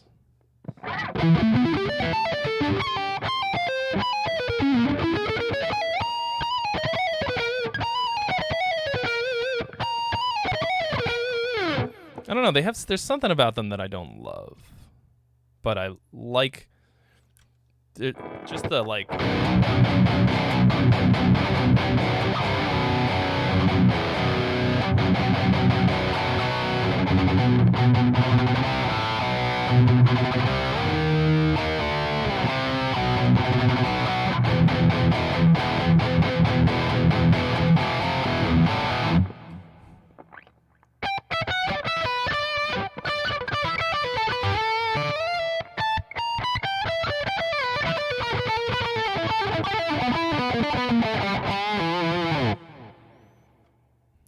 I've got this.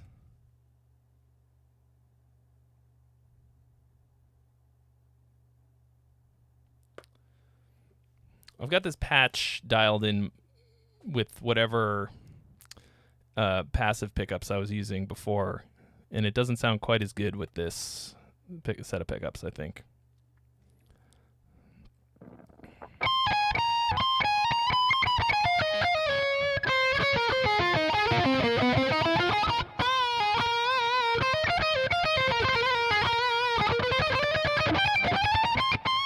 Yeah, Jake, you absolutely may. Usually it's one per customer until we hit a lull. But if people want to submit again, if you have already, now's the time.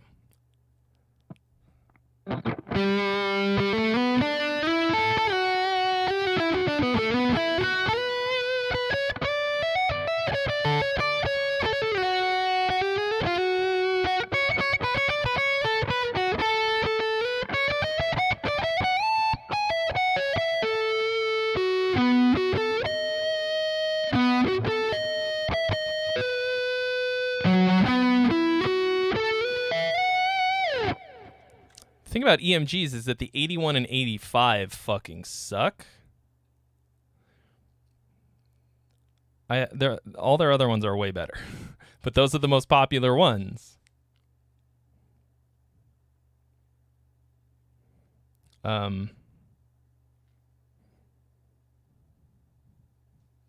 Yeah, I just think it needs. I think you got to try the other ones. 50. What are they? 59, 66. Whichever one the headset, I think. I don't remember. It's just a bunch of goddamn numbers to me. I actually really like I like the Retribution passive ones. I have a set of those I'm going to put in some guitar. I don't really know.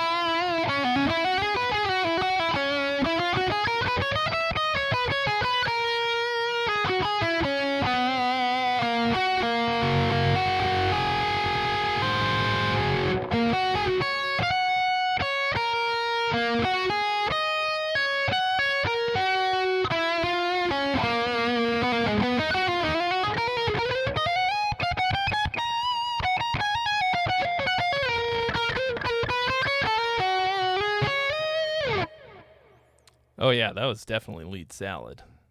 I mean, I'm just noodling. It's actually noodles. When it's lead guitar, it's called noodles. All right. Technically, when it's printed, it's called libel.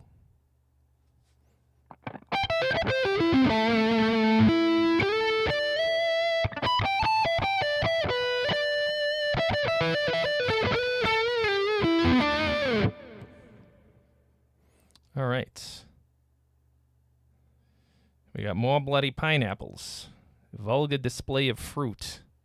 I forgot I was supposed to be Boston. Triangles.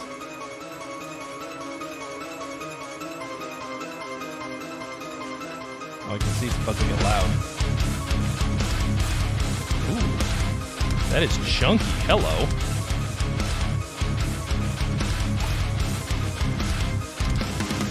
Yeah, where the fuck is everybody tonight?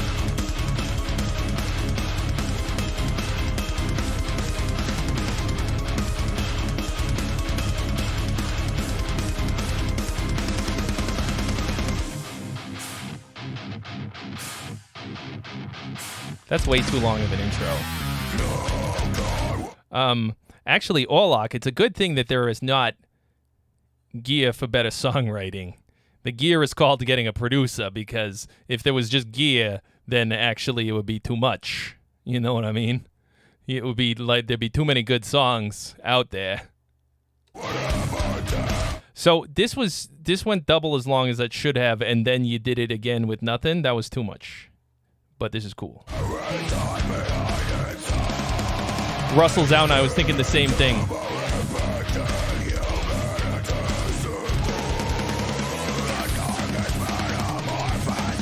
I like this better than the first one. 4W coming in hot.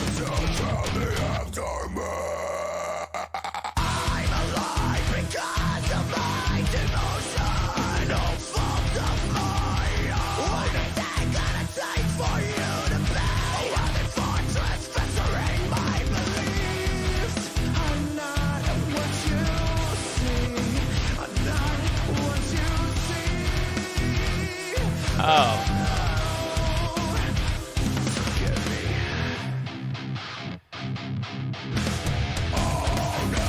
Oh, it's time for a new hat.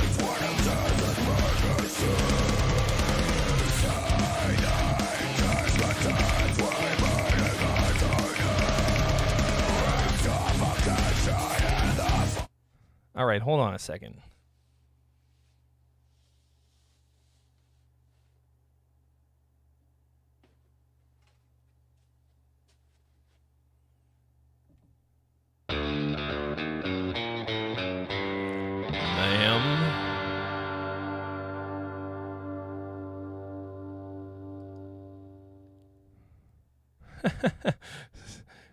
Streamlabs coming in hot with too many notifications. Thank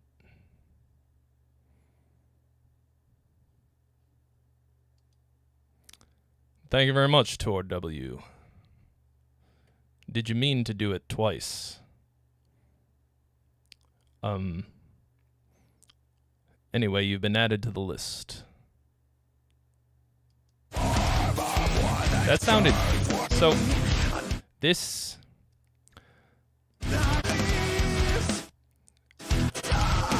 You had...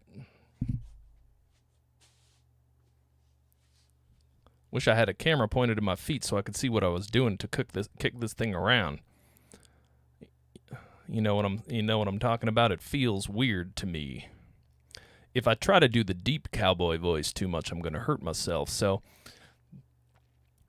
I'm going to do a higher pitched one, all right? It's a little more annoying, but it's easier on my voice. All right? And we're in this for the long haul. We're only, what time is it? It's 5:30. We're only 4.5 hours into the stream, and if I lose my voice now, it's going to be a bad time for everybody. So I apologize.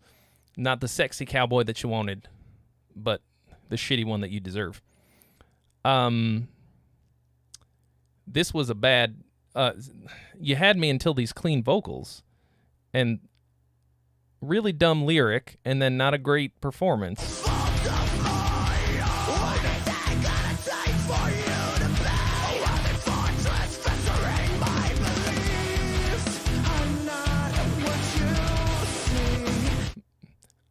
I feel like anytime you say my beliefs in a song, you fucked up. That's corny to me. I don't like that. And they're and flat too.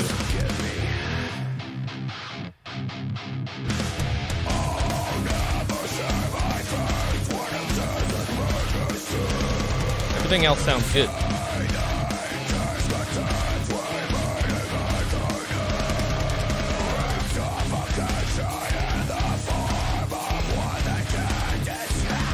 I like that little.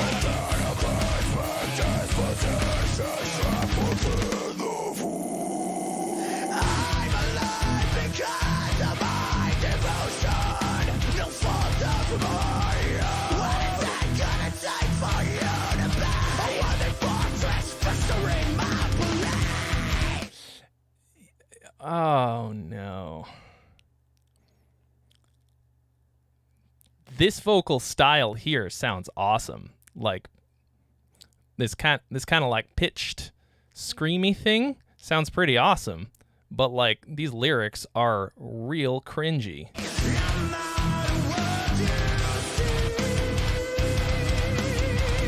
And you gotta hit those notes or pitch correct.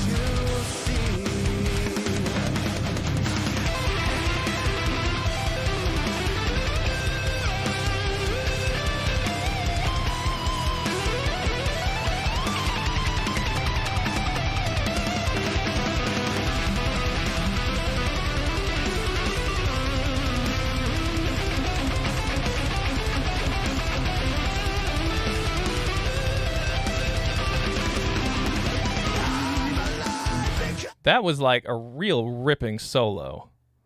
Some of the bits in the beginning sounded like maybe they were in the...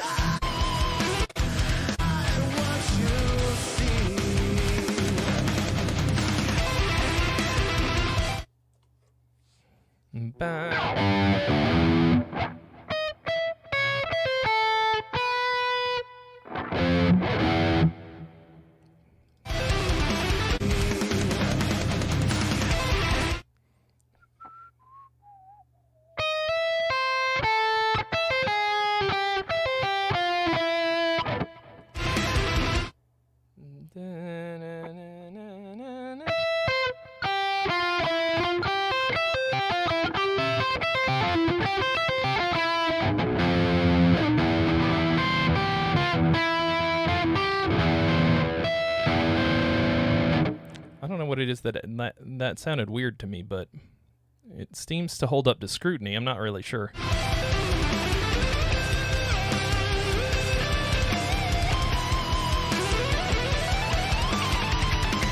But homie's going fucking in.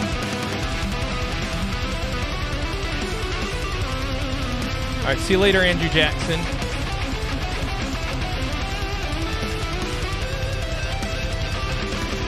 Who's playing this solo? It's fucking ripping.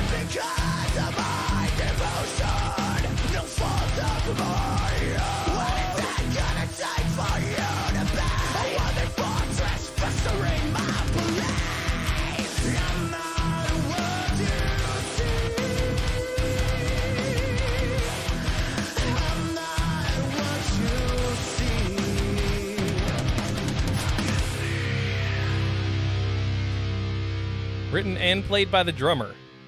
Interesting. What just happened? Okay. So I think... I mean... Oh, my food's on the way, y'all. Oh, I can see it coming to me.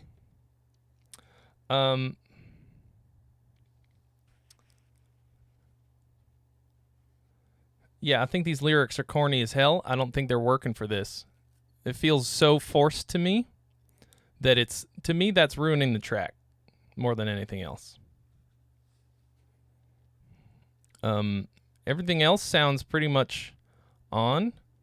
The clean vocals, or any of the vocals with pitch are pretty flat. Pretty, excuse me.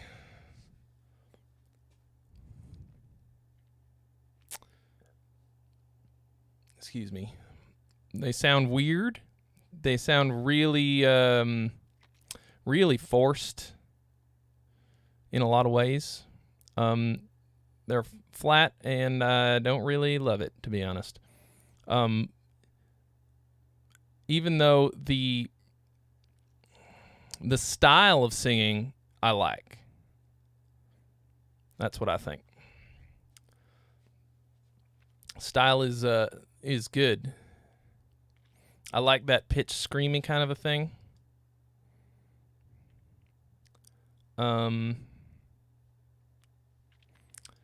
Yeah, that's what I think.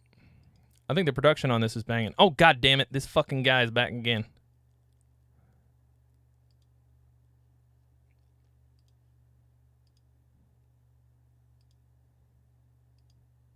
Oh shit.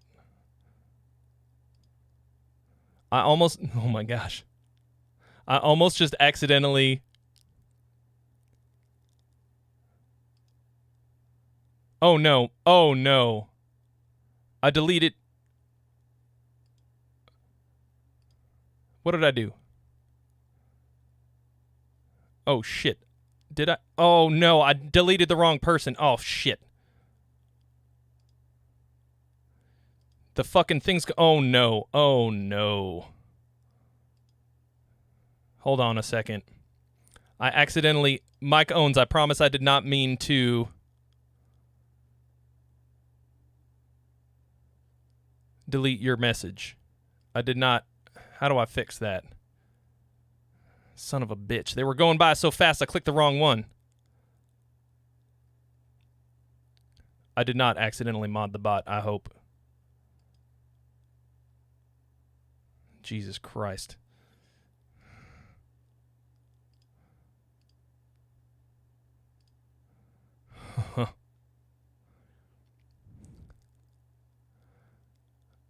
Mike owns, are you still here? Are you still with us? Or did I accidentally say something, Mike? Say something, Mike. I didn't mean to. This is why I can't be my own mod. All right, I need to mod somebody else. I'm afraid to give out that kind of power.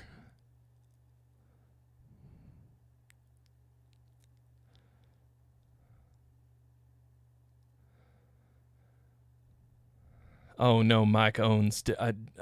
We got to bring you back. It looks like maybe I fixed it.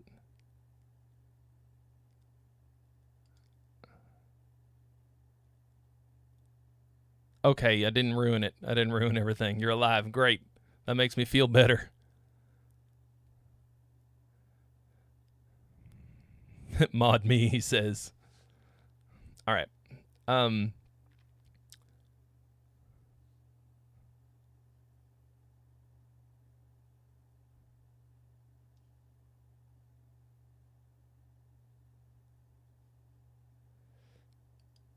Okay.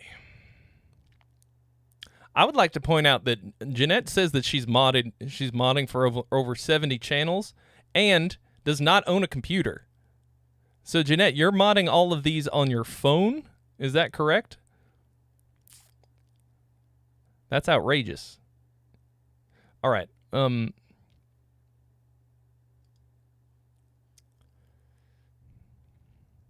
All right, so we're gonna listen to Tour W. Gotta make sure we get the right tour. There's more than one tour. 4 tours in 7 years ago. This one, how do we get this one spam bot? Webcams-chat.com.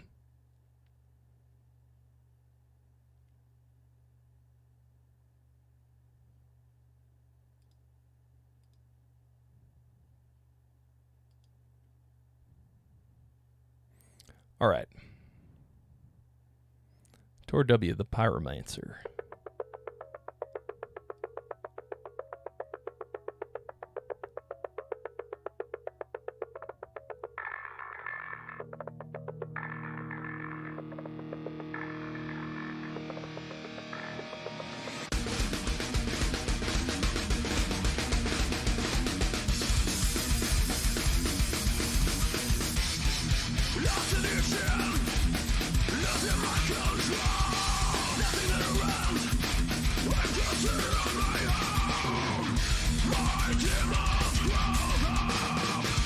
Tour with the right hand.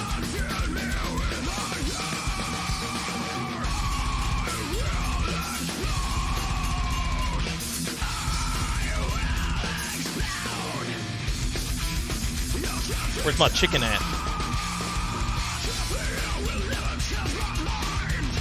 It's always creepy when you look and the little logo is like in your house and you're like, where is he?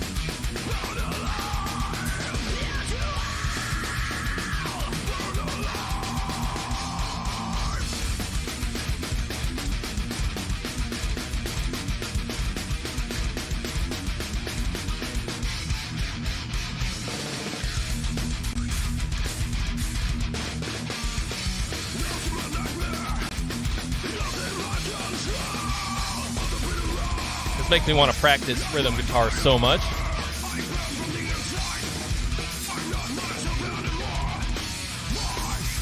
I look like I should be good at rhythm guitar, right? Like, look at this. This is the only part of my body that has any muscle definition. But I can't do that.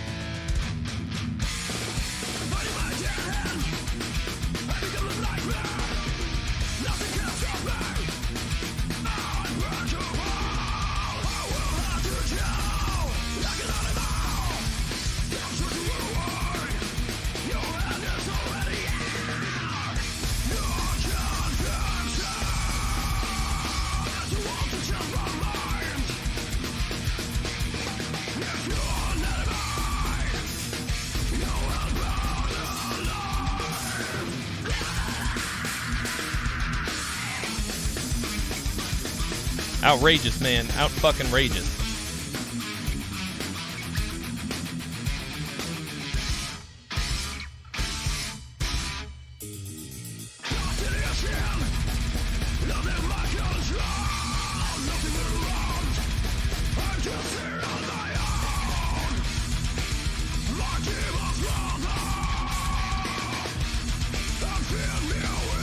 I need to spend more time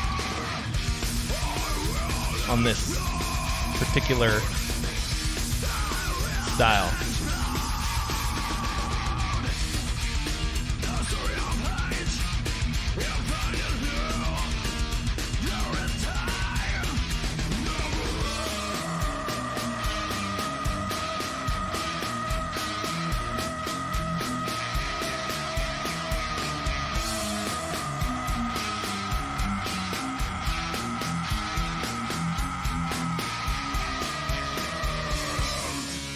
Wow. That was a hell of a scream. It just kept going.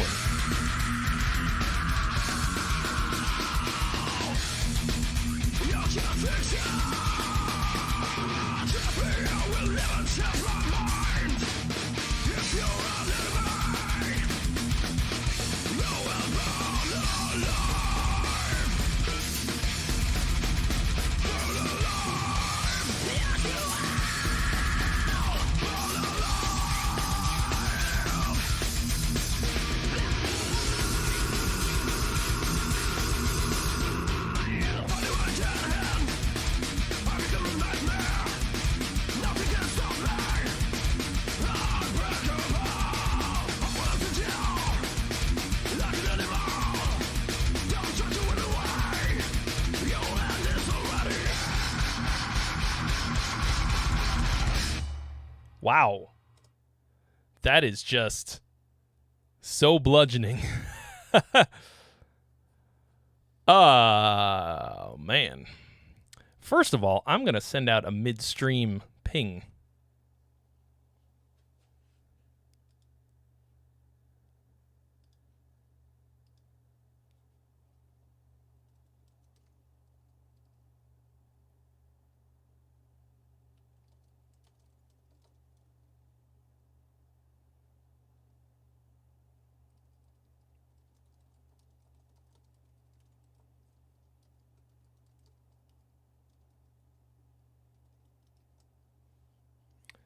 That was so fucking brutal, y'all.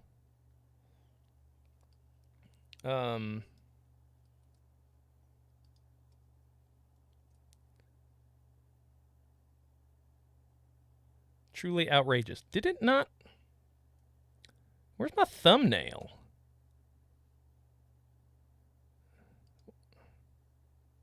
Why didn't the thumbnail load up? Is there a fucking thumbnail on this? I made a good one. All right, well, it wasn't that great, but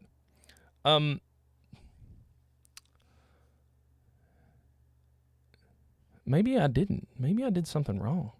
Let's take a look. Hold on a second. Let me get in there. Oh, somebody thumbs down the video. Somebody put the thumbs down. No, there's a thumbnail. It's me with both my fingers in my ears. Maybe that's what people don't like. Maybe they think I'm being a dick.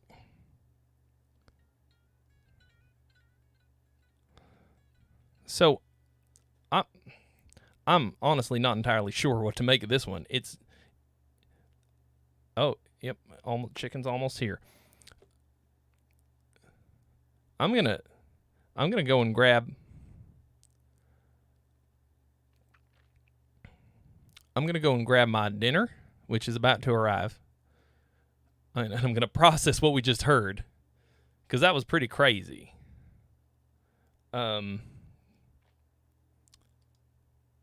Yeah. So, yeah, you go ahead and listen to something else, and I'll be right back, all right? Give me a minute. Please, friend, enjoy music.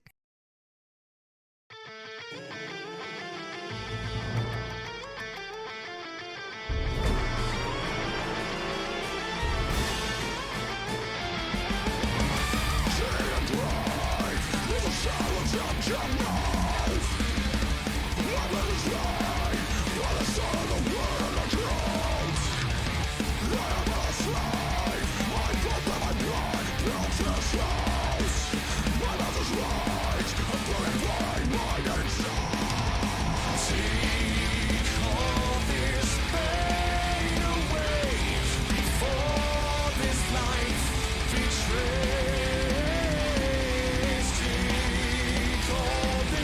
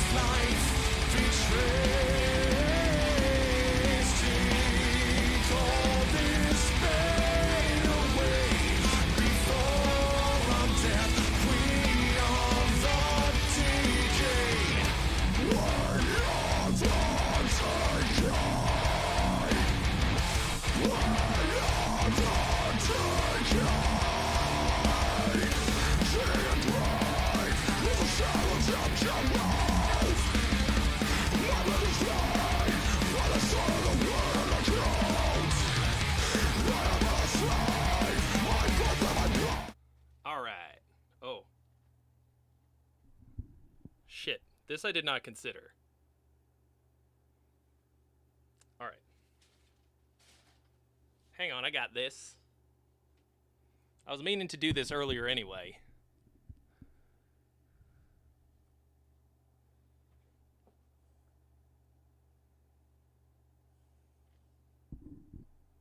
I'm going to mute my microphone for just a second.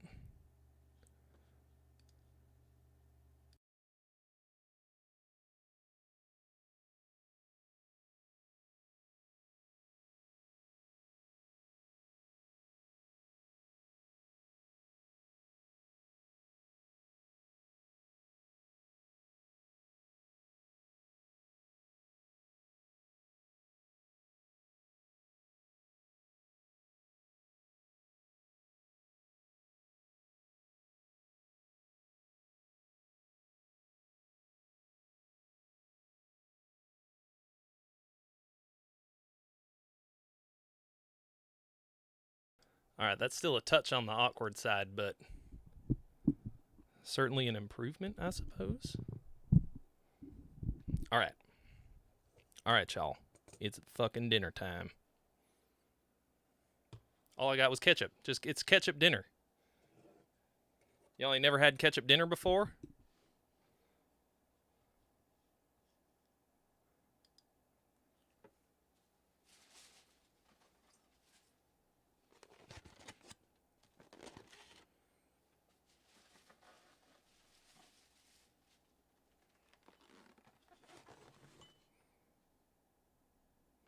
This is actually kind of awkward. How did I do this last time?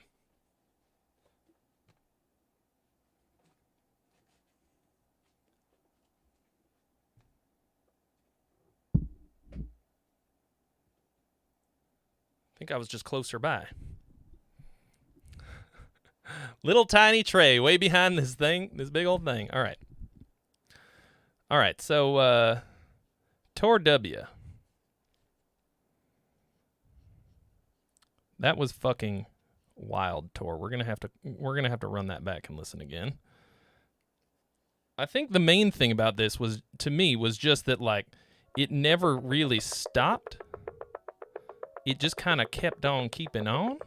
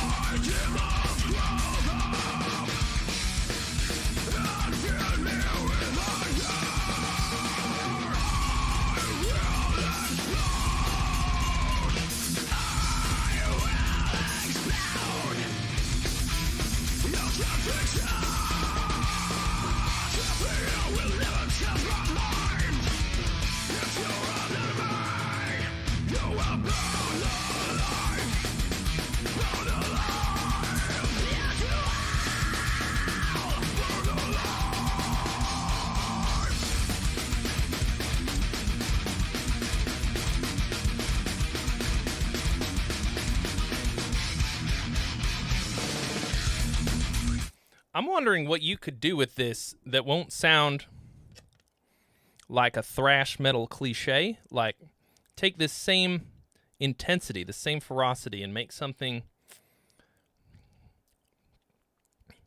that's like whatever the next thing is, you know what I mean?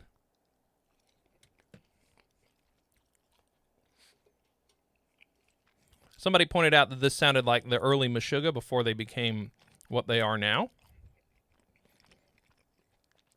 And that, to me, is like a great sort of template for what you've got. I'm going to zoom in. No, I can't zoom in any further. The camera's already zoomed all the way in. Hang on. Maybe I can... I'll do a fake zoom. It's a little bit better. Here I come, boys and girls.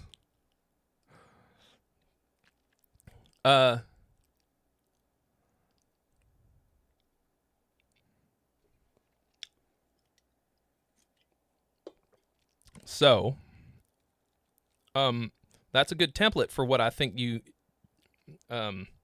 need to do with what you've got here, because you've, aside from having just outrageous skill, you got some good sounds, you got some good shit going on.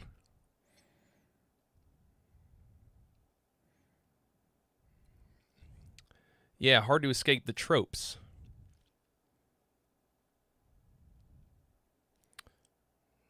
Oh, no, folks, that's not a can ring. This is the amp feet that have stained this. My food has not yet stained the top of this amp. 'Twas Rev what stained the Rev.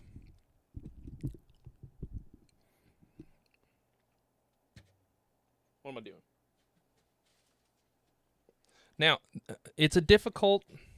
It's not about... I think if you think in terms of it as being thrash, if you go, I am making thrash today, you'll never do anything that doesn't sound just like this. You have to think, I am going to push to the next level of what this is.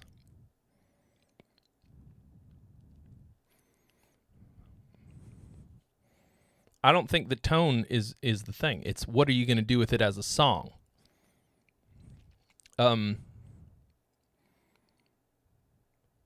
You have to push to something new. Meshuggah took this same thing and invented a whole genre. Aaron C., I have very strongly considered that. It would be a very long stream and difficult to monetize. But yes, I would very much like to do that.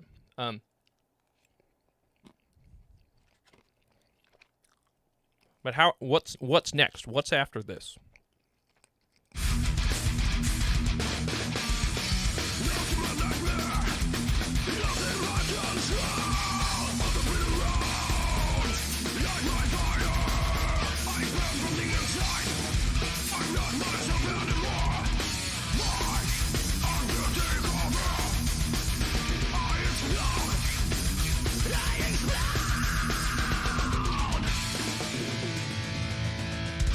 It sucks to me that stuff like this exists, and we wound up, and the biggest like band that sounds like this was Slayer.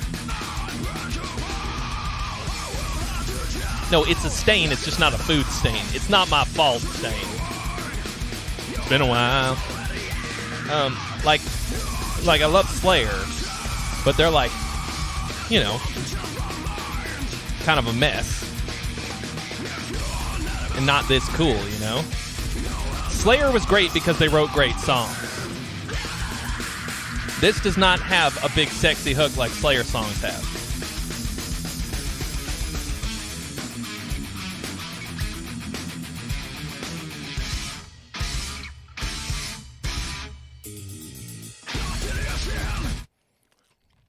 Slayer, I saw the last Slayer show ever. All right, in LA at the Coliseum or whatever the fuck it's called. I can't remember. Anyway, and there was a whole fucking arena full of people screaming out every single word because they had huge hooks. The fact that they're like kind of sloppy, kind of whatever, that the solos in Slayer songs are kind of terrible, none of that shit mattered at all, because the songs they wrote are timeless. Angel of Death, Monarch to the Kingdom of the Dead. This doesn't have that. The skill is way, way, way fucking better than Slayer across the board.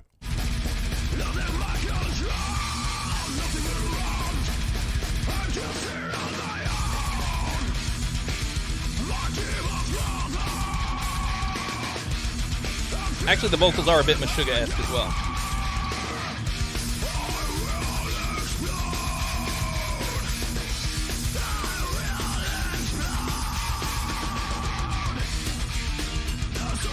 So this to me sounds like a better version of something that already exists. So how are you going to make something that sounds that with the skill that you've cultivated to become something better, more exciting, different? You know what I'm saying?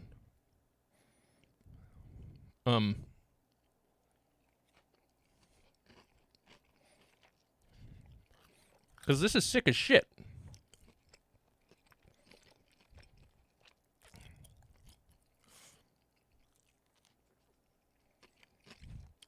How do I remember this? How do I know that? How do I go? Who's going to pump their fist along in a big old crowd singing these lyrics? Might be a little bit of a sort of a production thing.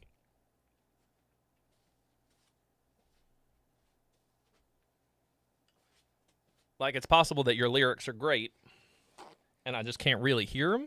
I can't really understand them.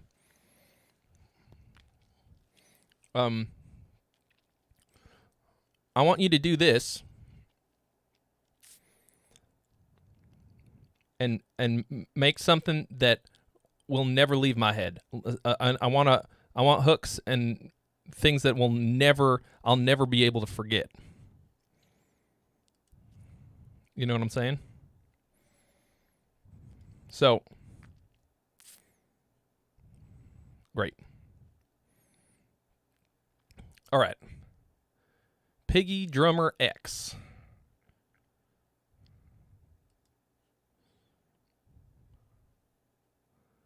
Piggy Drummer X is up next.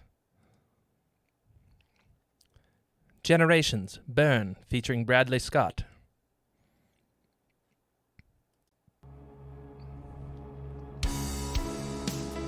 Tell me it's another fight. It's who we are, we're on fire. Cheers, y'all. I'm falling in and out of love, it never breaks it. But you can never love one another. A shallow time we're in, but it's you and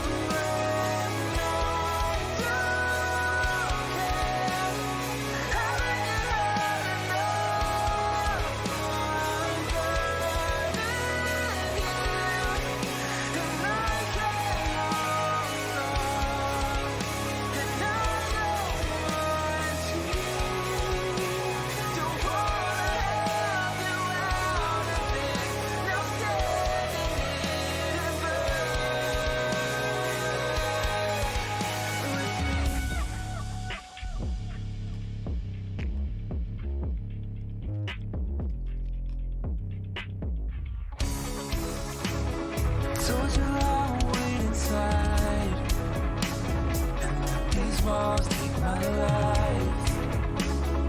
Falling in and out of love, I never felt it. I don't know where everybody went. It's weird, man.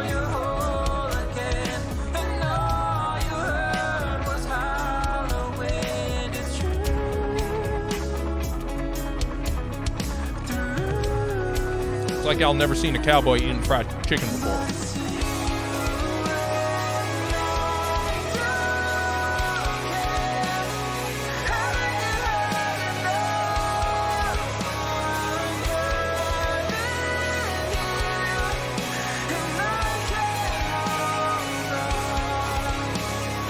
Butt Rock third.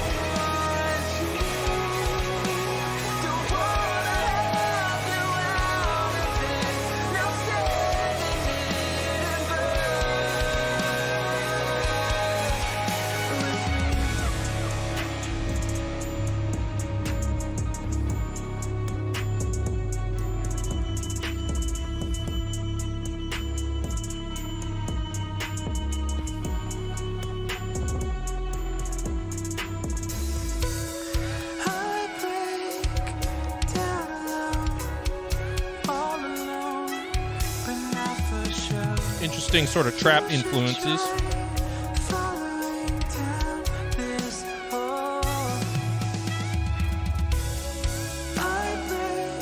Using vocals as an instrument, like tweaking and that's like a modern pop thing.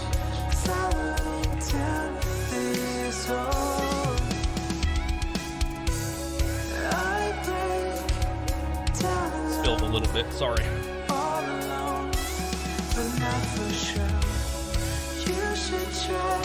I feel like at this point, this part of the song has not developed at all. It's kind of just looping.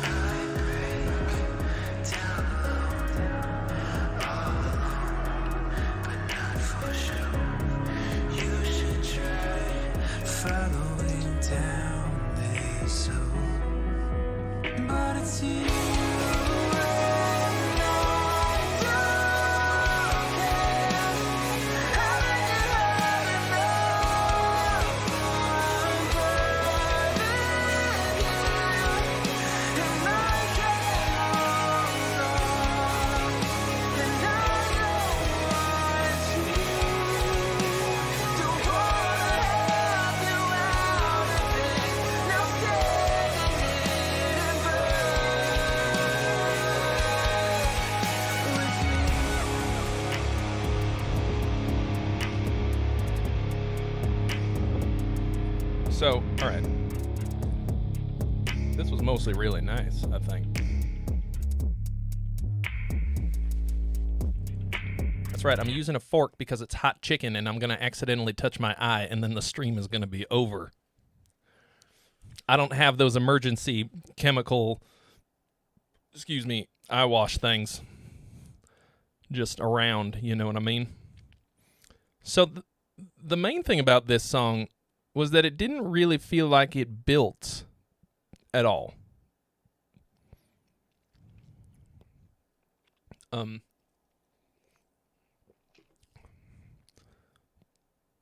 the choruses sounded basically the same to me. Like, that was the last chorus. And it sounded exactly the same. You know what I mean?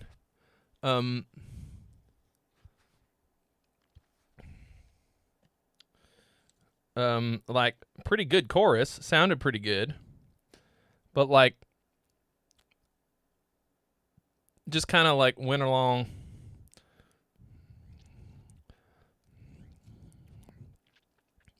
It was a little unremarkable, I think.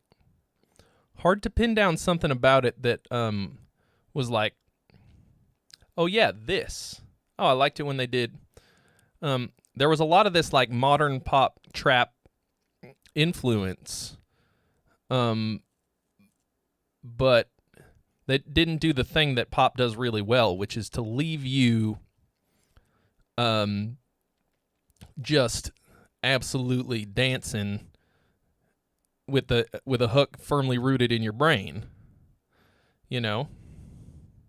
Like, where's the payoff when we hit that third chorus?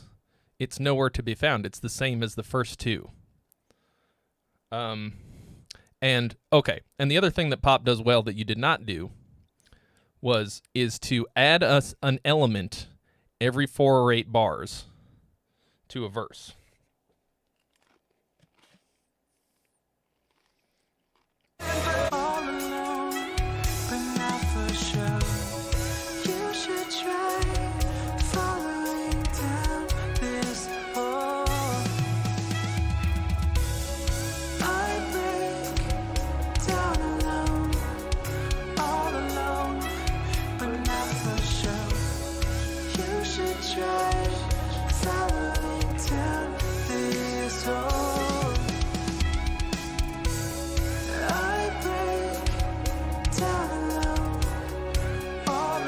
Maybe a little bit here, but this part was double as long as it should have been because you didn't have anything to keep it going.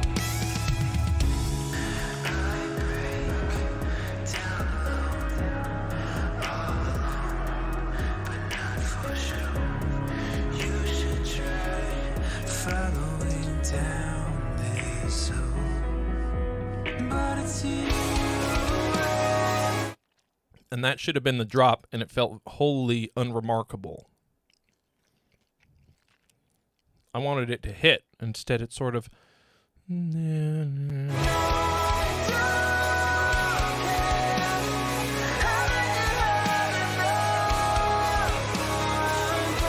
Another fight.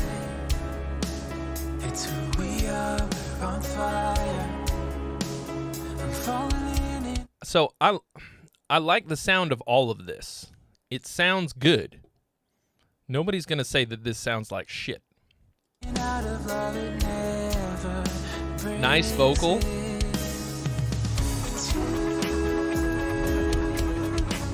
can never love one another. A shallow time we're in, but it's you and I. The chorus, the beginning of the chorus has no impact whatsoever.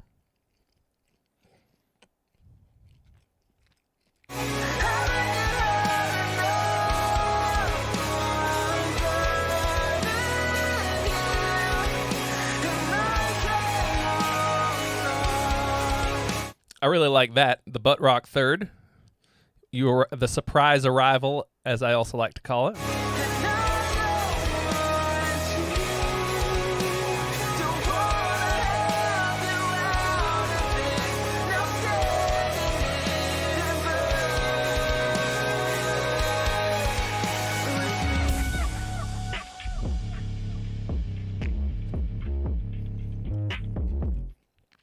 It's hard because it's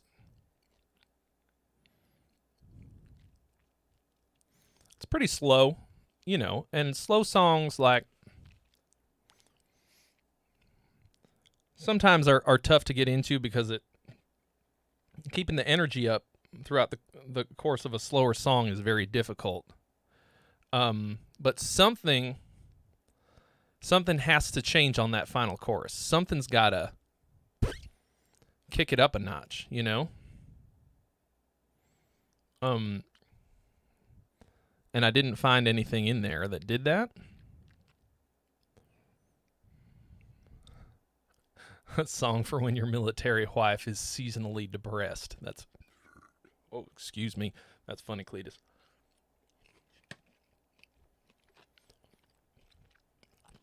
So, this is good. This is a pretty good track. Every part of it sounds good. Told you I won't wait inside, and these walls take my life. And you did crank up the heat on this second verse, which is good.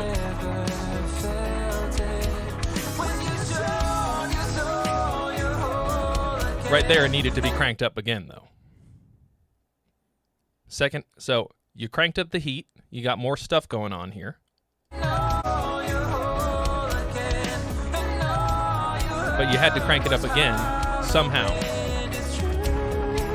Add a percussion element, do something different with the drums. And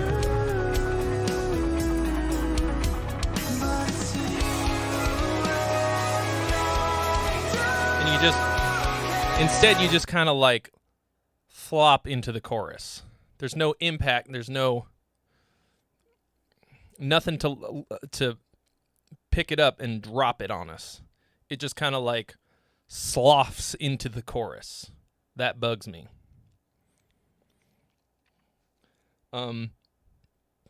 It's like you made all the decisions in this on this track to take away the impact of all the different parts of it. It's like you didn't want anything to hit hard. You wanted it to just slide in and out of stuff. Maybe that's what you were going for. That's fine. But it doesn't seem like all the other decisions that you made regarding the track were consistent with that. It's a lot of pop and hip hop influence, but not doing the things that it didn't take the structure influence from those styles. Vincent Breslin is here. What's up? The rude mud crab in the house.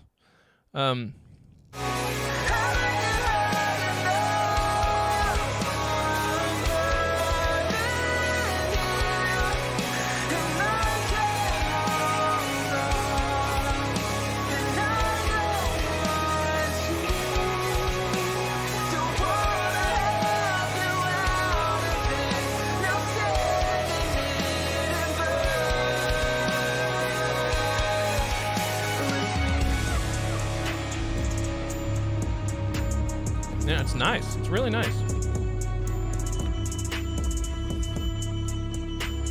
And you don't get that kind of low end in heavy music anywhere.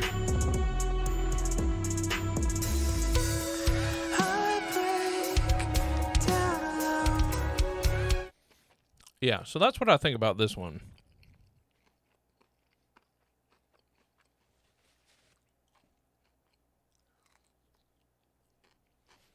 It's good, but I would not release this one as a single if I were you.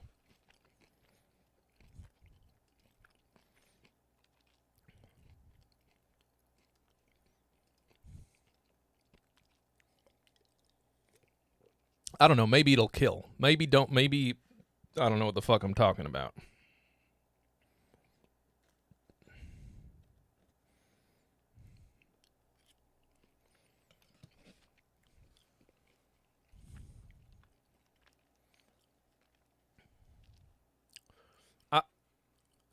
For those vocal sample things, I felt like those were almost like obligatory for the style. You didn't use it to create a hook. There wasn't a da da da da da, you know, like in Sorry. It was too noodly. Just kind of like All alone, but not for sure. You should try following down this hole. maybe a little bit. Da da da da da da da da da.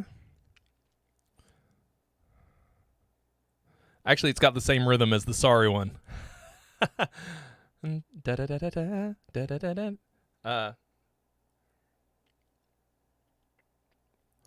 Yeah, I mean, but then there's like this weird. I break down alone, all alone, but not for sure. Weirdly out of time. Following down this hole. Yeah, that song is great. Is it too late now to say sorry? 'Cause I'm missing more than just your body. I feel like this is where we're like taking some of the stylistic elements and thinking that that's going to be what creates the value. But this feels like it's pop influenced while kind of missing the point. Does that make sense? I also feel like this guy's got a great voice, but it feels a little passionless.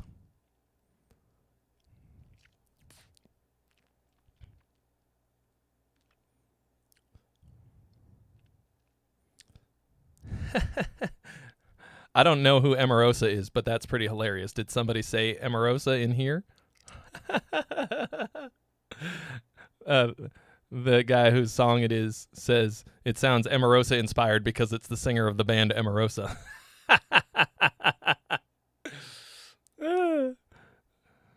I don't know who that is, but that is straight up hilarious.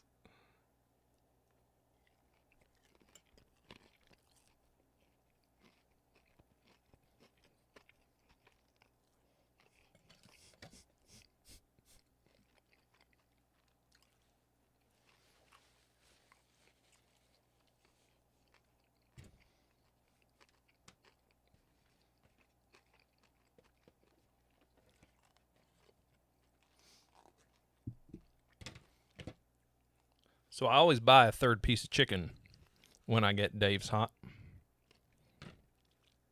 Most of the time I save it for later, but today I'm feeling like I need it. I might not. I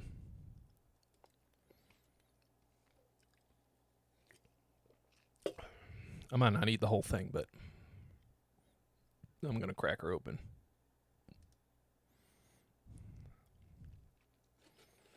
Oh, no, Jim, I think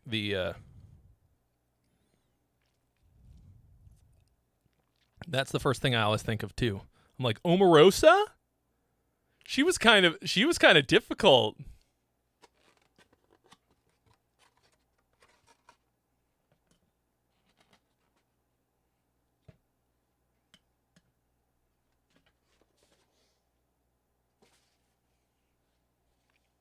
All right.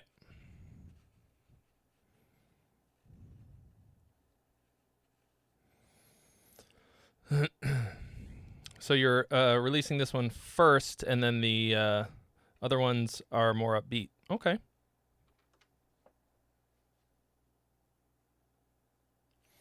So at least you're thinking strategically. You know what I mean?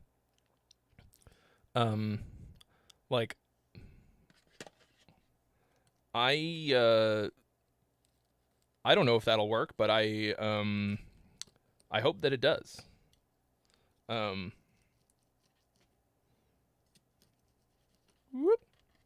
I guess I would be worried that you would release this and then people hear it and assume that your other ones will sound like this, and then they won't listen to them because they think it's going to be that, unless they love that, and then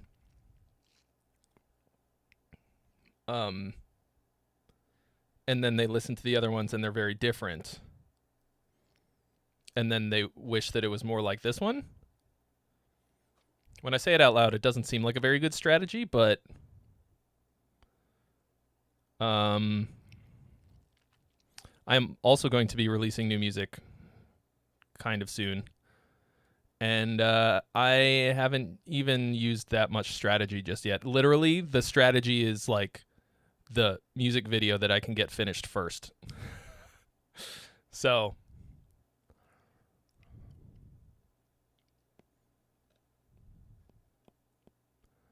originally talking to Johnny to do the vocals, Johnny Craig.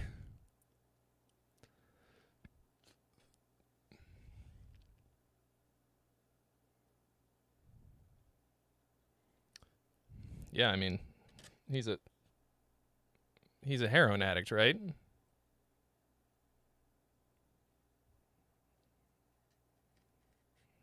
I should probably have checked on that before I said that out loud.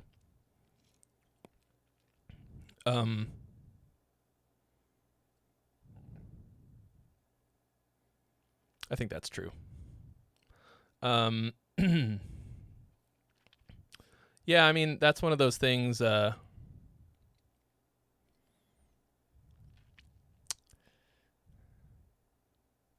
people like that are very unreliable.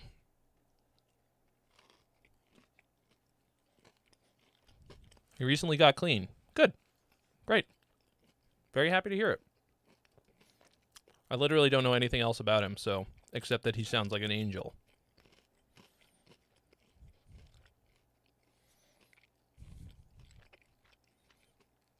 Oh, Jenny Craig is the heroin addict. Shit. That's how she got so skinny. Okay. Who's next?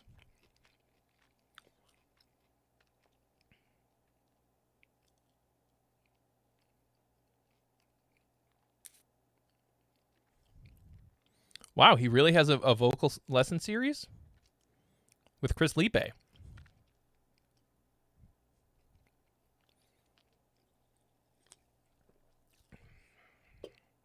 Anyway, I wasn't saying that to trash the guy for having an addiction, but people like that, typically, people who are addicted to heroin specifically, become very, very unreliable very quickly. For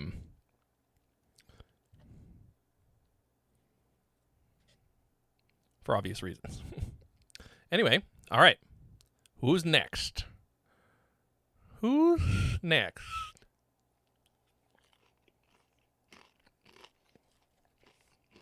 First of all, second, third, 15th of all, good luck with your release.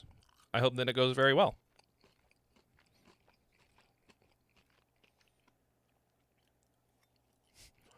As soon as you release it, you're going to get at least a little bit of monetization from this stream.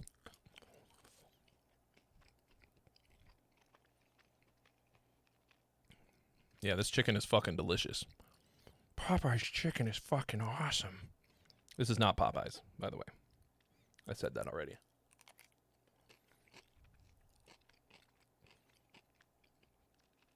This is the, I think this is the longest Trey Xavier eats. I feel like I've been eating for 4 hours.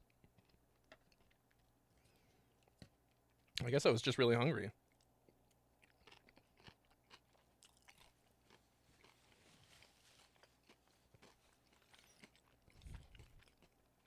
Oh, it released today.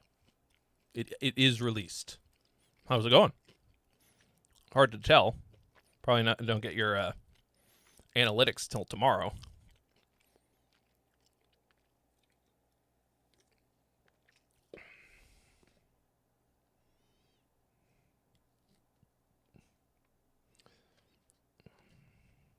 You know what's funny is that 2 of these chicken strips were mild and one of them was medium, and I couldn't tell which was which. It was the exact amount of spicy that I like, but I ordered 2 different kinds of spicy.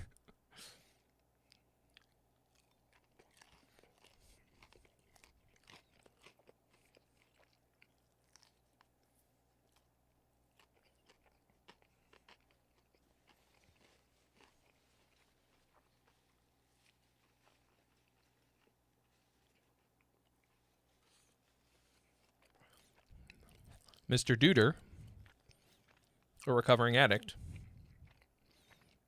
says that I am correct.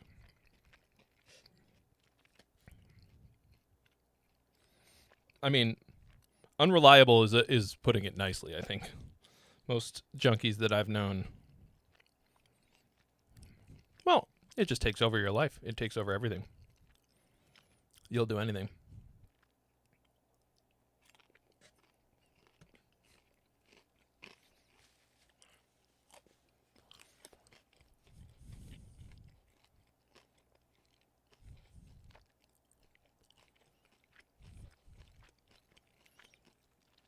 Charles made a good point, though. We are all addicts, and our brain is the dealer. We literally do everything that we do to try to get the drug dealer inside of our own brain to give us chemicals so that we can be happy, so that we can feel okay. There are very few drugs on the market that are stronger than oxytocin or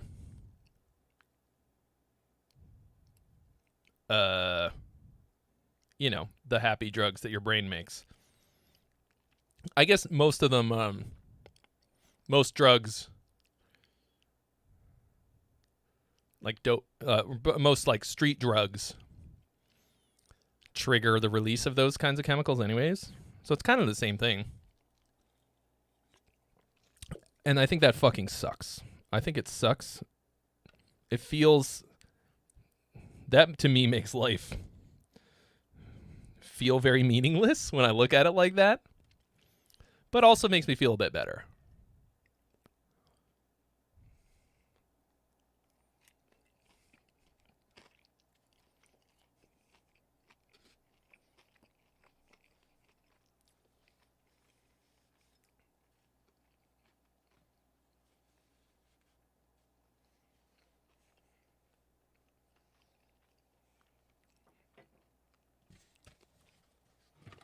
Ooh.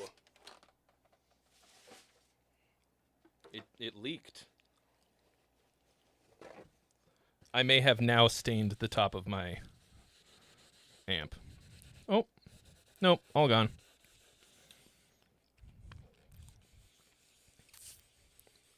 Dopamine. Yeah, what's the other one? Dopamine and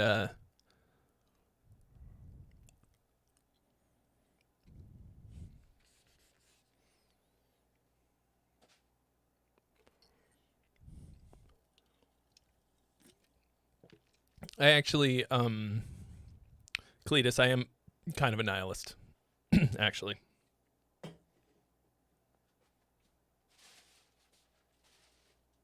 People really misunderstand what that means, though. Like, we believe in nothing. Once I stopped believing in a lot of things, I started living for myself, and it's much better.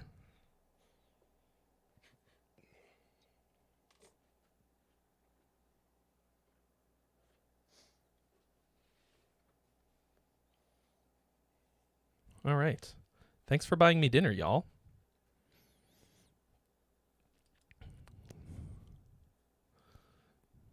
Melatonin. That's the one that I need a lot of, but no. Serotonin is the one that I was thinking of. Melatonin I take externally.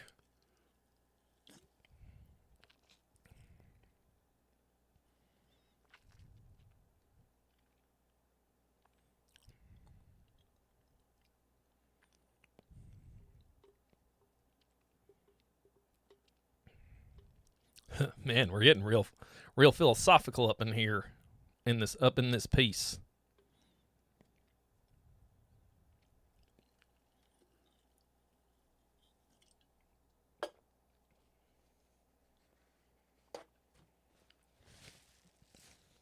Melanin.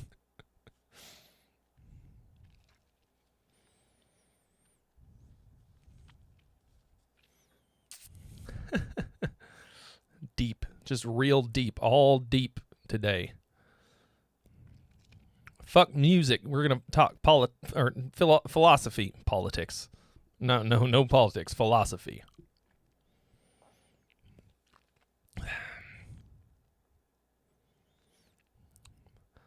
I don't know. I'm kind of like, in a lot of ways, of two minds, because I very much dislike drugs, like the idea of, real drugs. What's the word? When you do it for fun. But my brain doesn't give me the ones it's supposed to, the serotonin and the other one. It doesn't give them to me like it's supposed to. And so, like, endorphin, serotonin, I don't get them like I'm supposed to. My brain is understimulated. So I have to take a prescription for my ADHD, and that makes me approach normalcy to a degree. Recreational. Thank you, Steven.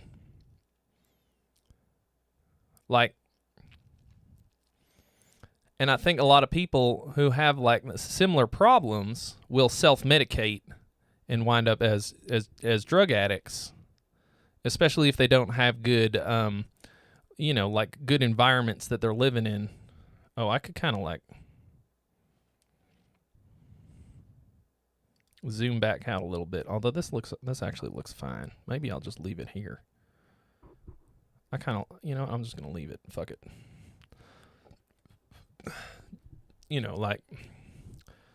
And of course, as artists, we're sort of surrounded by this shit. And it's hard to,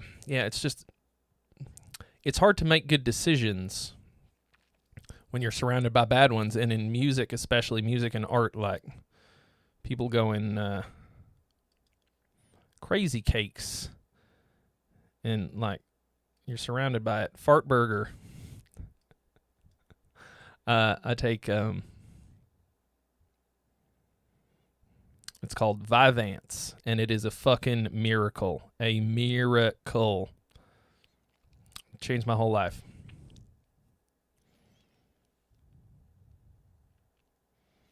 And it's meth. It's only meth for people who don't have ADHD. For me, it just brings me up to normal. If you're a normal person, it will get you high. If you have a normally functioning brain, it will stimulate extra production of those brain drugs. Mine just gets me to where y'all are most of the time.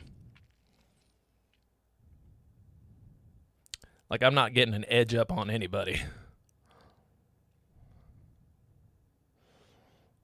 Anyway.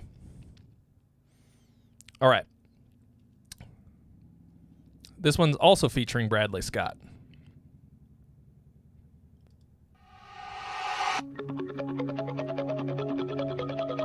The song is called Her. Thank you, Eric Zaime, for paying it forward so that we could hear another track from this guy.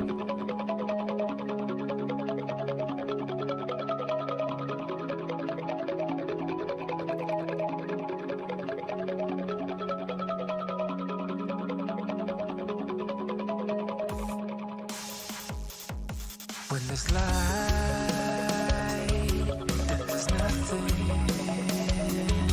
Eighth note, dotted eighth note delay. Can take you there.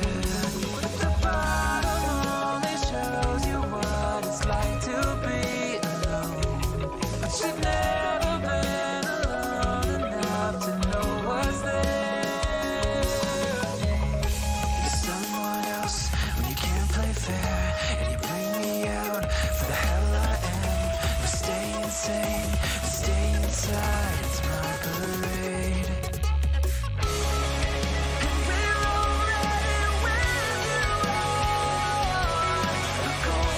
are. Oh, so the name of your band is not Generations? Just like her, time and time again. And heaven help me where you are.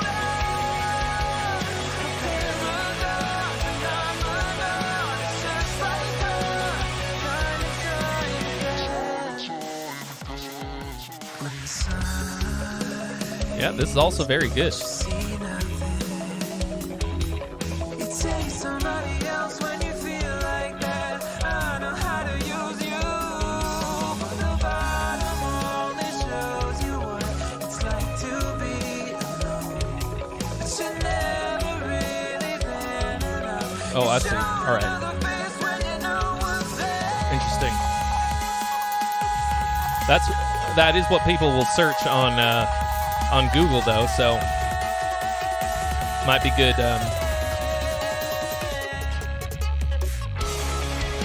All right. Some tension and release. Drop the hammer on this chorus, finally.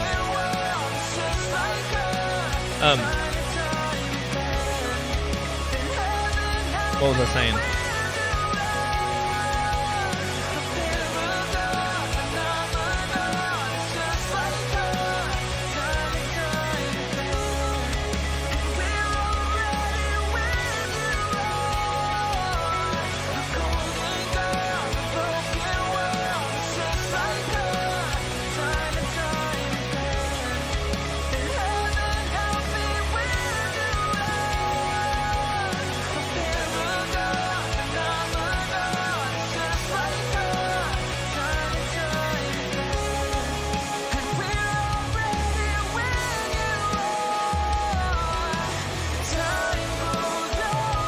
Where are the harmonies on this chorus?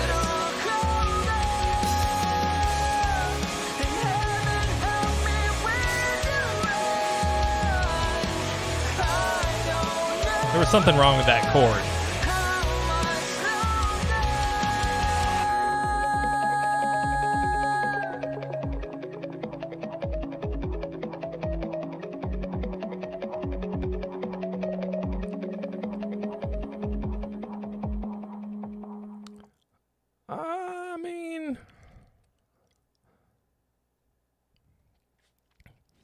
Yeah, I like this one better.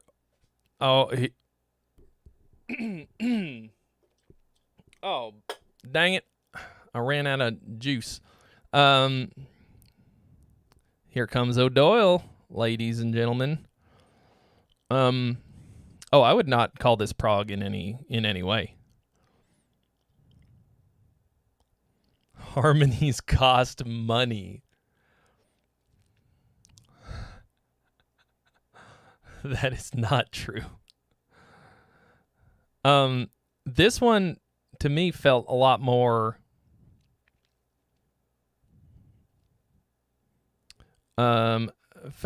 directional. Feels like it's really hitting in a lot more interesting, better ways.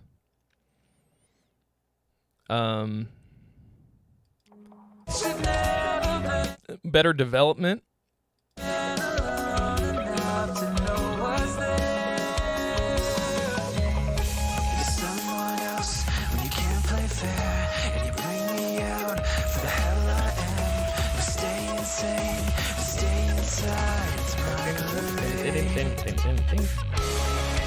That's cool.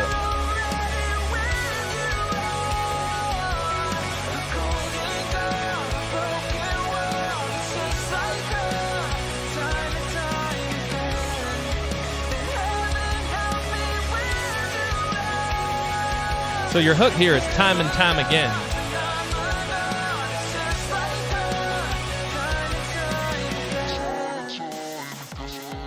It's not the name of your song. That feels like a bad choice to me.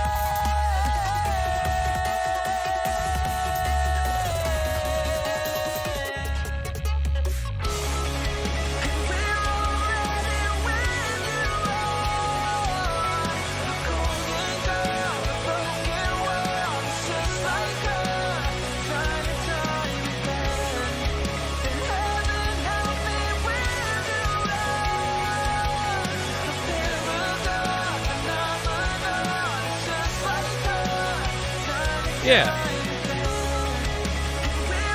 So I think harmonically this song, less so the last one, but this one for sure is incredibly harmonically boring. Like basically like three chords going back and forth. I'm having a hard time. There's one of these chords, somebody's playing the wrong note. That one is mushy. What chord is that supposed to be? Hang on.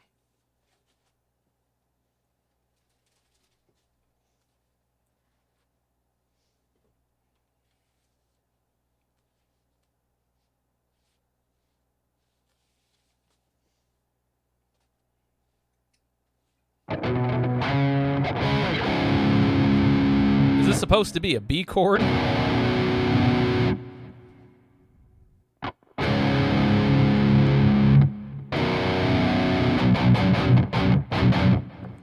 Because it sounds like there's some shit going on.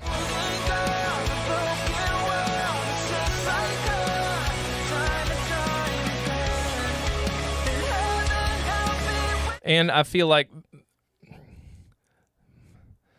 the hook line, where's the sinker? Get it? Hook, line, and sinker, is developed in the same low register every time.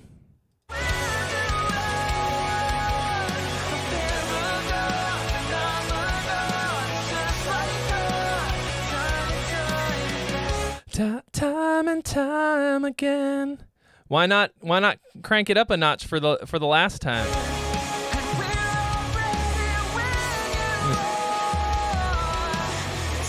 Yeah, doesn't that sound fucked? It sounds like somebody's just going. I would check and make sure that something in there is.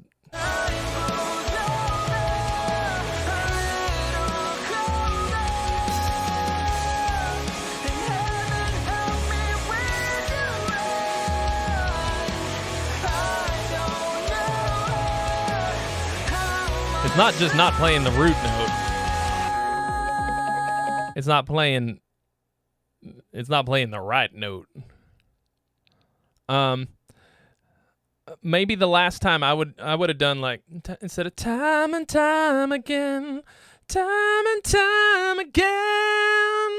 something to really send it to the moon on the last one of these, especially on this ending.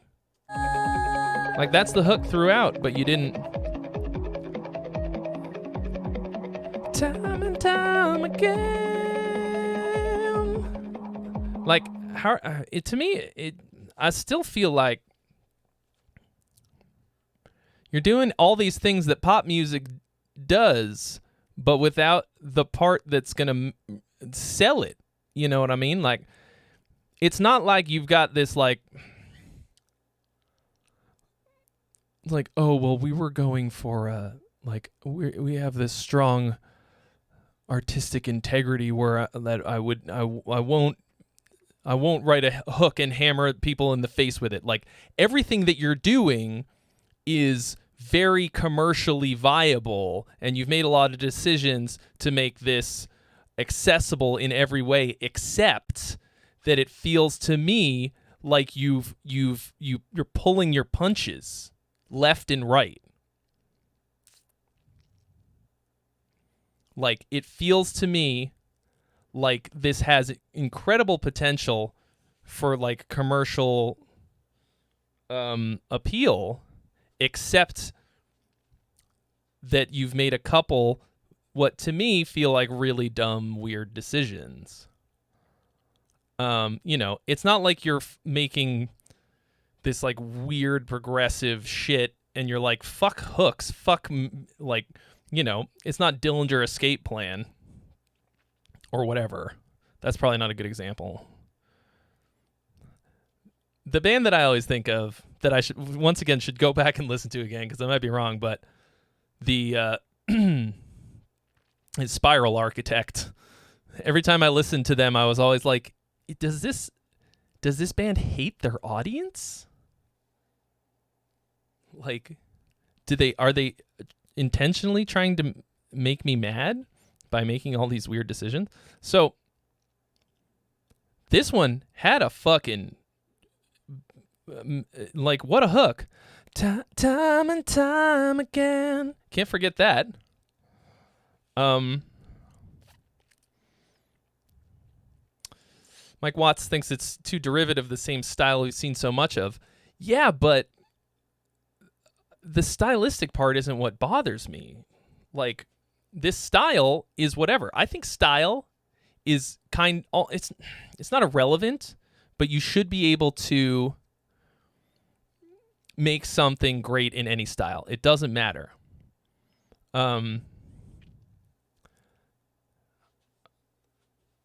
Like, style is just personal preference. Like, great songwriting is universal. And this to me feels like in several of those areas you're really pulling your punches and not dropping the hammer. Jim Winters loves Spiral Architect. Like I said, I got to go back and check them out again because I could be completely fucking wrong. I might even be thinking of a different band. Or maybe it was just like one song that I was just like,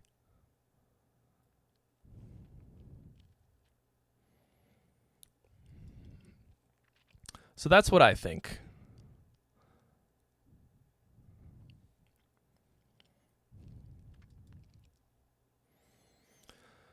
All right.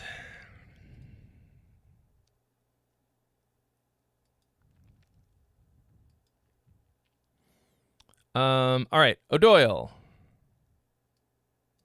Do you write your poems with crayon deeds?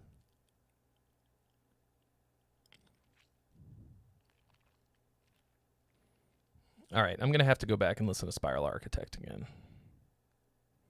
No, you're right. You'll hate it. I just think of them as I just have this vision in my mind of them being like anti, like just the anti-hook. All right. O'Doyle.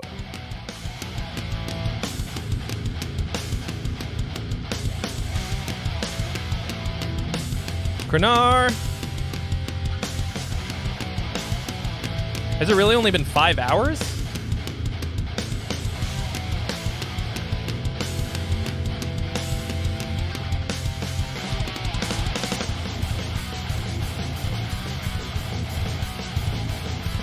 All right, real quick tip for you, O'Doyle.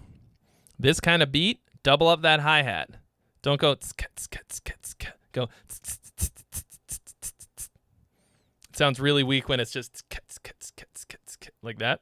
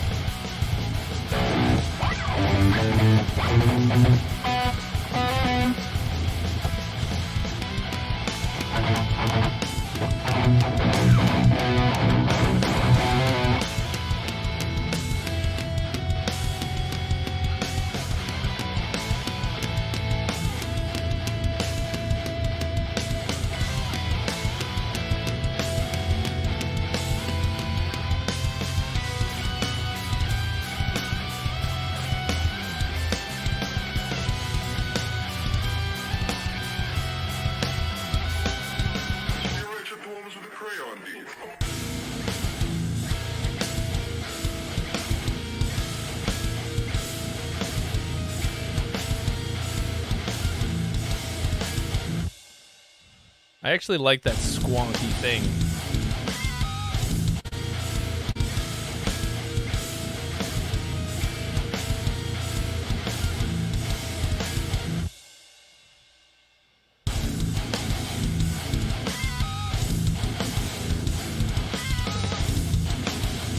That quirky O'Doyle dissonance.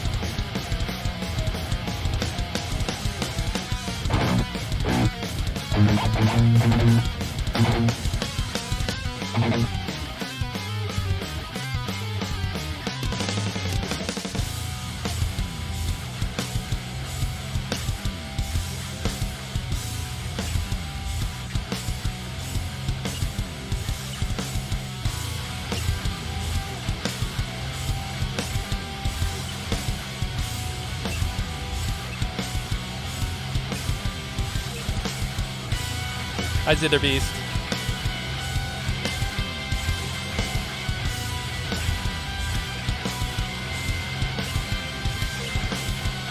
Was everything okay after the fire, Zither Beast?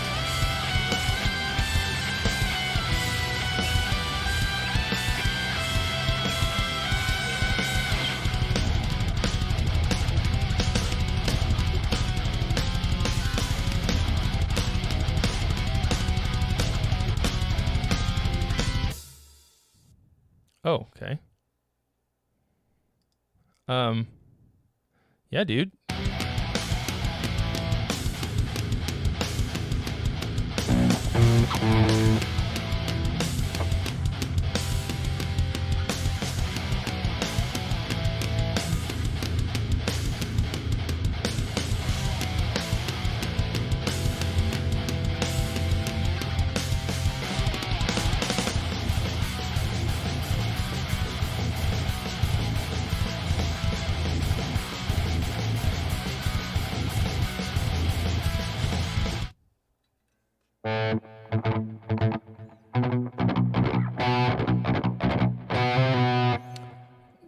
this is a bit of a whatever riff.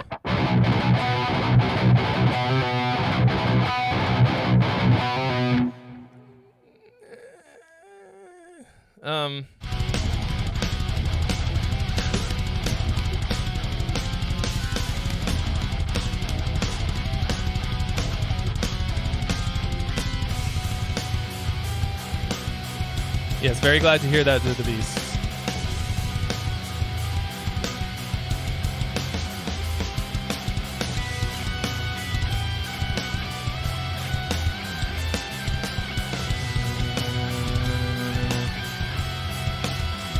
Got a cool little melody there.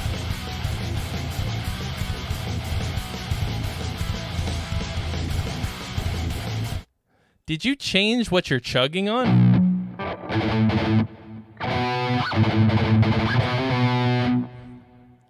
And this second time?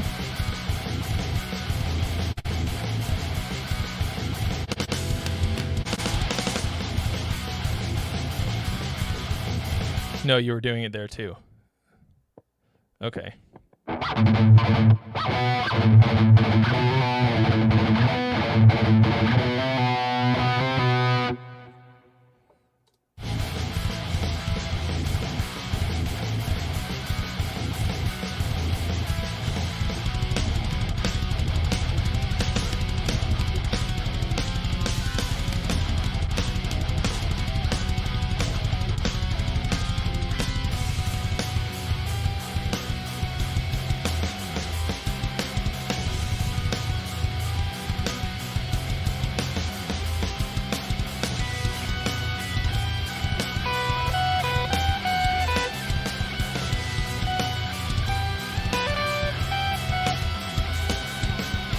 Yeah, that's a pretty good melody, actually, right there.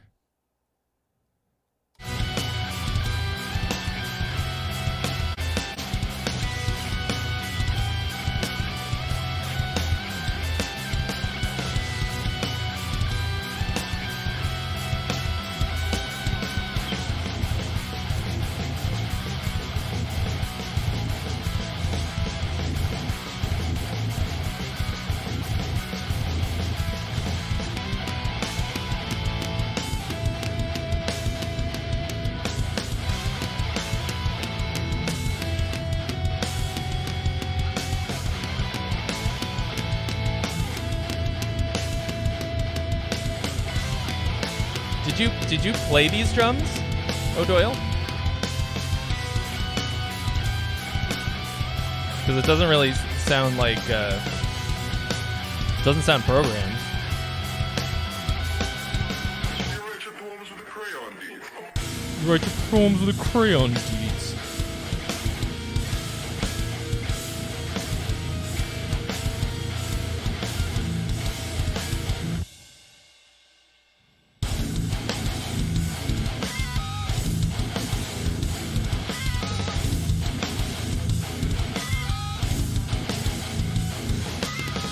Okay, that right there.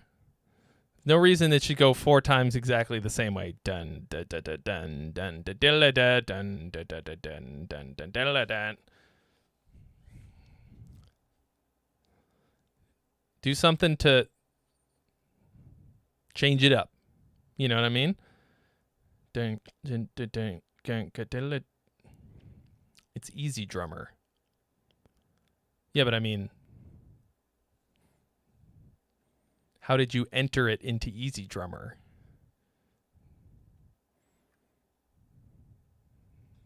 Did you mouse it in? Or what? Because some of it sounds fucking like yeah.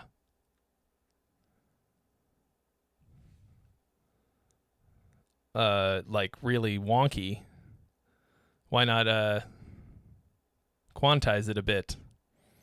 One Zook Nation wants to submit a song, but he feels like this is more for people seeking serious critique. Well, right now, I don't have any more songs on the list, so why don't you tell me what you're looking for, and maybe I can deliver the goods. because I'm wide open. Yeah, so I would say as a general rule, like nothing is true 100% of the time when it comes to art, because then that would just be, then it wouldn't be art. It would be something else entirely. Don't ever do the same thing 4 times in a row exactly. I'm very guilty of having done this. Okay? It is kind of a slow Friday. But this happens sometimes. It's fine. The hardcores are here. That's all that matters. But I would say generally, it's very boring to do something 4 times in a row like that with no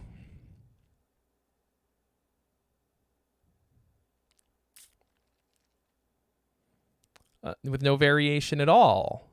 Like, people just, your brain taps out. You go, here it is once.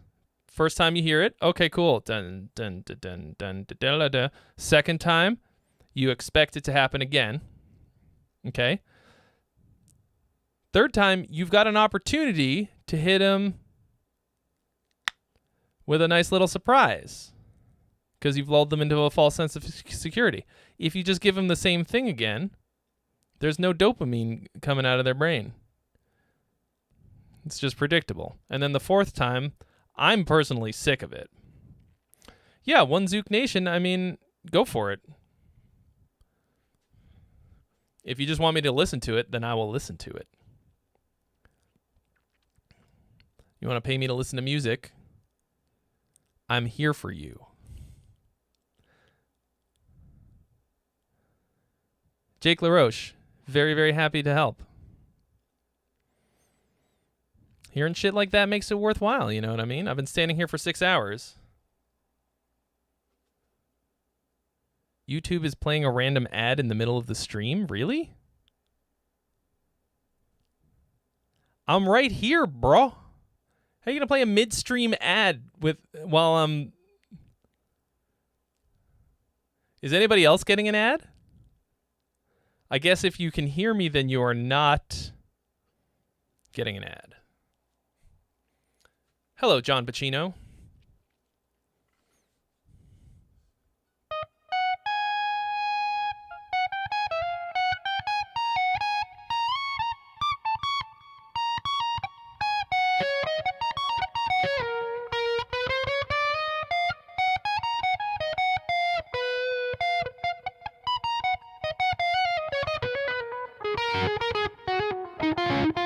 You didn't refresh the page or anything, did you? Oh, y'all got ad block. You know that your boy makes most of his living off of YouTube ad revenue, right? Not most of my living. A portion of my living. So I would say, yeah, instead you should pay for YouTube Premium, like I finally did.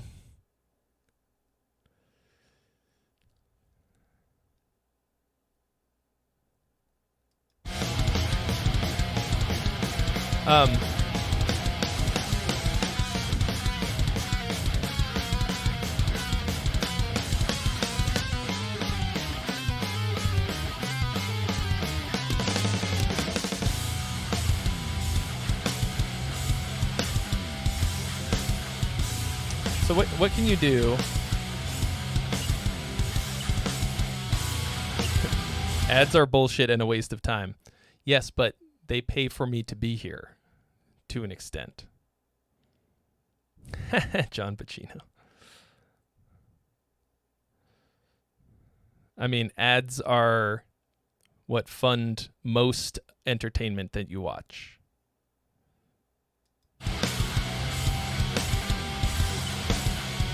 To some extent.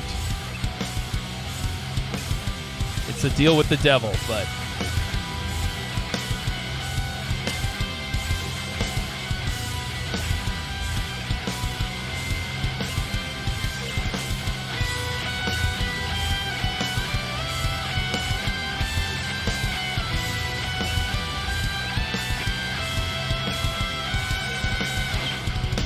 Yeah, I think you did a good job bringing back that melody. You write your poems with a crayon, do you? I would try playing it an octave lower here.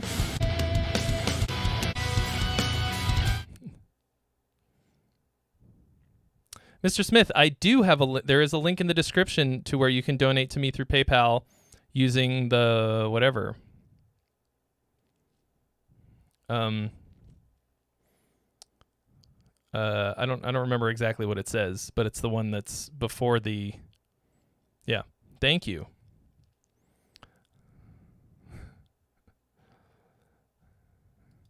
I just mean shitting duck nipples. That's so funny to say out loud. I'm just saying, like, you can't enjoy the entertainment and also hate or not care about the ads. Like, I mean, like, I don't like being advertised to, especially for something that has no relevance to me.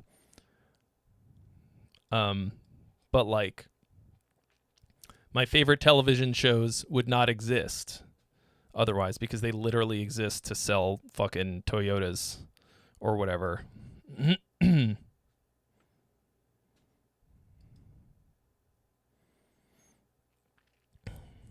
I mean, I think to be fair, I think the Netflix model is really the jam because then you're paying directly for the content. And that to me makes more sense than me sitting here and like doing my thing and then an ad,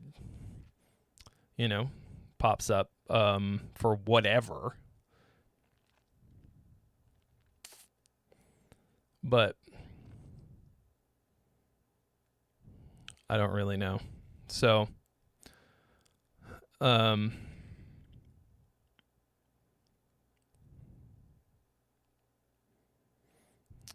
anyway, so yeah. Oh, Doyle, I would say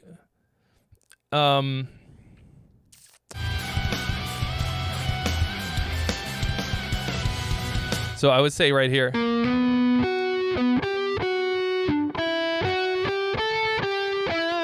try playing it an octave down here so that when you get to playing it an octave higher at the end here,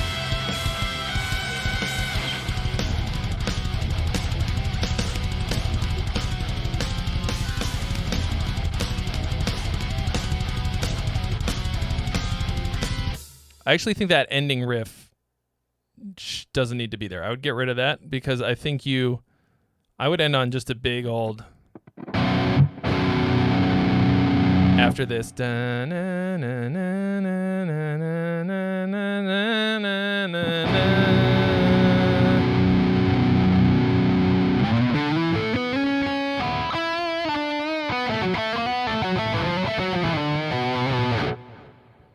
Okay. That's what I think.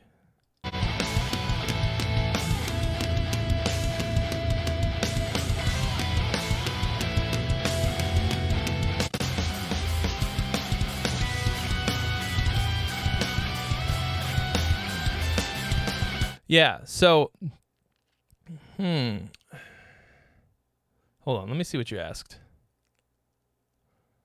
How to proceed with it.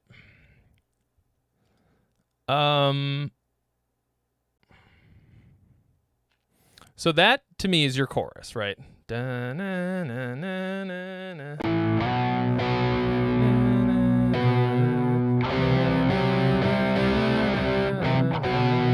Like whatever's gonna be your chorus goes there.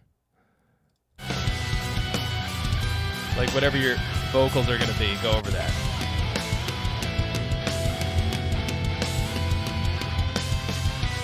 You've got a bunch of parts in here that only seem to happen once. Generally, I feel like, I mean, a lot of songs only have a part that have a part that only happens once. It's usually the bridge, but I still generally like to hint at it to some degree. I think that you should yeet most of the things that happen only once, only because you got to ask yourself why they're there.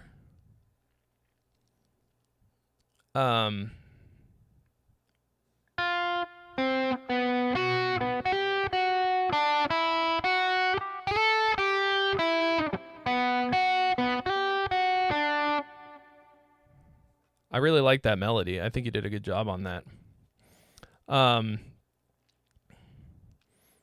Except that it's rhythmically bland. Da da da da da da da da da da da da.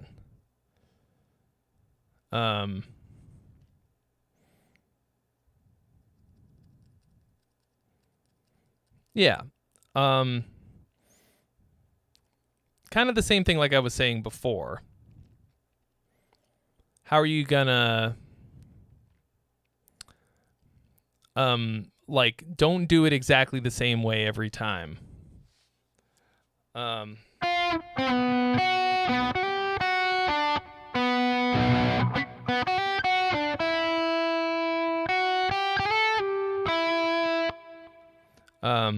Like, throw some rhythmic wrenches in the works.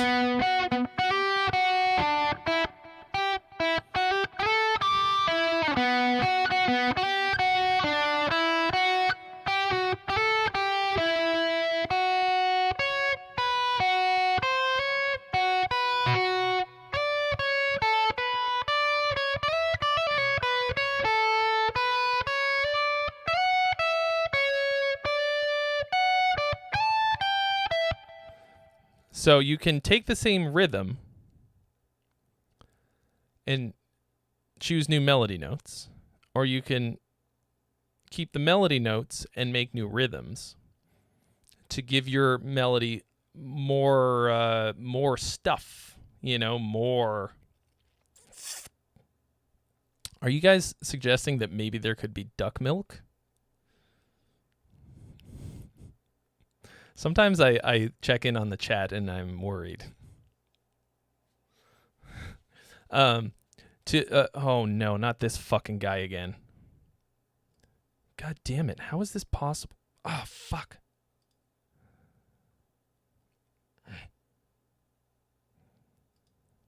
How does this fucking webcam spam keep coming back?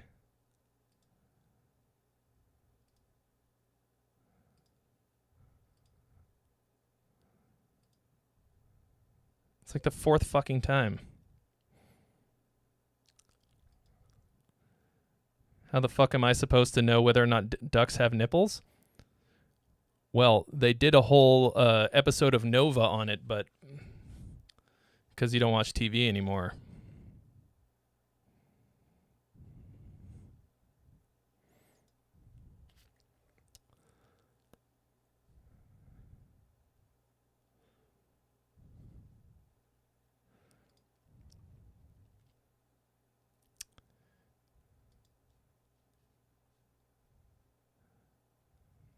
Man.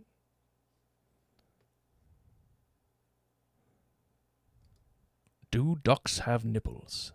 Today we're going deep on this episode of Nova to discover whether or not you can milk a duck.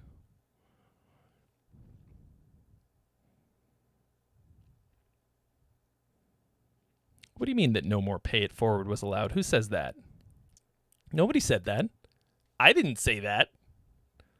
It's very allowed. People want to pay it forward, you may. Oh, it's because we were talking about nipples that the guy came along.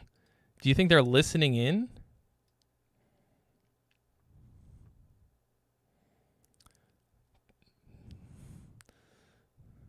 Topher, I'm having to zap these porno bots by myself while also paying attention to music. Please rescue me. Help me, Topher Juan Kenobi. You're my only hope. Yeah, I don't think birds have nipples. I got nipples. Greg, can you milk me? Okay. Anyway, enough talk about nipples. As glorious as they are. Metal Man Max. Hopes Ignite. We listened to this band before, right? Pariah.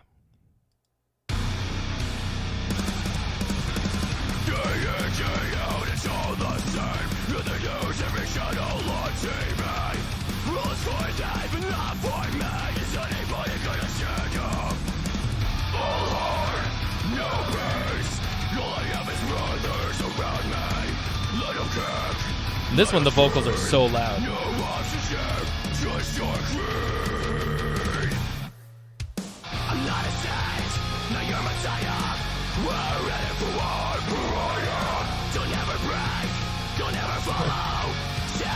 It's all right, Topher.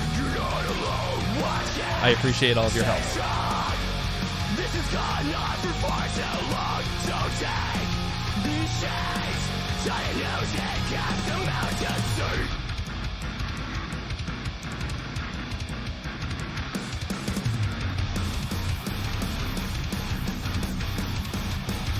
Don't look away from the horizon.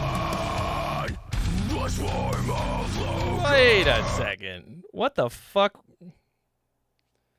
What just happened? Hang on.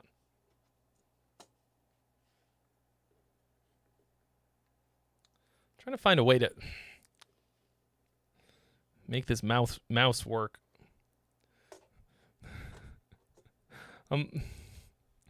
The handle on the top of this amp is in a very unfortunate spot. Actually, maybe I...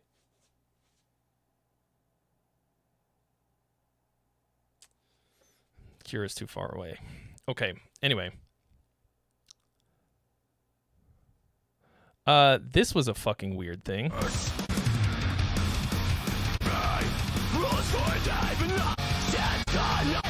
It's like you brought back this riff.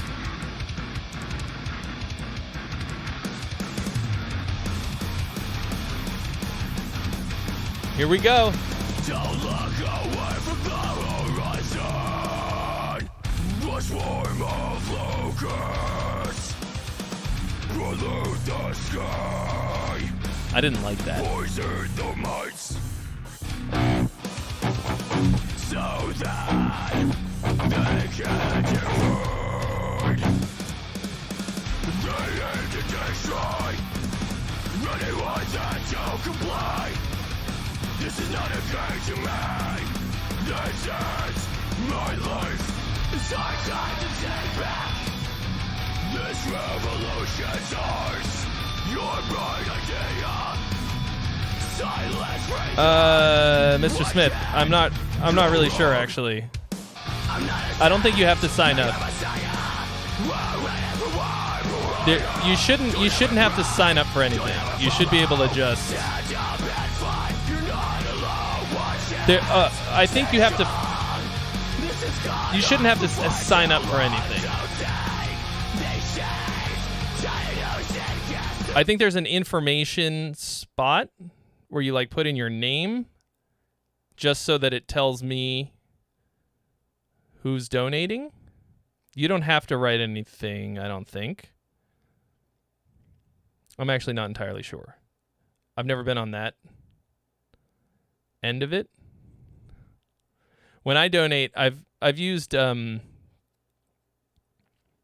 SuperChat a good bit.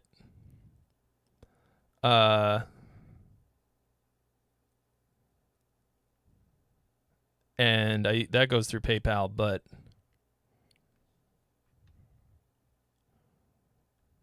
it's making you log into Streamlabs? That doesn't sound right.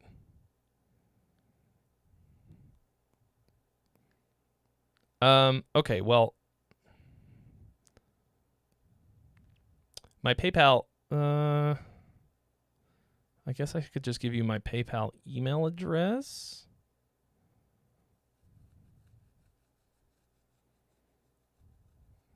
Should I do that?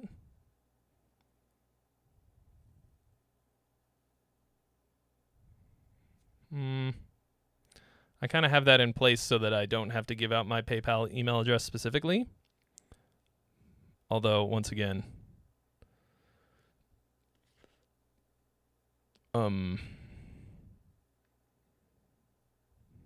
Streamlabs to have access to your YouTube account. No, that shouldn't be right at all.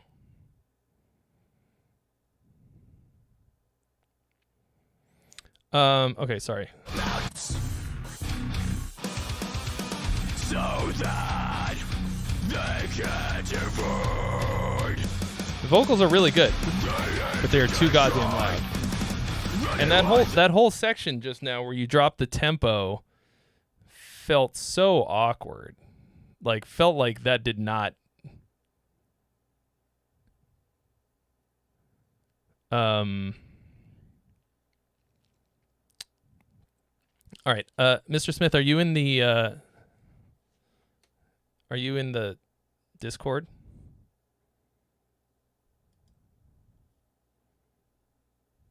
I can, Mr. Smith, send me a DM on Discord. I appreciate you. Sorry, it's like such a pain in the ass. I can't give you any helpful, useful information because I don't know what it looks like from the donating side. Sorry. Yeah, your vocals sound really good, and everything's heavy and cool. This revolution's ours. Your bright idea. Silence rings on. What can go wrong? I'm not a saint. Now you're Messiah. We're ready for war, pariah. Don't ever. And then here you've got.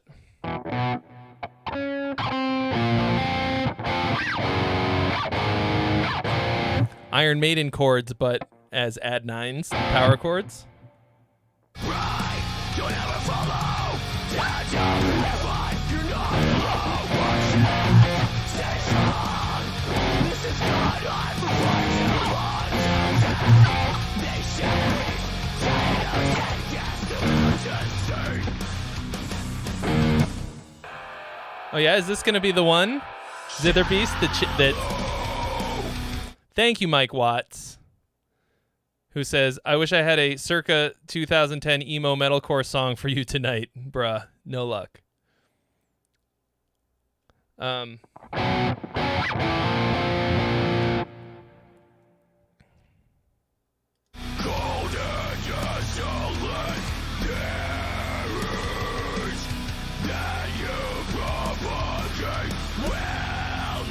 Oh, you got a Sterling Petrucci model. That's awesome. Which one? Happy NGD. So, this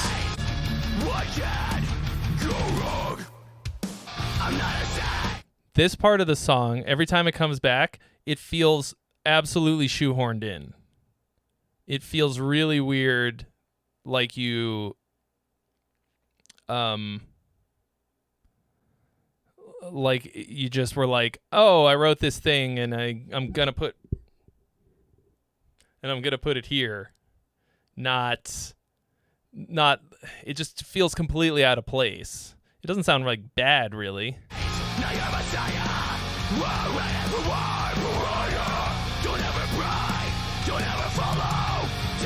Ah, Rezo, thank you.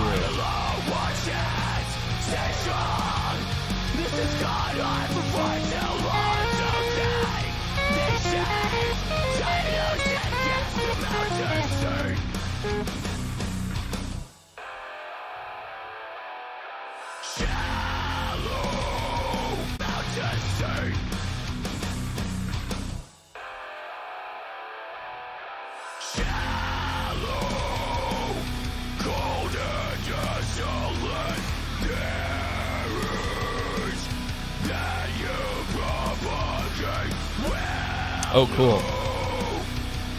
I think the 15 is one of the best ones, aside from the original. All right. So this was like only Like this song is less than 3 minutes. But it felt really long. I think you have too many ideas in too short of a time space.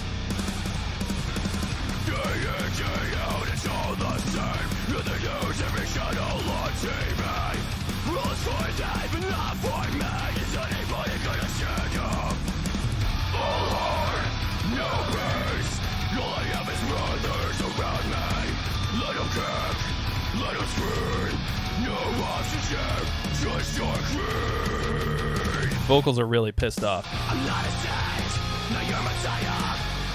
Like that's an awkward key change to this part every time.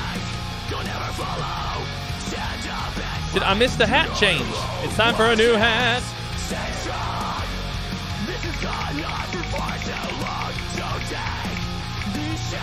No, Mario's already been. Mario's off saving his lady. Alright.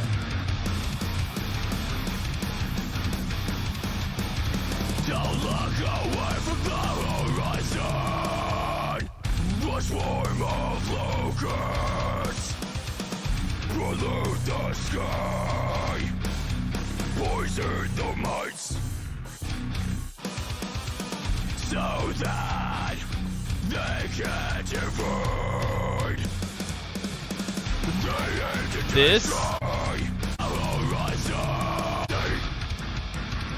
This to me is the biggest crime of this song.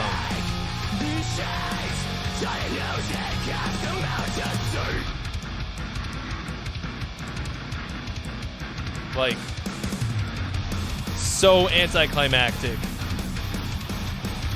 Don't look away from the horizon. The swarm of I think you made a lot of very bad decisions with a couple of good ideas in this song. It feels like you are making these decisions at complete random, with like no thought for the song overall. Like bunch of really whack, stilted, weird sounding transitions. Everything feels bad.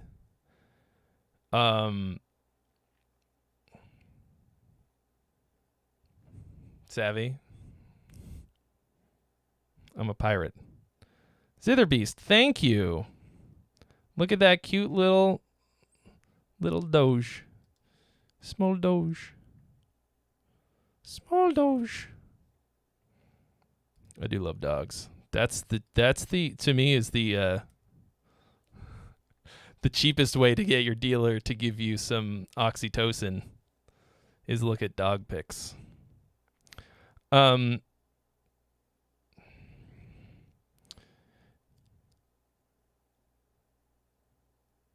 Zook Nation, you got plenty of time, dude. Plenty of time. We're only like 6 hours in right now. 6.5? Bro. I follow like some cute animal pages on accounts on Instagram. It's nice. So the vocals are definitely the best part of this track. But your arrangement is really fucking weird. You're trying to cram a bunch of unrelated ideas together. Usually when there's bad transitions in a song, it's because you're trying to transition from and to something that doesn't belong in the track. If you find yourself trying really hard to figure out how to get a certain from one part to another part, one of those parts needs to go. Don't be afraid to yeet parts. You don't have to throw them away.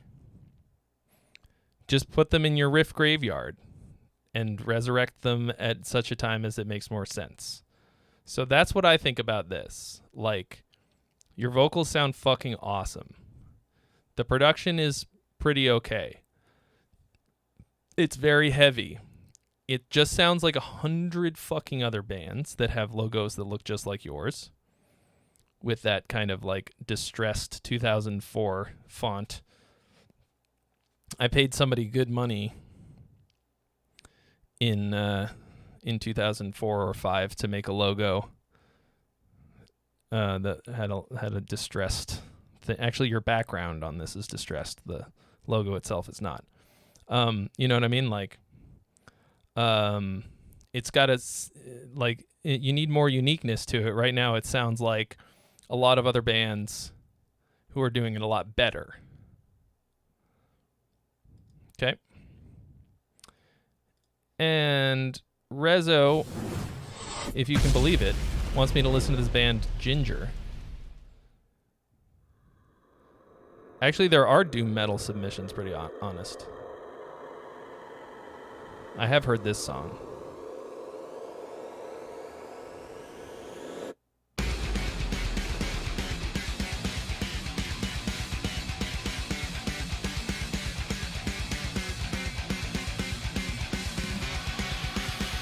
Oh, sorry, this is not loud enough. I thought it was going to be louder.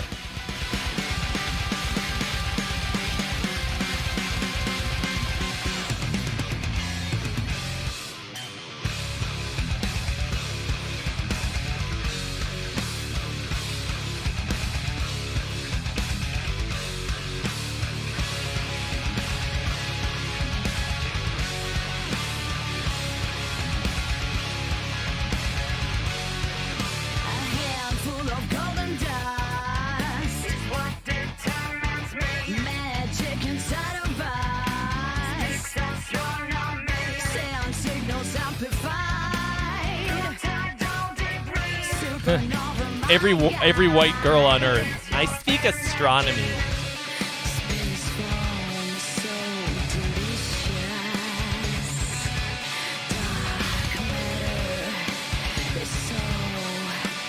Yeah, Josh McKinley, maybe so. But this song did not do that. It either works or it doesn't. You can do a lot of crazy shit. But it either works or it doesn't. You know what I mean? You could be like, well, Metallica has a fucking 2-minute intro to their song. Well, but was it good when they did it? Okay, well, don't just do it because they did it or think that you can get away with it because they did. And also, if you're like, yeah, but they did it, then I know that you're just copying these bands instead of doing something original or good. You know what I mean?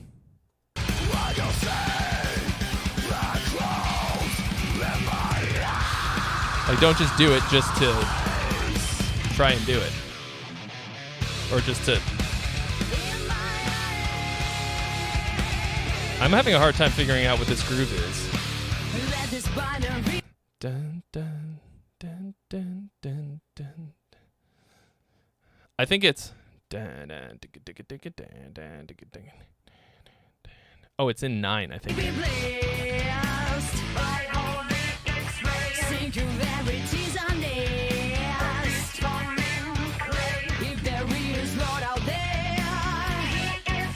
Oh, there's a thing that I'm missing. Dun, dun, dun, dun, dun, dun, dun, dun, dun, dun, dun, dun, dig it, dig it, dig it, dig it, dun, dun, dun, dun.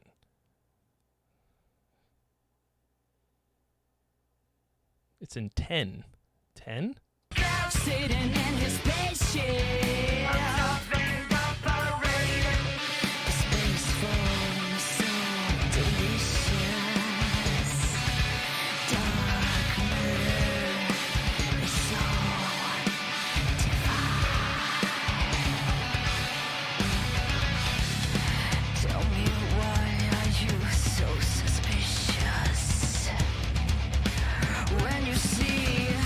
I want to hear that again.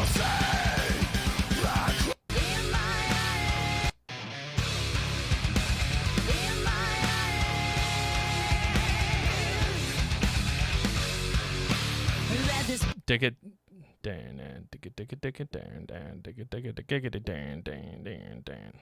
Oh, fuck. That's even weirder than I thought. Binary be blessed. Singularities are nest. If there is Lord out there, sitting in his spaceship. Space force, so delicious. Maybe I'm missing something really obvious. A lot of times, stuff like that is like not. Tell me, why are you so suspicious? When you see black holes in my eyes. A lot of parts like that. Okay, for example, Meshuggah. People are like, man, Meshuggah and crazy time signatures. Every Meshuggah song is in 4/4. Every fucking one of them, except for ones that are in like 3/4 or 6/8. They don't do odd time signatures almost ever. Like it's not prog. It's not proggy weirdness like that.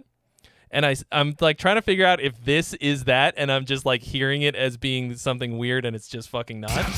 But I can't figure it out. So.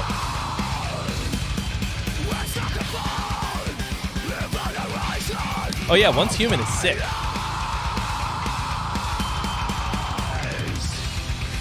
and join me in my rotation.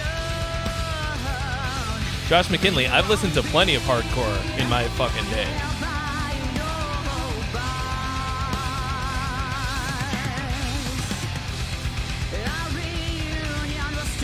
Of all different stripes. I saw the very last show of The Trouble, the hardcore band The Trouble.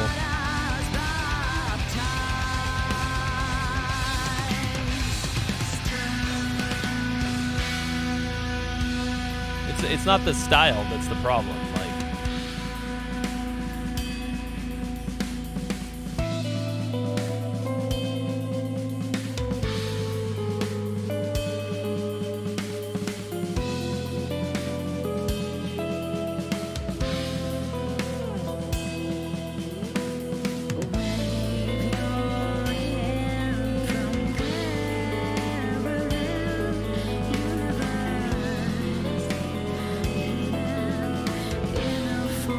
fun fact, this was not actually shot in space, if you can believe it. It was actually shot in a studio in front of a green screen, as the band did not have the budget to be in space without space gear.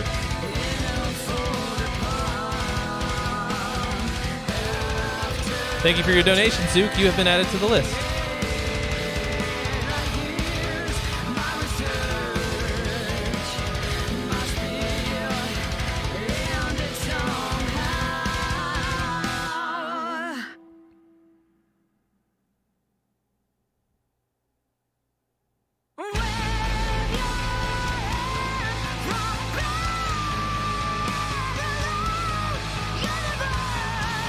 All right. This is how you deliver an ending. Right? Big, powerful.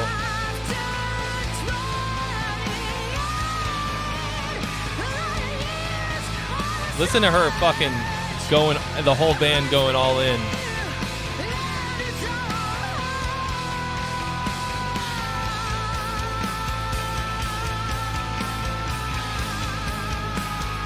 This is how you deliver the fucking goods.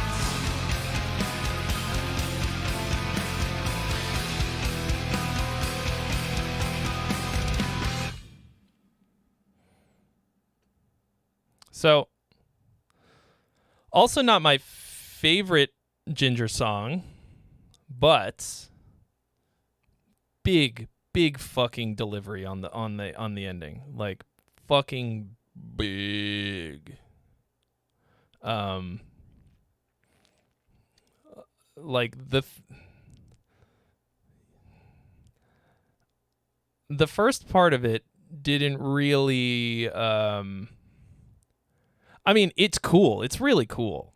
The first part is cool. I guess I was thinking too much when I was listening to it. I have heard this song before, but I was being too analytical because I couldn't figure out what was going on instead of just listening and enjoying it. I guess.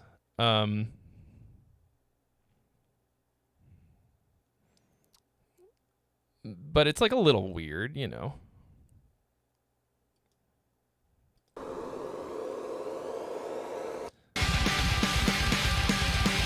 And it feels a bit like it doesn't have anything to do with the whole ending half of the song.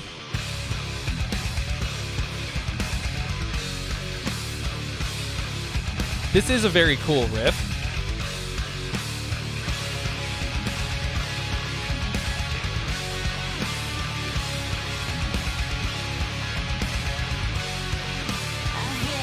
Yeah. So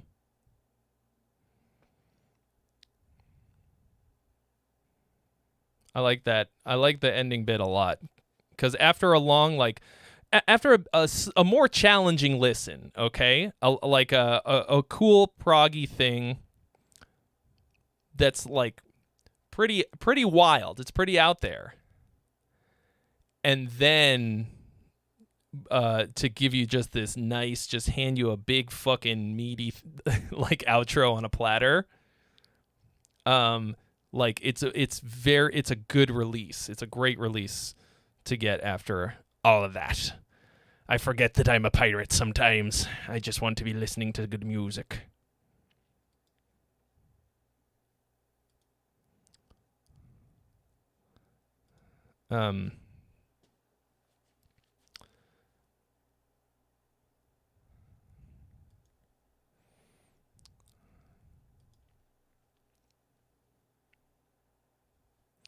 Okay. All right. Mr. Kafanis. I love saying that like it's South African. I have no idea why. Oh, Vincent's going to Macca's. Yeah, grab your boy a 6-piece of those nugs. Sweet and sour. If you could just, that'd be great. Thanks. All right. Crotch route.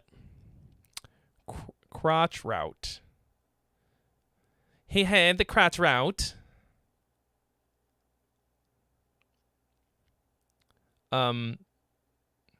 He says that there's a quote from a movie that has a bad word in it.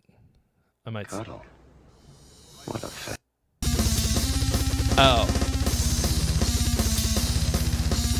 Yeah. Well, I think it's okay for him to say that because in the movie, his character is gay.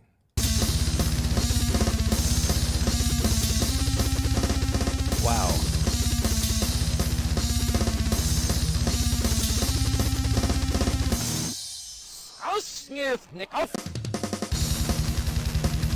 Oh, that is real. That is some real rough tone. That is real rough guitar tone. You did not put a cab sound on that. Oh my God, how did you record this?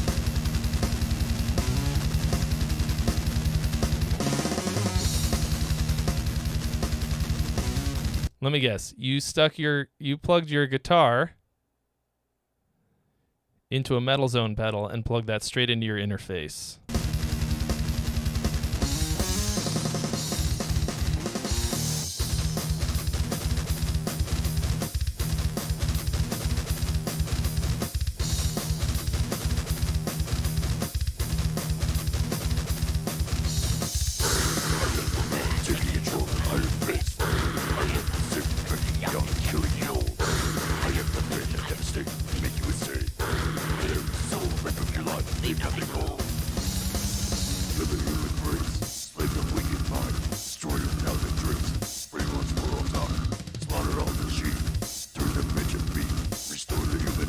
See you later, Topher.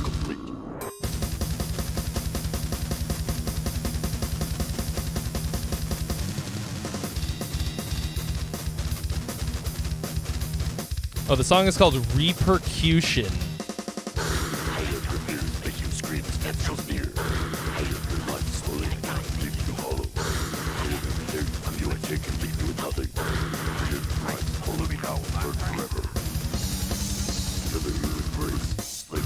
Mike Owens loves it.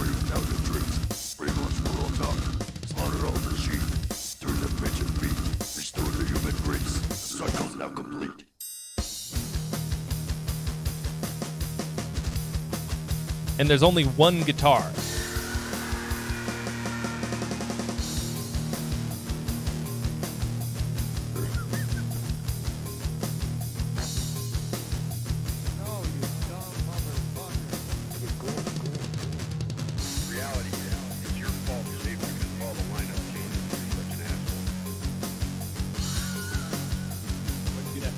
And the fucking Wilhelm scream.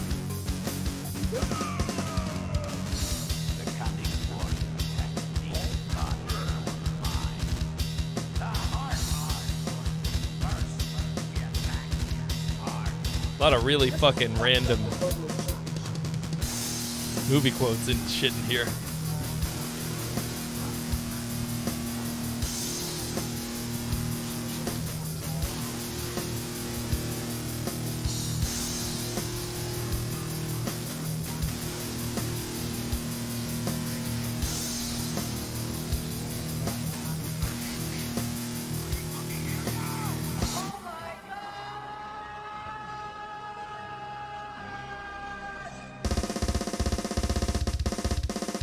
Wow, your drummer's really good.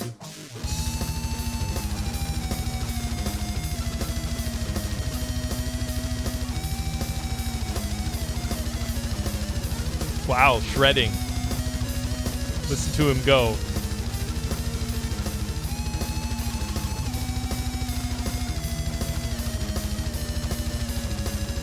This is the guy who said, I don't want to critique, I just want you to listen to my goofy song, right? Oh, he's still going. Listen to that solo. God, I hope this was him, because if not...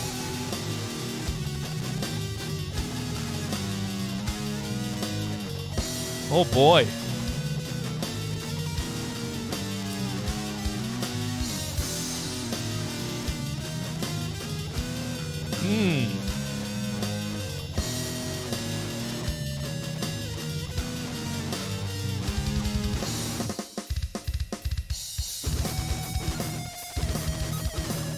Wow.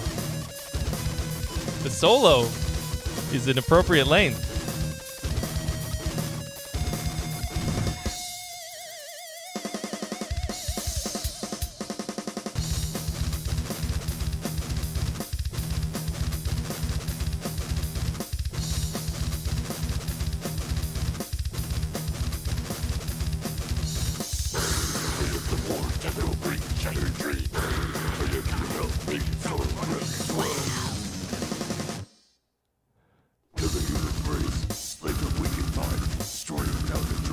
It's funny because the vocals are like, it sounds like you tried to make like a complete guttural vocal by doing like a kind of rough talking. This is what I do, and then have like a behind it, like on top of each other.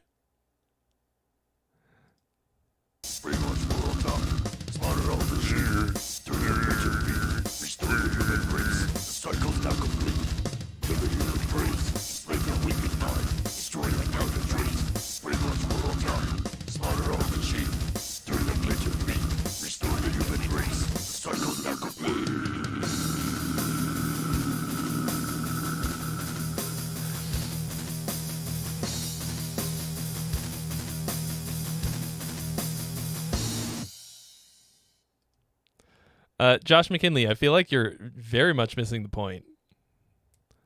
The point of this stream is, well, for me, is to help people get from wherever they're at to the next level. It's not about whether or not the thing that they did was, or the music that they've got is like objectively good or bad.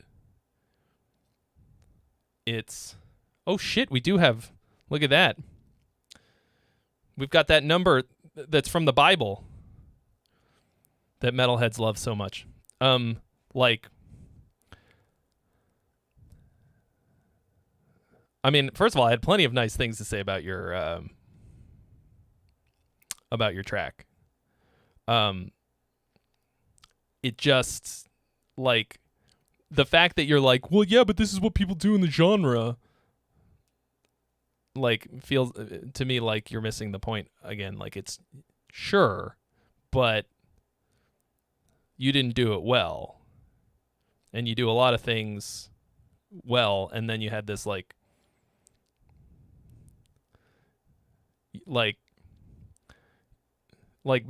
you can't be like, well, death metal has blast beats in it, and then just have a song that's all blast beats with no variation or nothing, like, that's poorly written. That's just be like, well, it's death metal. Like, this is death metal. They're doing a lot of things that bands do in death metal.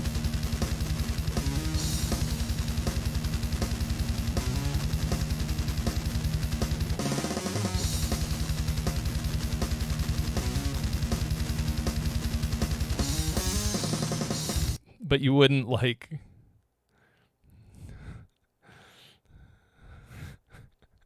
I mean, this is obviously comedy. It's that you leaned so hard into the joke. Diggy diggy diggy diggy diggy diggy diggy diggy diggy. Yeah. I don't think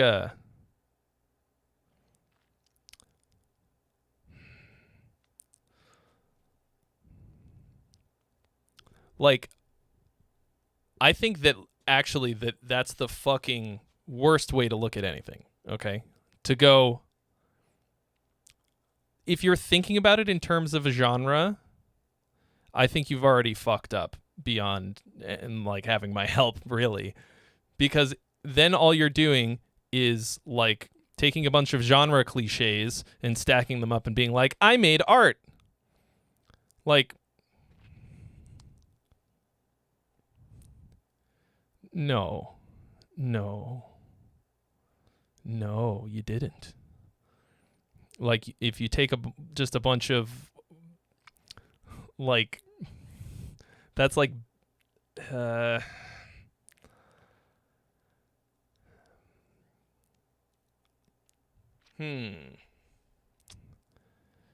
do I make my point, but be productive and not a dick? Like,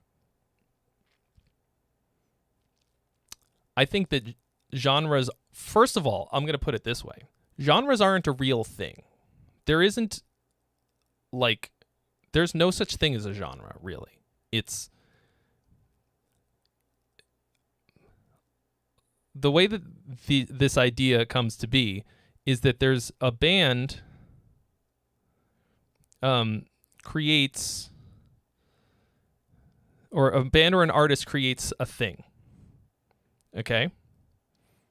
They create an original sound, a piece of music that's breakout and amazing, and everybody loves it, and then 100 other bands copy that one thing, and then we get a genre, which is actually just a bunch of bands copying each other or copying this one thing.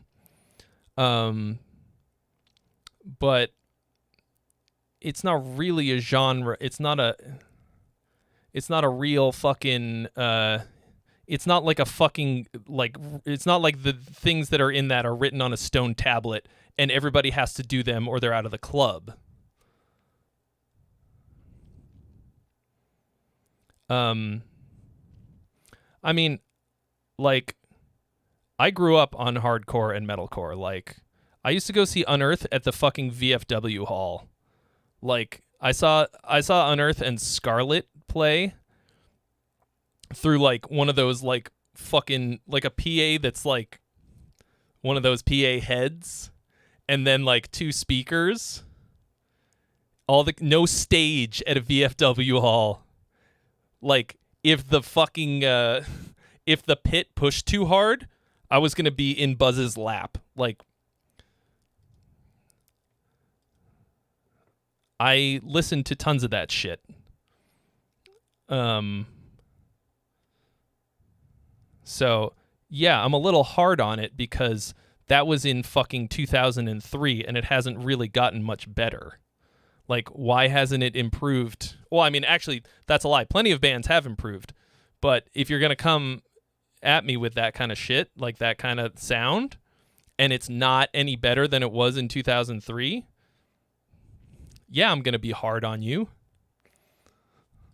Like, if you have riffs that sounded like something that came out in a hardcore band in 93, and you're still making dumb mistakes, like, yeah, fuck right off. I'm going to give you a hard time. There's no point. Noise Witch. Can't send me Bandcamp links because there's no volume control.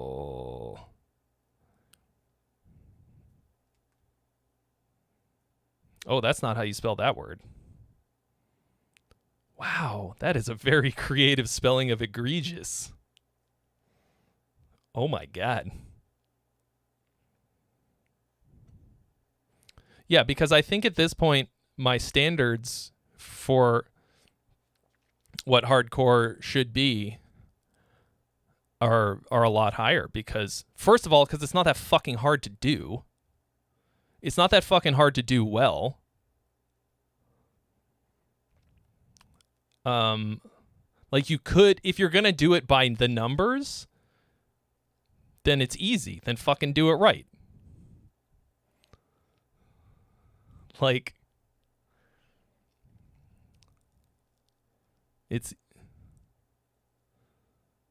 you're not hardcore unless you live hardcore. And the legend of the rent was way hardcore.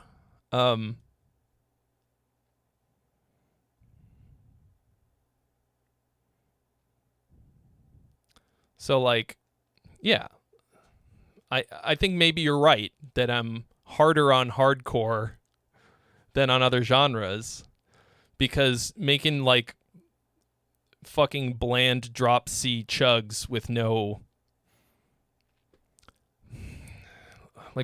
original thought or style is dumb, and it's a waste of fucking time. Like, there's gotta be something else. Like, it has to have gone somewhere in the last 20, 30, 40 years.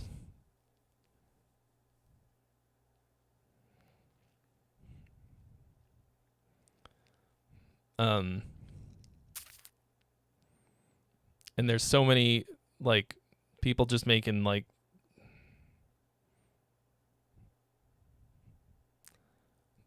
yeah. I mean, I've also had to listen to, like,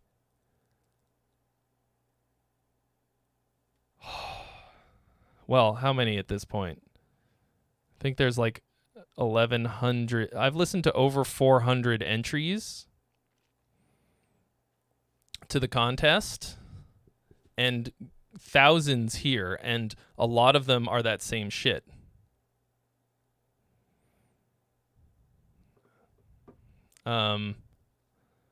Like, okay, a lot of people make musics. A lot of people make music for very, very different reasons from me. All right? I think you should make music for whatever reason makes you happy. But to me, making music that's just, like, worshiping other bands is worse than a waste of time. Because then it becomes a waste of my time. Then you're wasting my time. Like, and you're crowding the market. Like, if you're not trying to make something original, I don't personally see the point. It doesn't have to be the most original, mind-blowing shit. Like, you don't have to, like, completely reinvent the wheel. Like, I still make music that's guitar, bass, drums, keyboards, and vocals. I'm not like blowing the fucking lid off the earth, but it's still original, you know? Like, I'm still at least attempting to create an original thing. And I feel like hardcore is, well, and metal too, to some extent, but at least metal has more content to it than just drop C chuggy riffs. At least metal, when it's a salad, there's at least something to it. So metal also has a serious fucking problem with the same idea that I have, like, and nobody knows better than me, all right? Nobody knows better than I do. I have earned it. I have earned the right to bitch. You've seen me do it. You've seen me sit through every fucking shitty version of that. Metal has a very similar problem, but hardcore is also fucking way more boring, generally. But you're right. But somebody said that it has more heart than metal, and I think that is also true. Metalheads tend to be thinkers,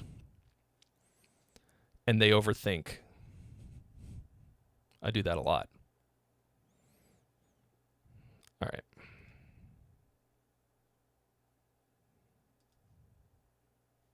No, I clicked it. You do the thing.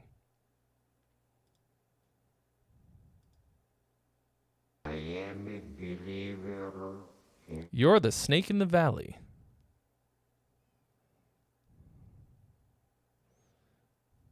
Everything sounds like something. Well, yeah, but if you truly believe that, then I don't think you'll be capable of making an original thing. Yeah, everything sounds sort of like something. But, like, what are you going to do? How are you going to... I'm trying to change that. I'm up here screaming. Anyway. Rudy, how can I respond to your texts when I'm... Special kind.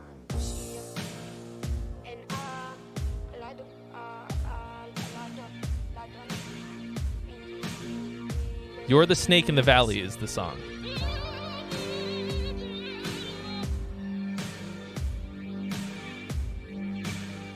Thank you, Mr. Smith.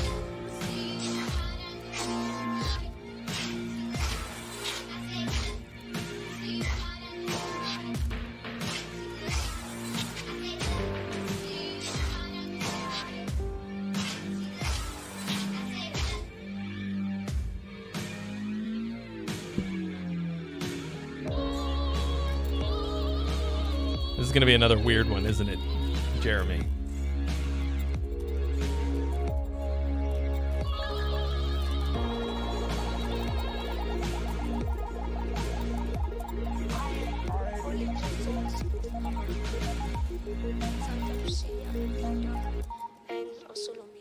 Oh, you want more?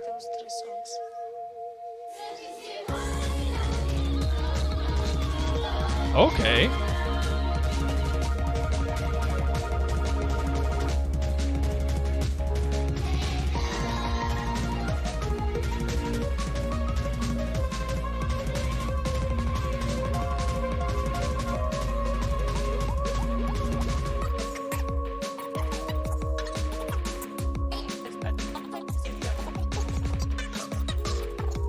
Whoa.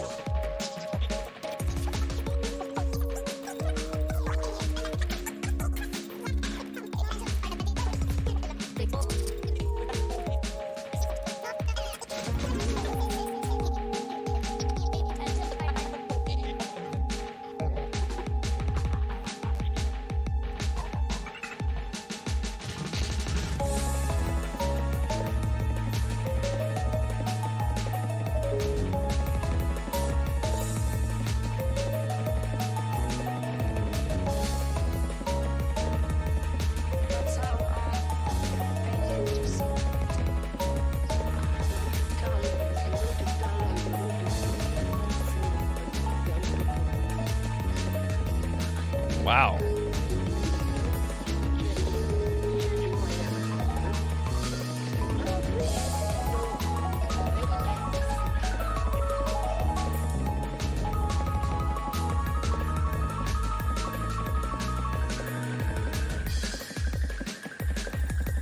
See, interesting. I guess this sort of proves what Josh was saying. Everything sounds like something. See, I would have said this doesn't sound like anything, but like 3 people are like, this sounds like Bomberman. But I never played Bomberman.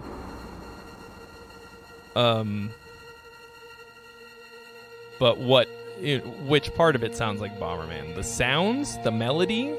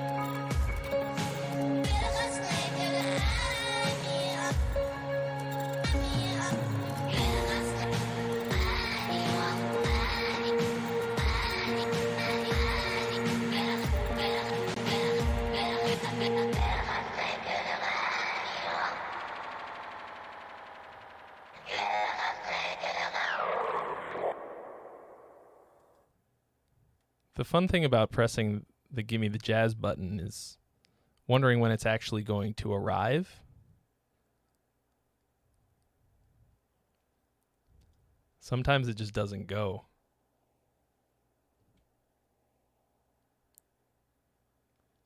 We're probably going to get 2 of them in rapid succession. Give me the jazz. There it is. Wow. Okay.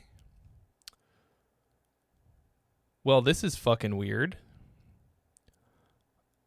I'm very curious how it is that you created this.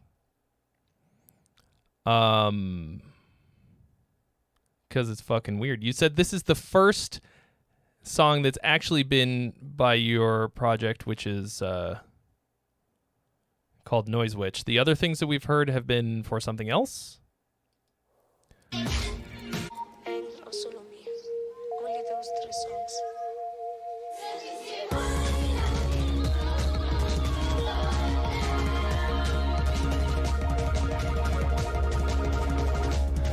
Rest of the world arguing about Pro Tools versus Reaper. Cletus and Jeffrey are like, the only DAW that matters. GarageBand.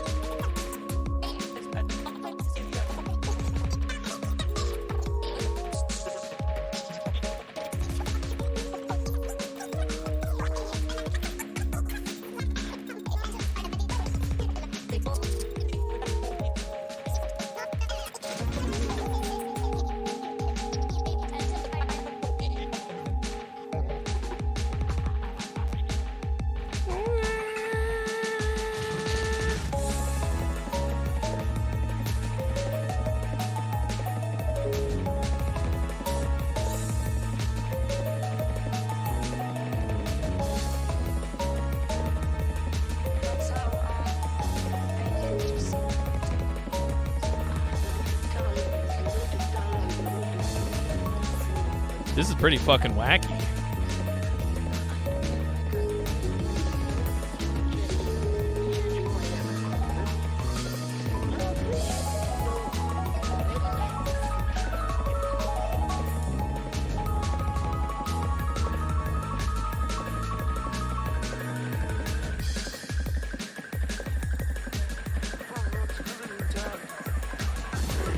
This is another one I'm not really sure what to do with.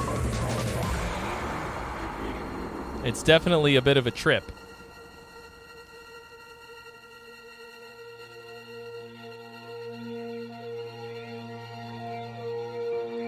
It's an enjoyable...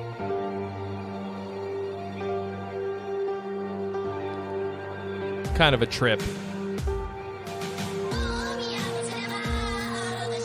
Wow, 2 people in a row say it sounds like Crash Bandicoot. Drop Audio thinks it sounds like Donkey Kong. Jesus Christ!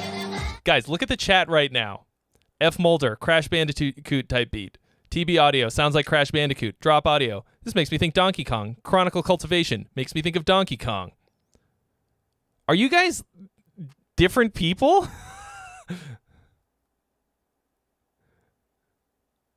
What the fuck just happened?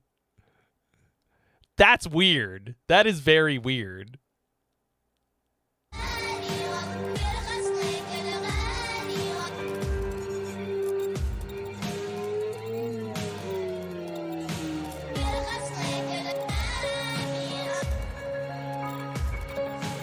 No, this is Donkey Kong.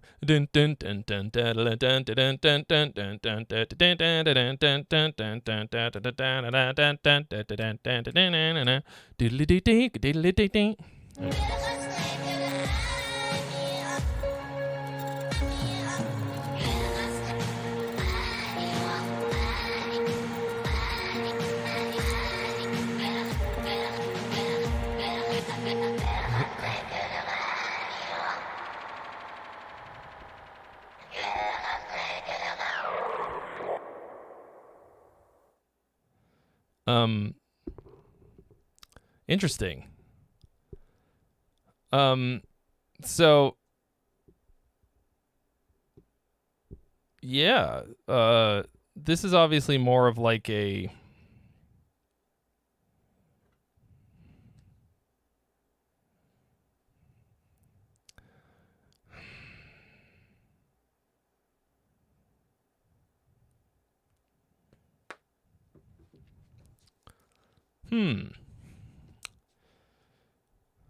like structurally it's fucking weird.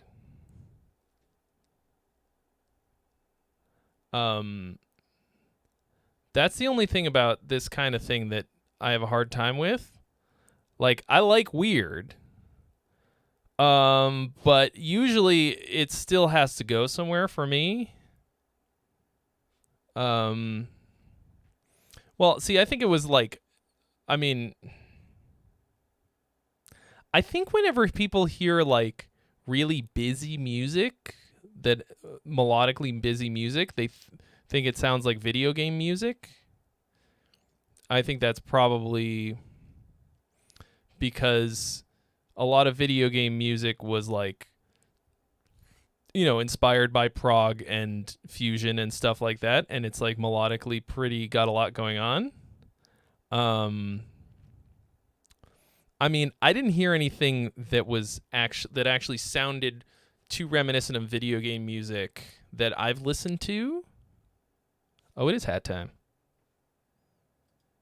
Personally,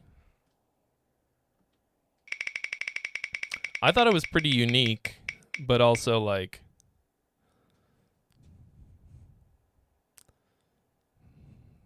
a fucking weird mess. Experimentation is great.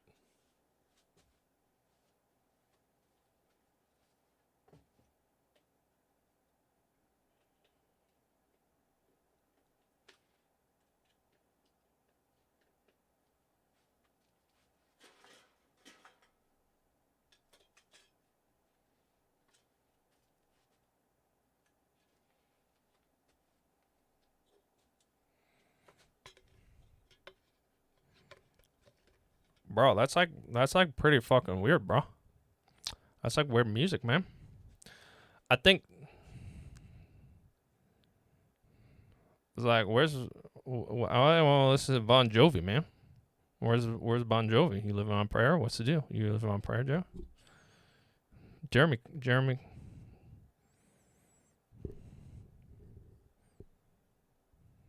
you ever here living on prayer? Did you? I like to ride my motorcycle and listen to Bon Jovi. So to me, throwing stuff at the wall to see what sticks is incredibly important. But then something sticks and you go with that. This felt like a lot of throwing stuff. it's Aphex Twin Flying Lotus type stuff. It's really not that unique. Okay. I mean, I guess so.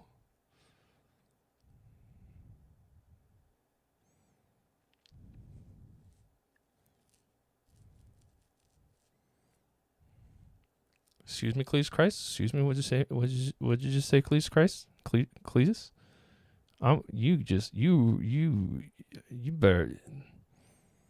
You better take that shit back, bro.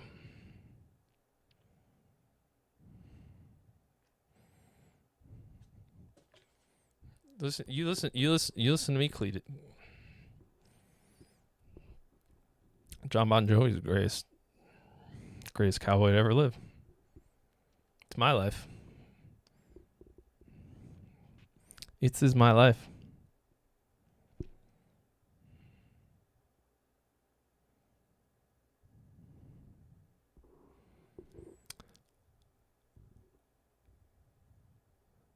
Oh my gosh, one Zook Nation. You just copy pasted the guitar track? That does not work. Yeah, you got a double track. I mean, that's not the thing that like that's not the problem. Okay. Well, yeah, I think somebody said it best. It was a weird song. It was trying to be weird. It achieved weirdness. But, you know, there's a lot of different kinds of weird. This was a nice kind. This was like a pleasant journey weird. I don't like it was weird. I can't really there's not a whole lot else that I feel like I can say about it. Anyway. Ozone ZH. Cold.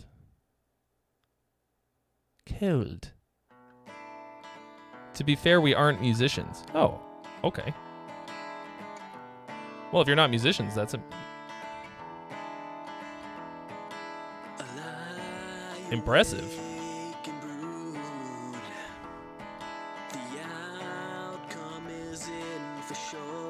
You're not engineers either, obviously. Oh, shit. The little slider on the mouse is a little sensitive.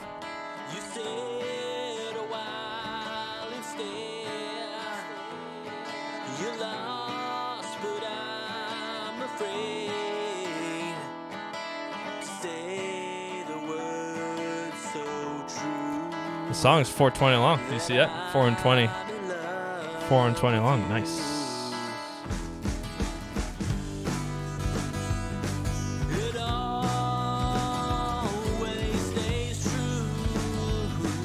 Another thing that you should not do is record a guitar DI and expect that it's going to sound good. An acoustic guitar DI. Just please, Micah. Like, recording an acoustic guitar DI is something that an engineer will do to sprinkle it in this much. It never sounds good.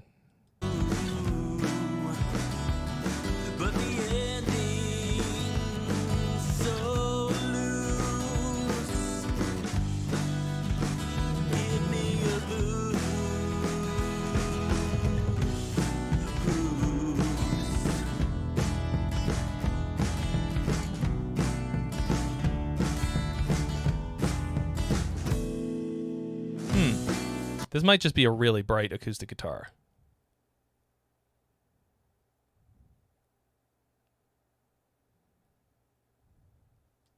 Everything the same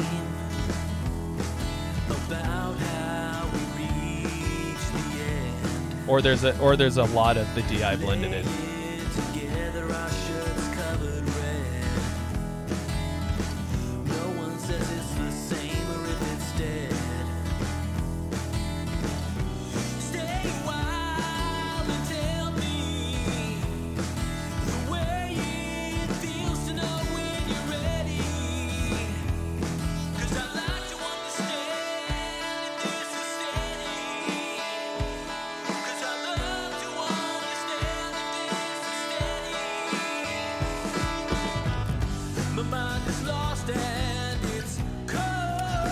Wow, Josh McKinley getting salty.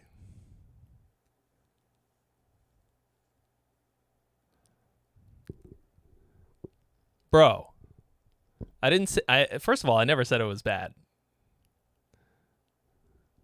All right. Second of all, chill out. All right. I'm here to help in every way. You pay me to be honest. I'm going to be honest. 3, you have to try to be original. It's not about whether or not you're going to achieve complete originality and like blow everybody's mind. But if you're not trying to, then, you know, you can, then you, first of all, you certainly don't need any help from me. I didn't even really say anything like that bad about your song. Yeah. Just be fair. Oh, no, there's no fair. Oh, just being fair. Yeah, and I didn't say any of those things that you like. I didn't say it was bad. First of all, bad at all.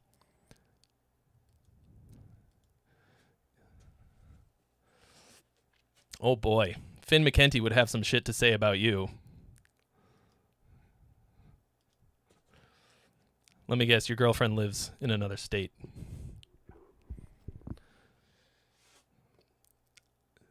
Don't use your rent money for tattoos. Yeah, well, if you enjoy the stream, then chill out. Like, this is what I do. This is what you're here for. I'm here to push you to do something big, to do something better. Like, you mentioned stick to your guns. Why would I listen to you when stick to your guns exists and are doing it 10 times better?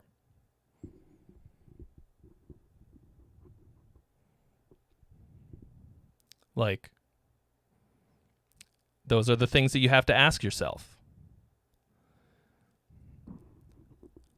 I didn't say anything bad about that last song because it didn't really like do anything for me personally. I just don't have the that, like, sometimes pretty often on here actually I get sent something that I don't really I don't have the knowledge of the sort of like, I don't know what the person is going for, so I don't really have any good advice for them. You know, I can only, like, I know tons and tons about hardcore and metalcore and metal and punk and like stuff that I've spent hours and hours and hours listening to. I don't know. I don't listen to the bands that were mentioned. Like, I've never heard Aphex Twin. So like, as far as I'm concerned, that song was one of a kind. But if there's a whole genre of music that sounds like that, well, okay. It's news to me.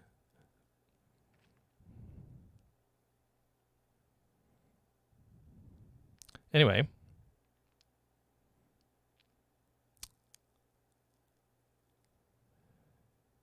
Okay, anyway, we were listening to this one. Wondering if this is right. And I said, forget this pain. Yeah, it's all that isn't lost. What isn't wrong? What isn't lost? What isn't wrong? Yeah.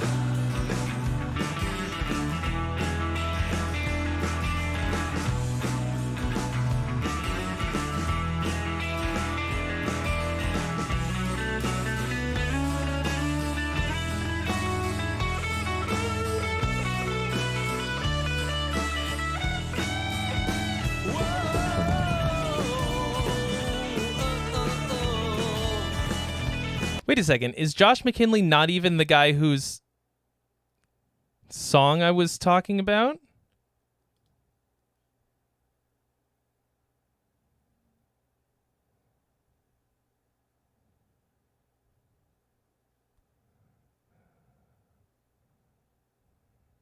Who?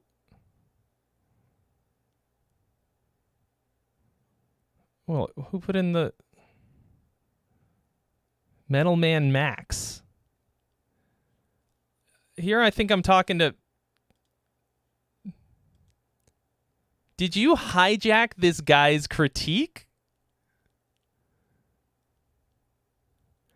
I thought I was talking to the guy who wrote the Hopes Ignite song.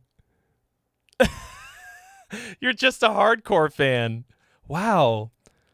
Remember earlier we were talking about how hardcore has the heart and the feeling that metal lacks? No wonder the genre of emo was born from hardcore. It's because see, when you were saying not my song, I thought you were saying I'm not talking about my song, I'm saying in general. Not that song wasn't my song. That's very confusing. Anyway, I was saying that hardcore kids feel things very strongly, I guess. I guess the really confusing part, where's Metal Man Max? He came, dropped the song in, didn't say anything when I did my whole critique of his song. Josh McKinley's over here.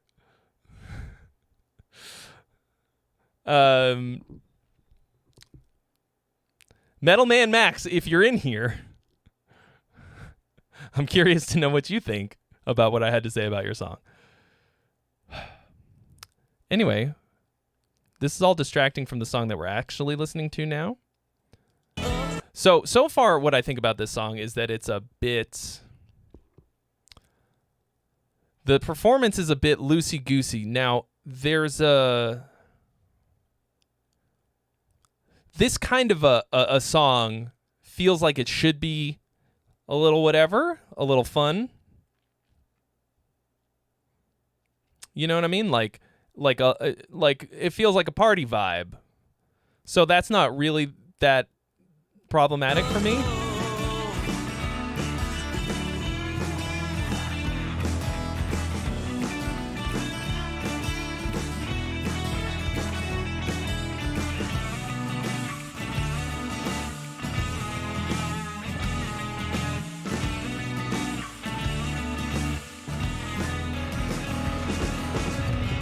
Like, this sounds very real. But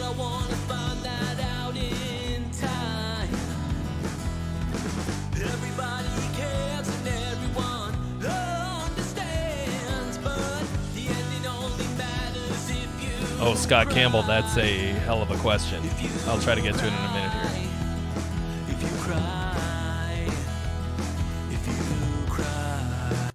Wait a second.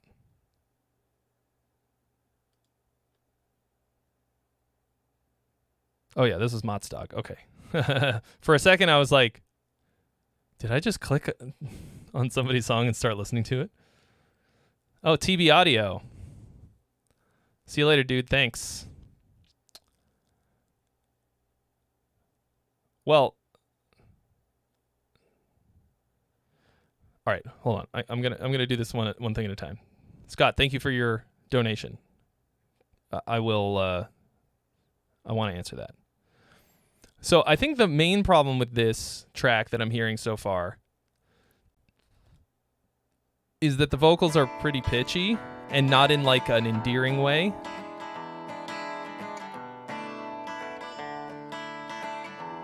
Although the way that the rest of the track is kind of a little wonky is endearing in a way that I like.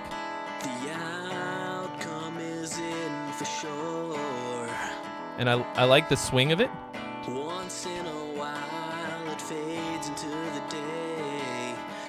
But you're doing this thing where you're forcing the words to fit a melody that you wrote instead of letting it flow a bit better.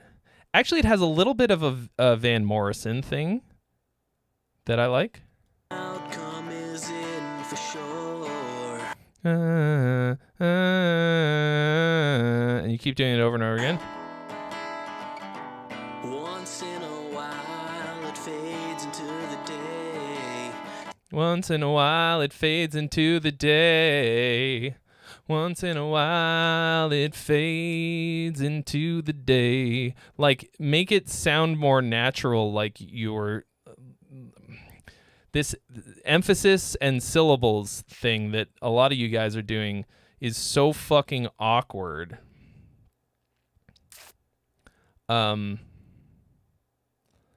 Like, it's takes a thing that could have been good and makes it hard to listen to. Like, stop trying to force words into a prefab melody.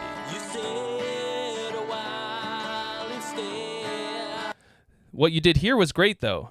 And then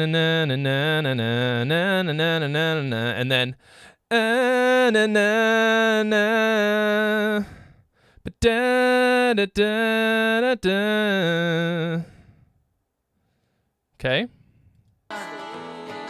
You're lost, but I'm afraid to say the words so true that I'm in love with you.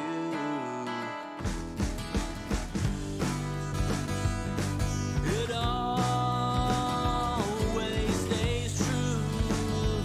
It always stays true. That's really awkward. So loose. Give me a boo. And you're singing in a very low octave. Maybe you should try and push your vocals just a little bit. Like, you don't sound good down in that low register. It has no power. Everything the same about how we reach the end. Laying together, our shirts covered red. Yeah. No one says it's I would take the whole melody up like a fifth. the same or if it's dead. It's cold, yeah. Wondering if this ain't Like, listen to how much better your voice sounds when you get up here. feels to know when you're ready. 'Cause I like to understand if this is steady. 'Cause I love to understand if this is steady. And don't just repeat the same lyric or the same melody over and over again like that. Like, that is... like... My mind is lost and it's cold, yeah. Oh, unique insight. Is right.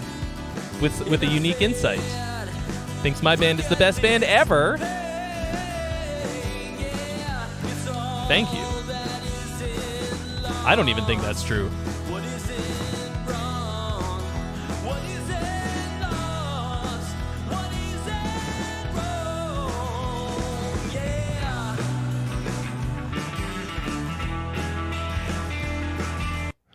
Okay. But, like, I think it's cool. He produced it but isn't the singer. Does it say that in the... Oh. Shit. That's why I gotta read them. It says that. Finally got up the courage to submit the song I produced. I worked very closely with the artist on an EP, and I want the next set of songs I'm doing with him to be better. Okay. Well, anyway, this... Just pretend everything that I said are things that you would say to the singer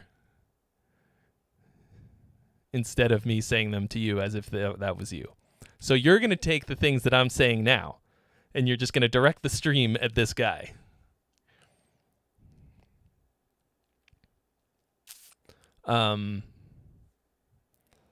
direct the stream of ideas that I'm saying, because it does have good potential.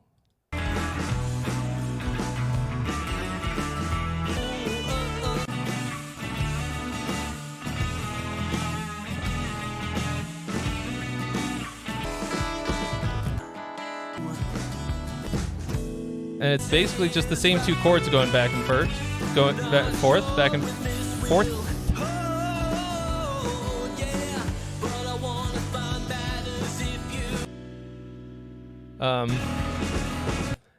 Which is a bit monotonous. But you can make a great song with two chords. And actually, I'm reminded of a song that sounds very much like this one. That is a great song. That is a 2-chord jam, and that's No Rain.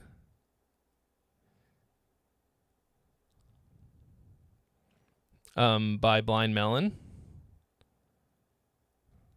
I fucking love that song. Has a super similar feel, like really, actually, kind of eerily similar to this.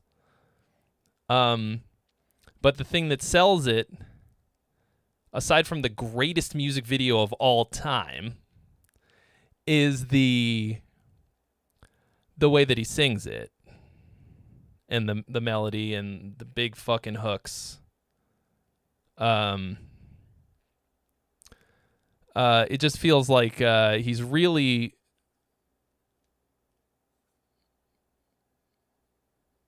sort of imprisoned by the fact that he's not really going for it with the vocals.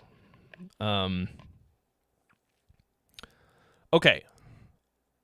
But like I think the overall vibe of it is pretty good. Like it had a real endearing quality to it in spite of the problems. You know? Like I kind of liked the loose feel of it. I just feel like it needs a much better vocal to punch it up. Okay, so I want to answer Scott Campbell's question because it's burning a hole in my brain not having in like doing it.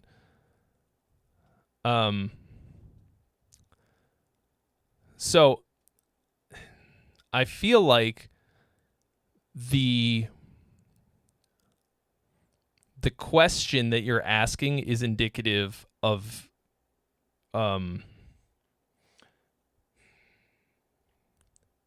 how you're looking at it wrong.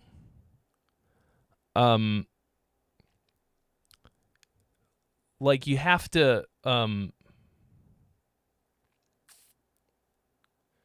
like how do you get away from the root of your song being an open string? Well, I mean, I do that a lot. All right? I do. But it's not the whole song, you know what I mean? Like you have to have better musical ideas that first of all, having real chord changes, like having the fucking chords change while there's a melody on top of it and it going somewhere. All right.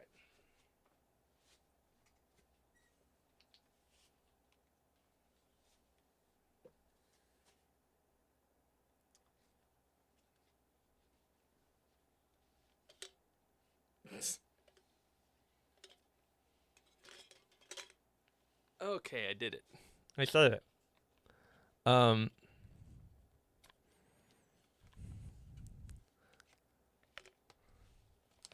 Like the thing that you need to do to write a song, okay? Just play some chords and write a melody that goes with it, all right? First of all, don't play any open strings. It doesn't mean you can't ever use open strings. It's not a rule that I'm instating. But when you're coming up with something, like play a bunch of chords that don't have any open strings in them, because that's very limiting. Okay, like I'm gonna write a song. I'm gonna write a song that doesn't have open strings. I'm gonna write a song that has real chords, and it doesn't matter what they are, because we're not gonna play open strings on this song. Not gonna play these open strings. We're not gonna play open strings on this song.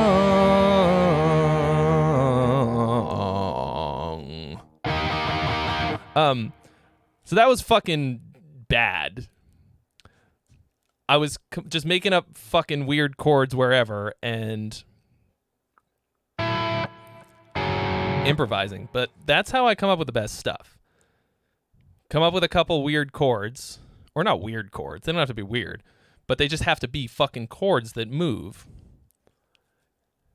And then you write the song around that. And then like you can turn them into riffs. Like you can turn the chords into riffs rather than making riffs and then writing lyrics on top of them. Because then you're treating the vocal and the lyric as an afterthought.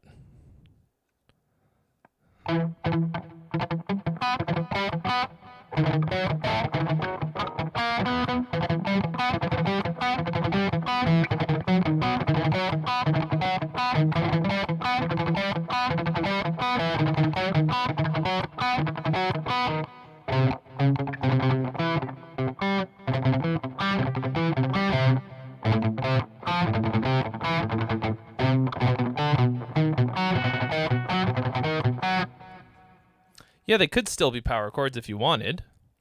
The thing about playing like big chords like that is that you hear all of the notes in the chord.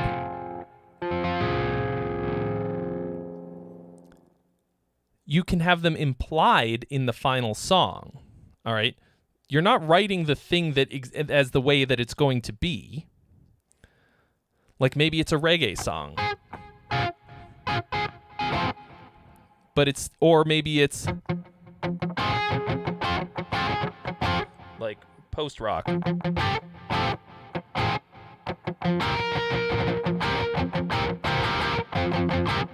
Or like whatever fucking style, right? That shit doesn't matter. Like you break the song down, chords, melody, lyrics. Get that shit down first. Then write the parts around it to support the melody. I mean, Pantera is a great example of a band that did something super fucking great, very unique and original, after just sounding like a bunch of other bands too. Like, created a whole genre of fucking idiots who just point and go, well, Pantera did it, why can't I? And then their shitty bar band that sounds like fucking 10 cents worth of Pantera.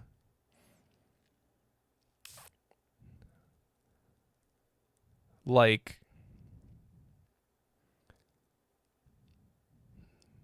you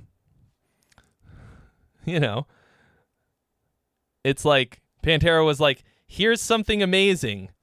And like every fucking lazy, shitty guitar player was like, is this?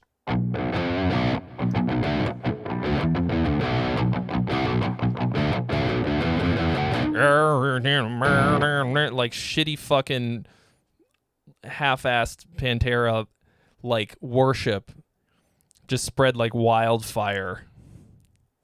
And there is nobody who's really done what they did well, as far as I'm concerned. Like, the problem isn't open strings. Like, it's that you're fucking, if you are constantly throughout the song pedaling on a single note, it's almost always the open string, and you're doing that because it's convenient rather than you're making like a really good musical decision about that's the note that you're going to do. It's just like a fucking guitar problem. Like, piano doesn't have any open strings, so actually technically they're all open strings. But you know what I mean? There's no equivalent on the piano, so piano doesn't have this same fucking problem. It's exclusively a stringed instrument, like a plucked stringed instrument problem.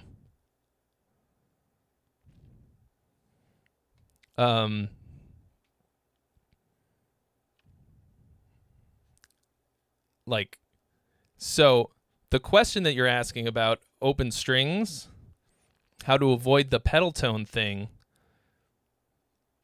is that you have to stop thinking like a guitarist. Yeah, it's like saying in a sentence. I totally did it without even... that was not a joke. I just did that. So, you have to push outside of that. Like, intentionally is what. You have to write your songs as songs, not writing guitar riffs.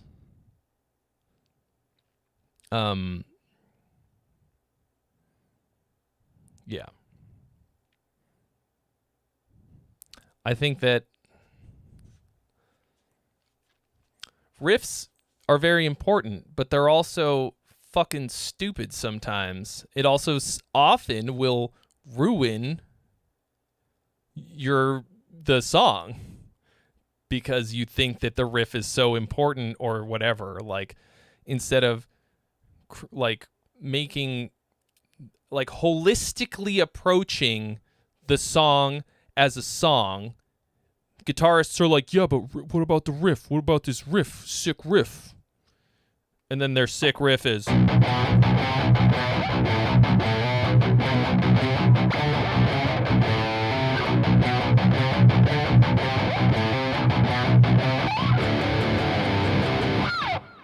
And it's like, welp, fucking kill me.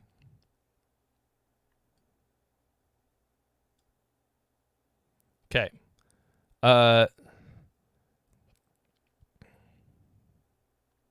Rezo wants me to listen to Slipknot. I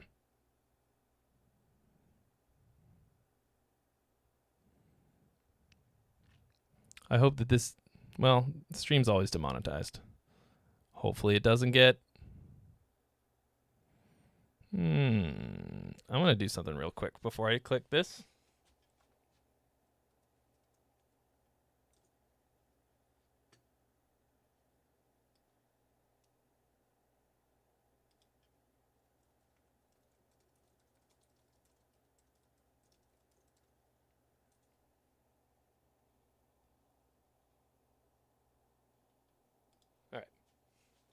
I always feel like it's safe as long as there are covers of the song up there somewhere. All right, Birth of the Cruel. From the most recent Slipknot album, I think.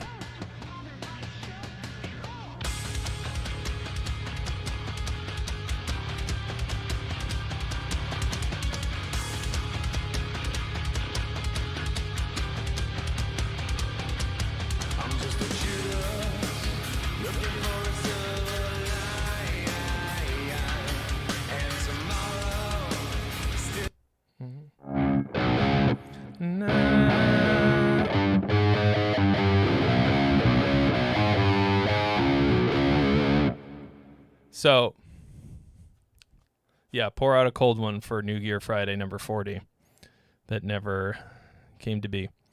Check this out. Slipknot.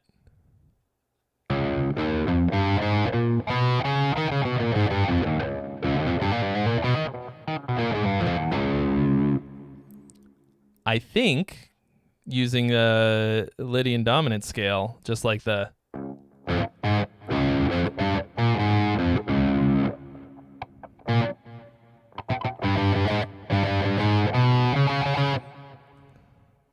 Simpsons theme. Sympnot.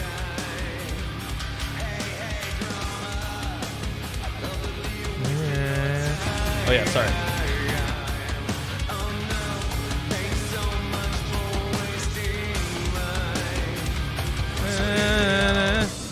Yeah.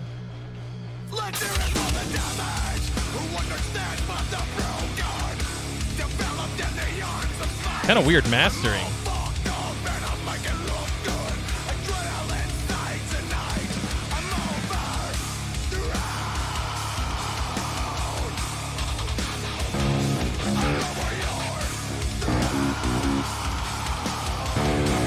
It's not, though, because it has a flat 2.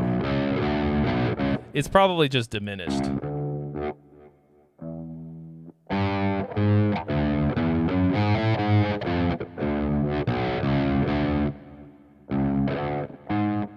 Oh, wait a second.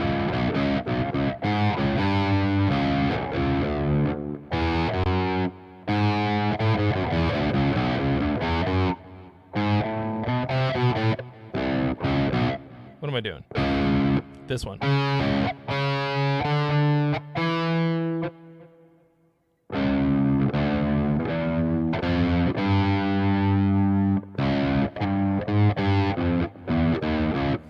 Or... Interesting. I'm actually not entirely sure about it.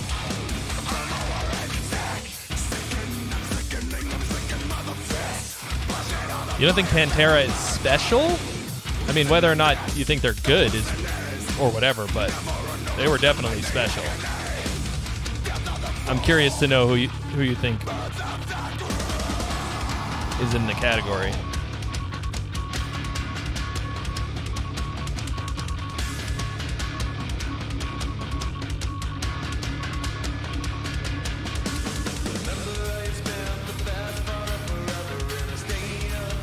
I mean, aside from the fact that they were a cultural phenomenon, musically, I also think that they were very unique. But I haven't... Like, now there's a million copies, but...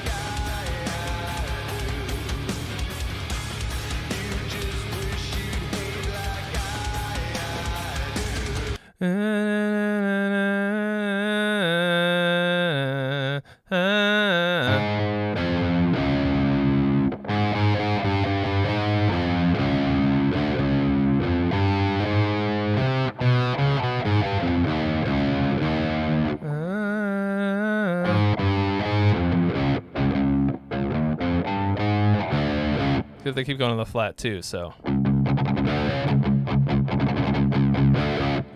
Well, nobody's arguing about anything. Just kicking around. We're just discussing. We're just adults having a discussion.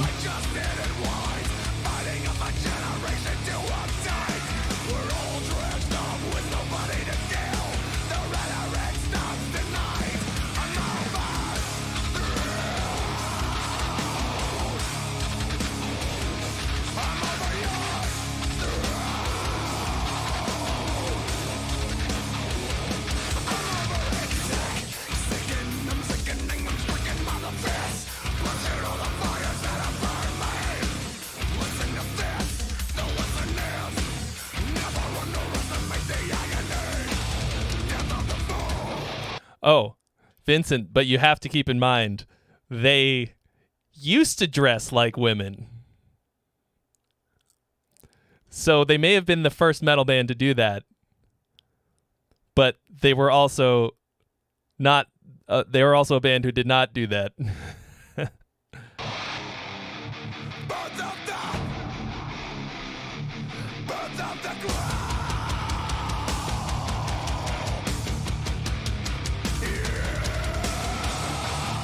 and instead they kicked off like basically Glenn style fashion, cargo shorts, which is much more comfortable than having to put on makeup every night. But.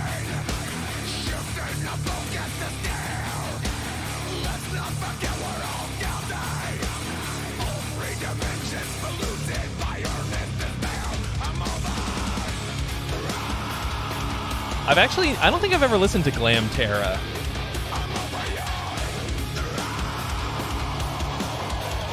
I just love that one of their albums was called Power Metal.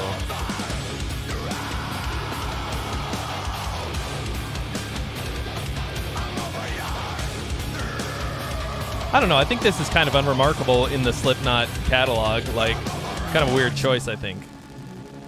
It's cool.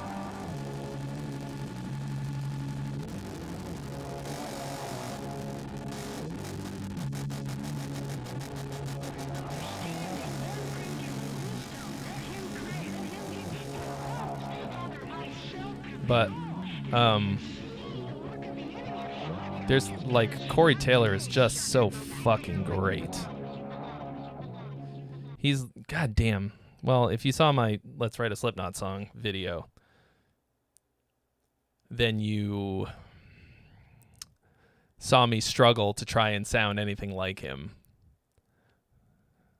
Goddamn, like, what an amazing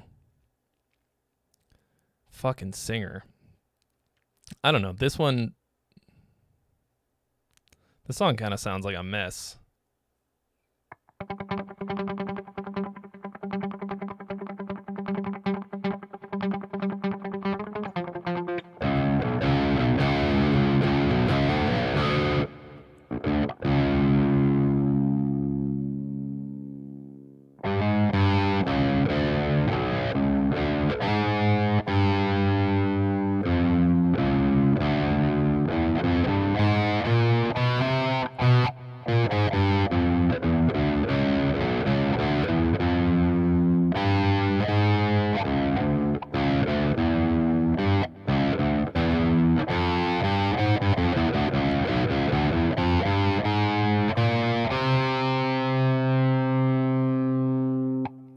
No. Fuck, what am I doing?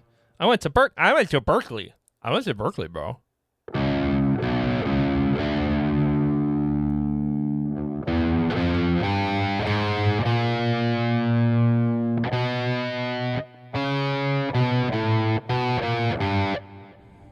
Jesus.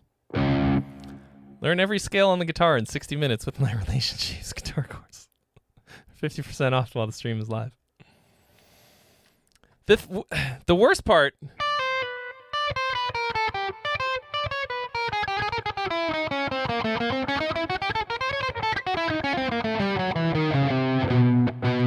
Fuck, is that the half whole scales or the diminished scales are actually pretty fucking easy to rip. I can just never. Nope.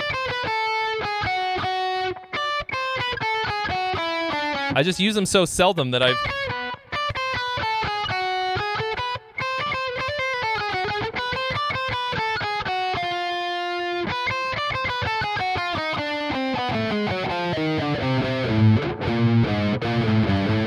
God damn, I'm fucking terrible. I am so out of shape right now.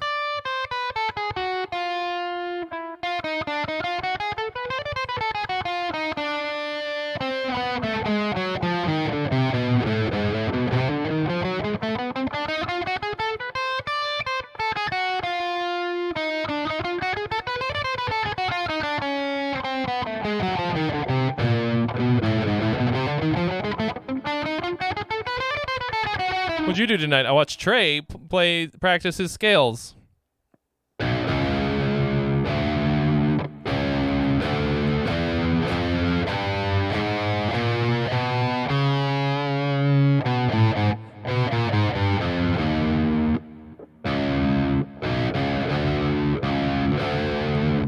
Okay, so I think it is not, in fact, Lydian dominant, but just the half-whole diminished scale.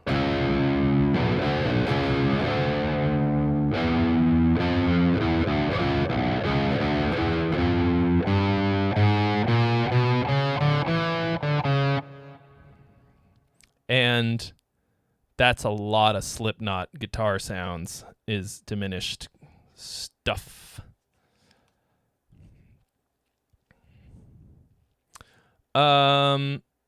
Well, that brings us to the end of the list. It is 9:00 right now.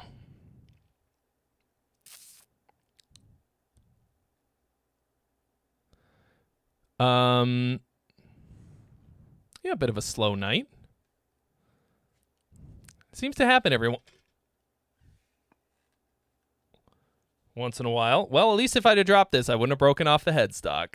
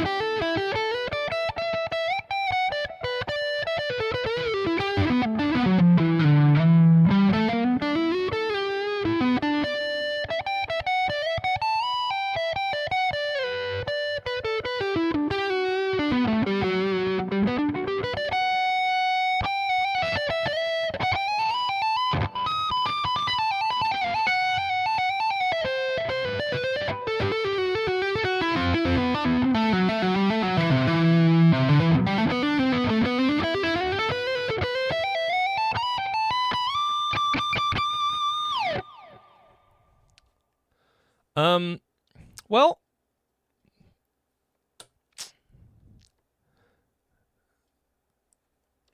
it's okay if there's not. If y'all don't have anything else tonight, that would be okay. This was fun. I've had a fun night so far. This number is actually even $100 smaller than that.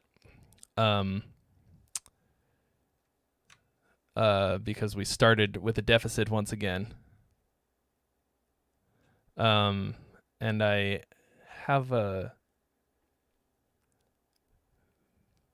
bit of a date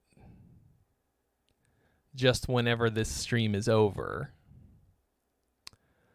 Not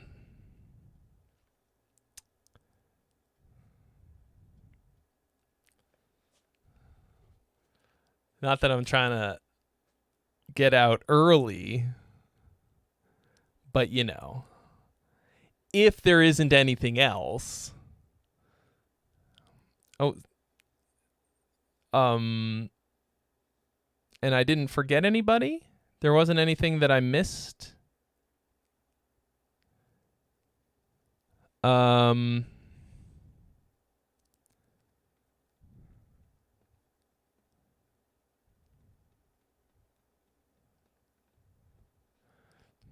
You want me to play you one of my favorite songs? All right. Let's do that.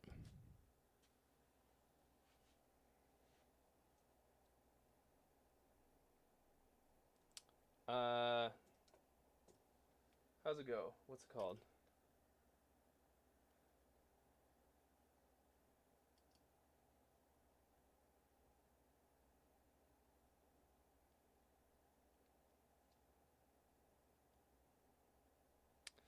I'm going to play you my favorite Amaranth song if I can remember the goddamn name of it.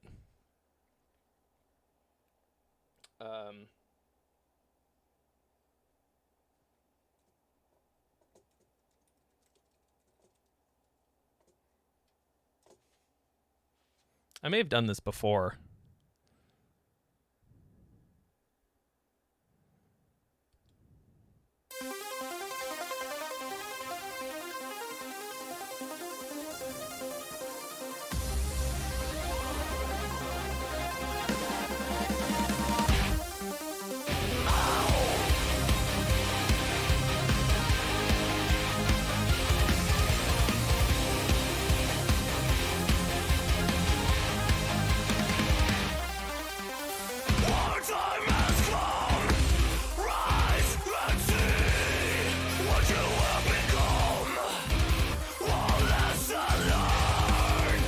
This song makes me dance like a fucking asshole.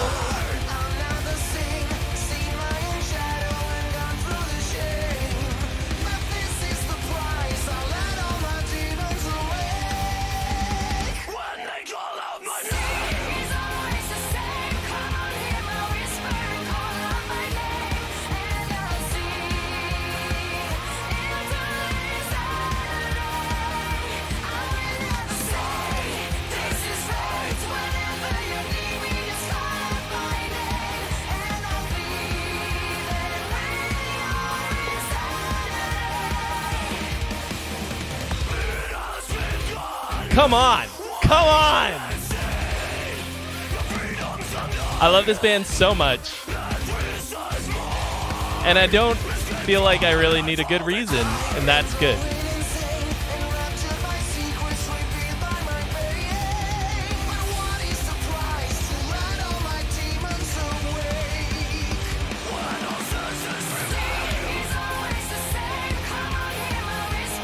How can you not dance?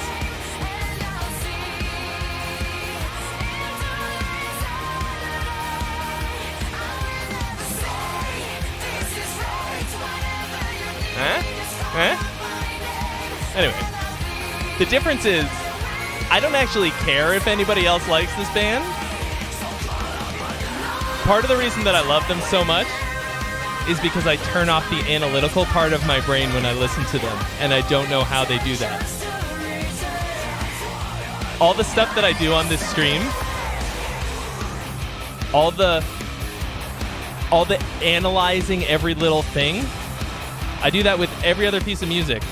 But when I listen to Amaranth, it's silent, and I just enjoy myself. And I just feel it.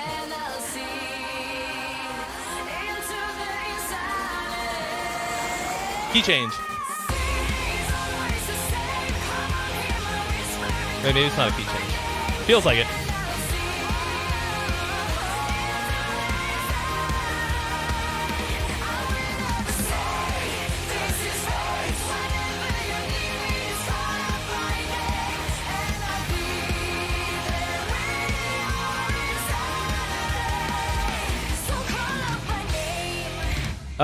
Funny story, Zither Beast. So, I have a dreadlock wig, but now it's the Petrucci beard.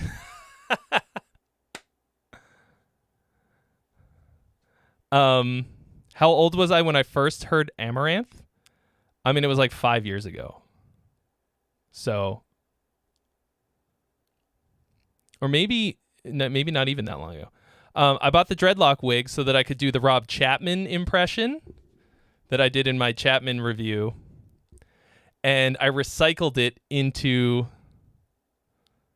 the Petrucci beard. That's funny. Anyway, so like, you know, if I'm not going to be out here and put my personal musical tastes out for you guys to rip, then well, you know, I can't not do that. But this is my favorite band, and if I'm going to be a little analytical, oh no, it's not nostalgia at all. I mean, this band's only 10 years old.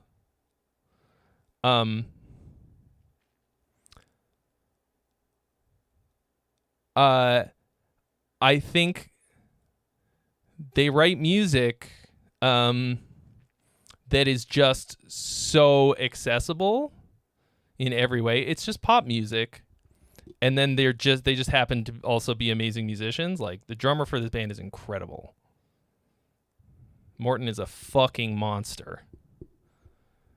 Olaf shreds real good, and just in general is great. Elise is an incredible singer, like incredibly powerful voice. She can do everything all over the place. But like, none of that shit really matters because they just write really... They just... their music is very technical. There's tons of crazy weird key changes and stuff. But I'm not apologizing. I'm just saying I'm just trying to tell you what I like about it. And that's the thing. I legitimately don't give a shit when if nobody else listened to this band, I would still be their number one fan. Like, if everybody else in the world thinks that they thunked that they suck, I wouldn't care at all. I stan this band no matter what. And that's very, very rare for me. I am a jaded asshole. Not a lot of bands make me dance like an asshole these days. So, Metallium. I feel like I listened to them on a Halloween tribute album once. You think it's too samey? I don't think so at all. I think their albums get better and better.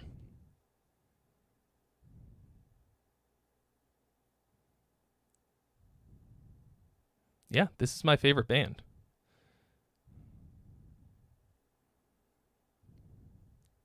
The singer Hidden Agenda. The fuck does that mean?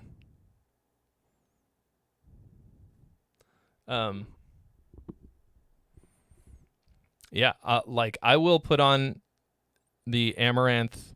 I'll put on their playlist from the first album, and I'll listen through their entire catalog. I have listened to Era. It doesn't really do it for me.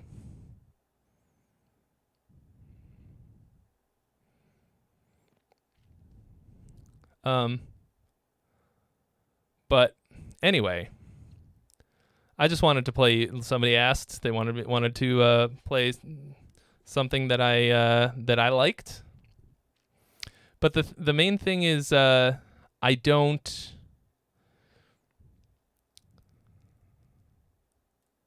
Oh.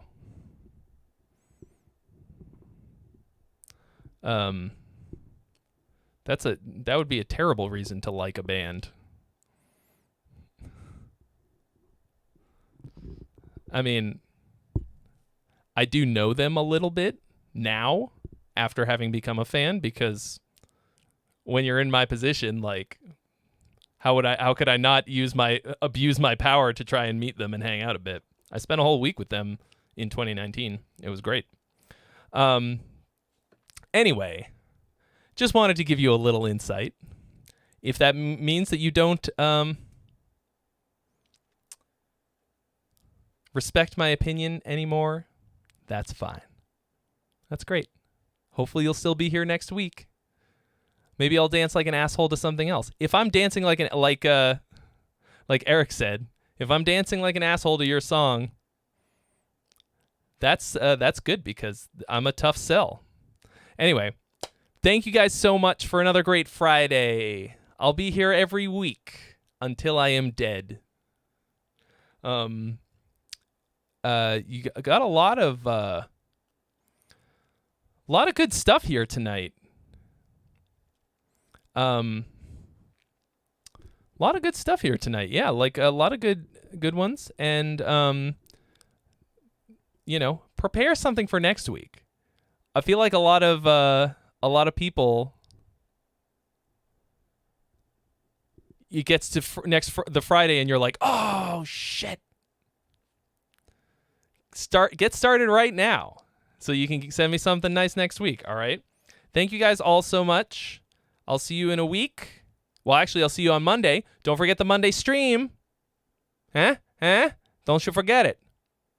Sign up on my mailing list if you want to get reminders about the streams when they go live.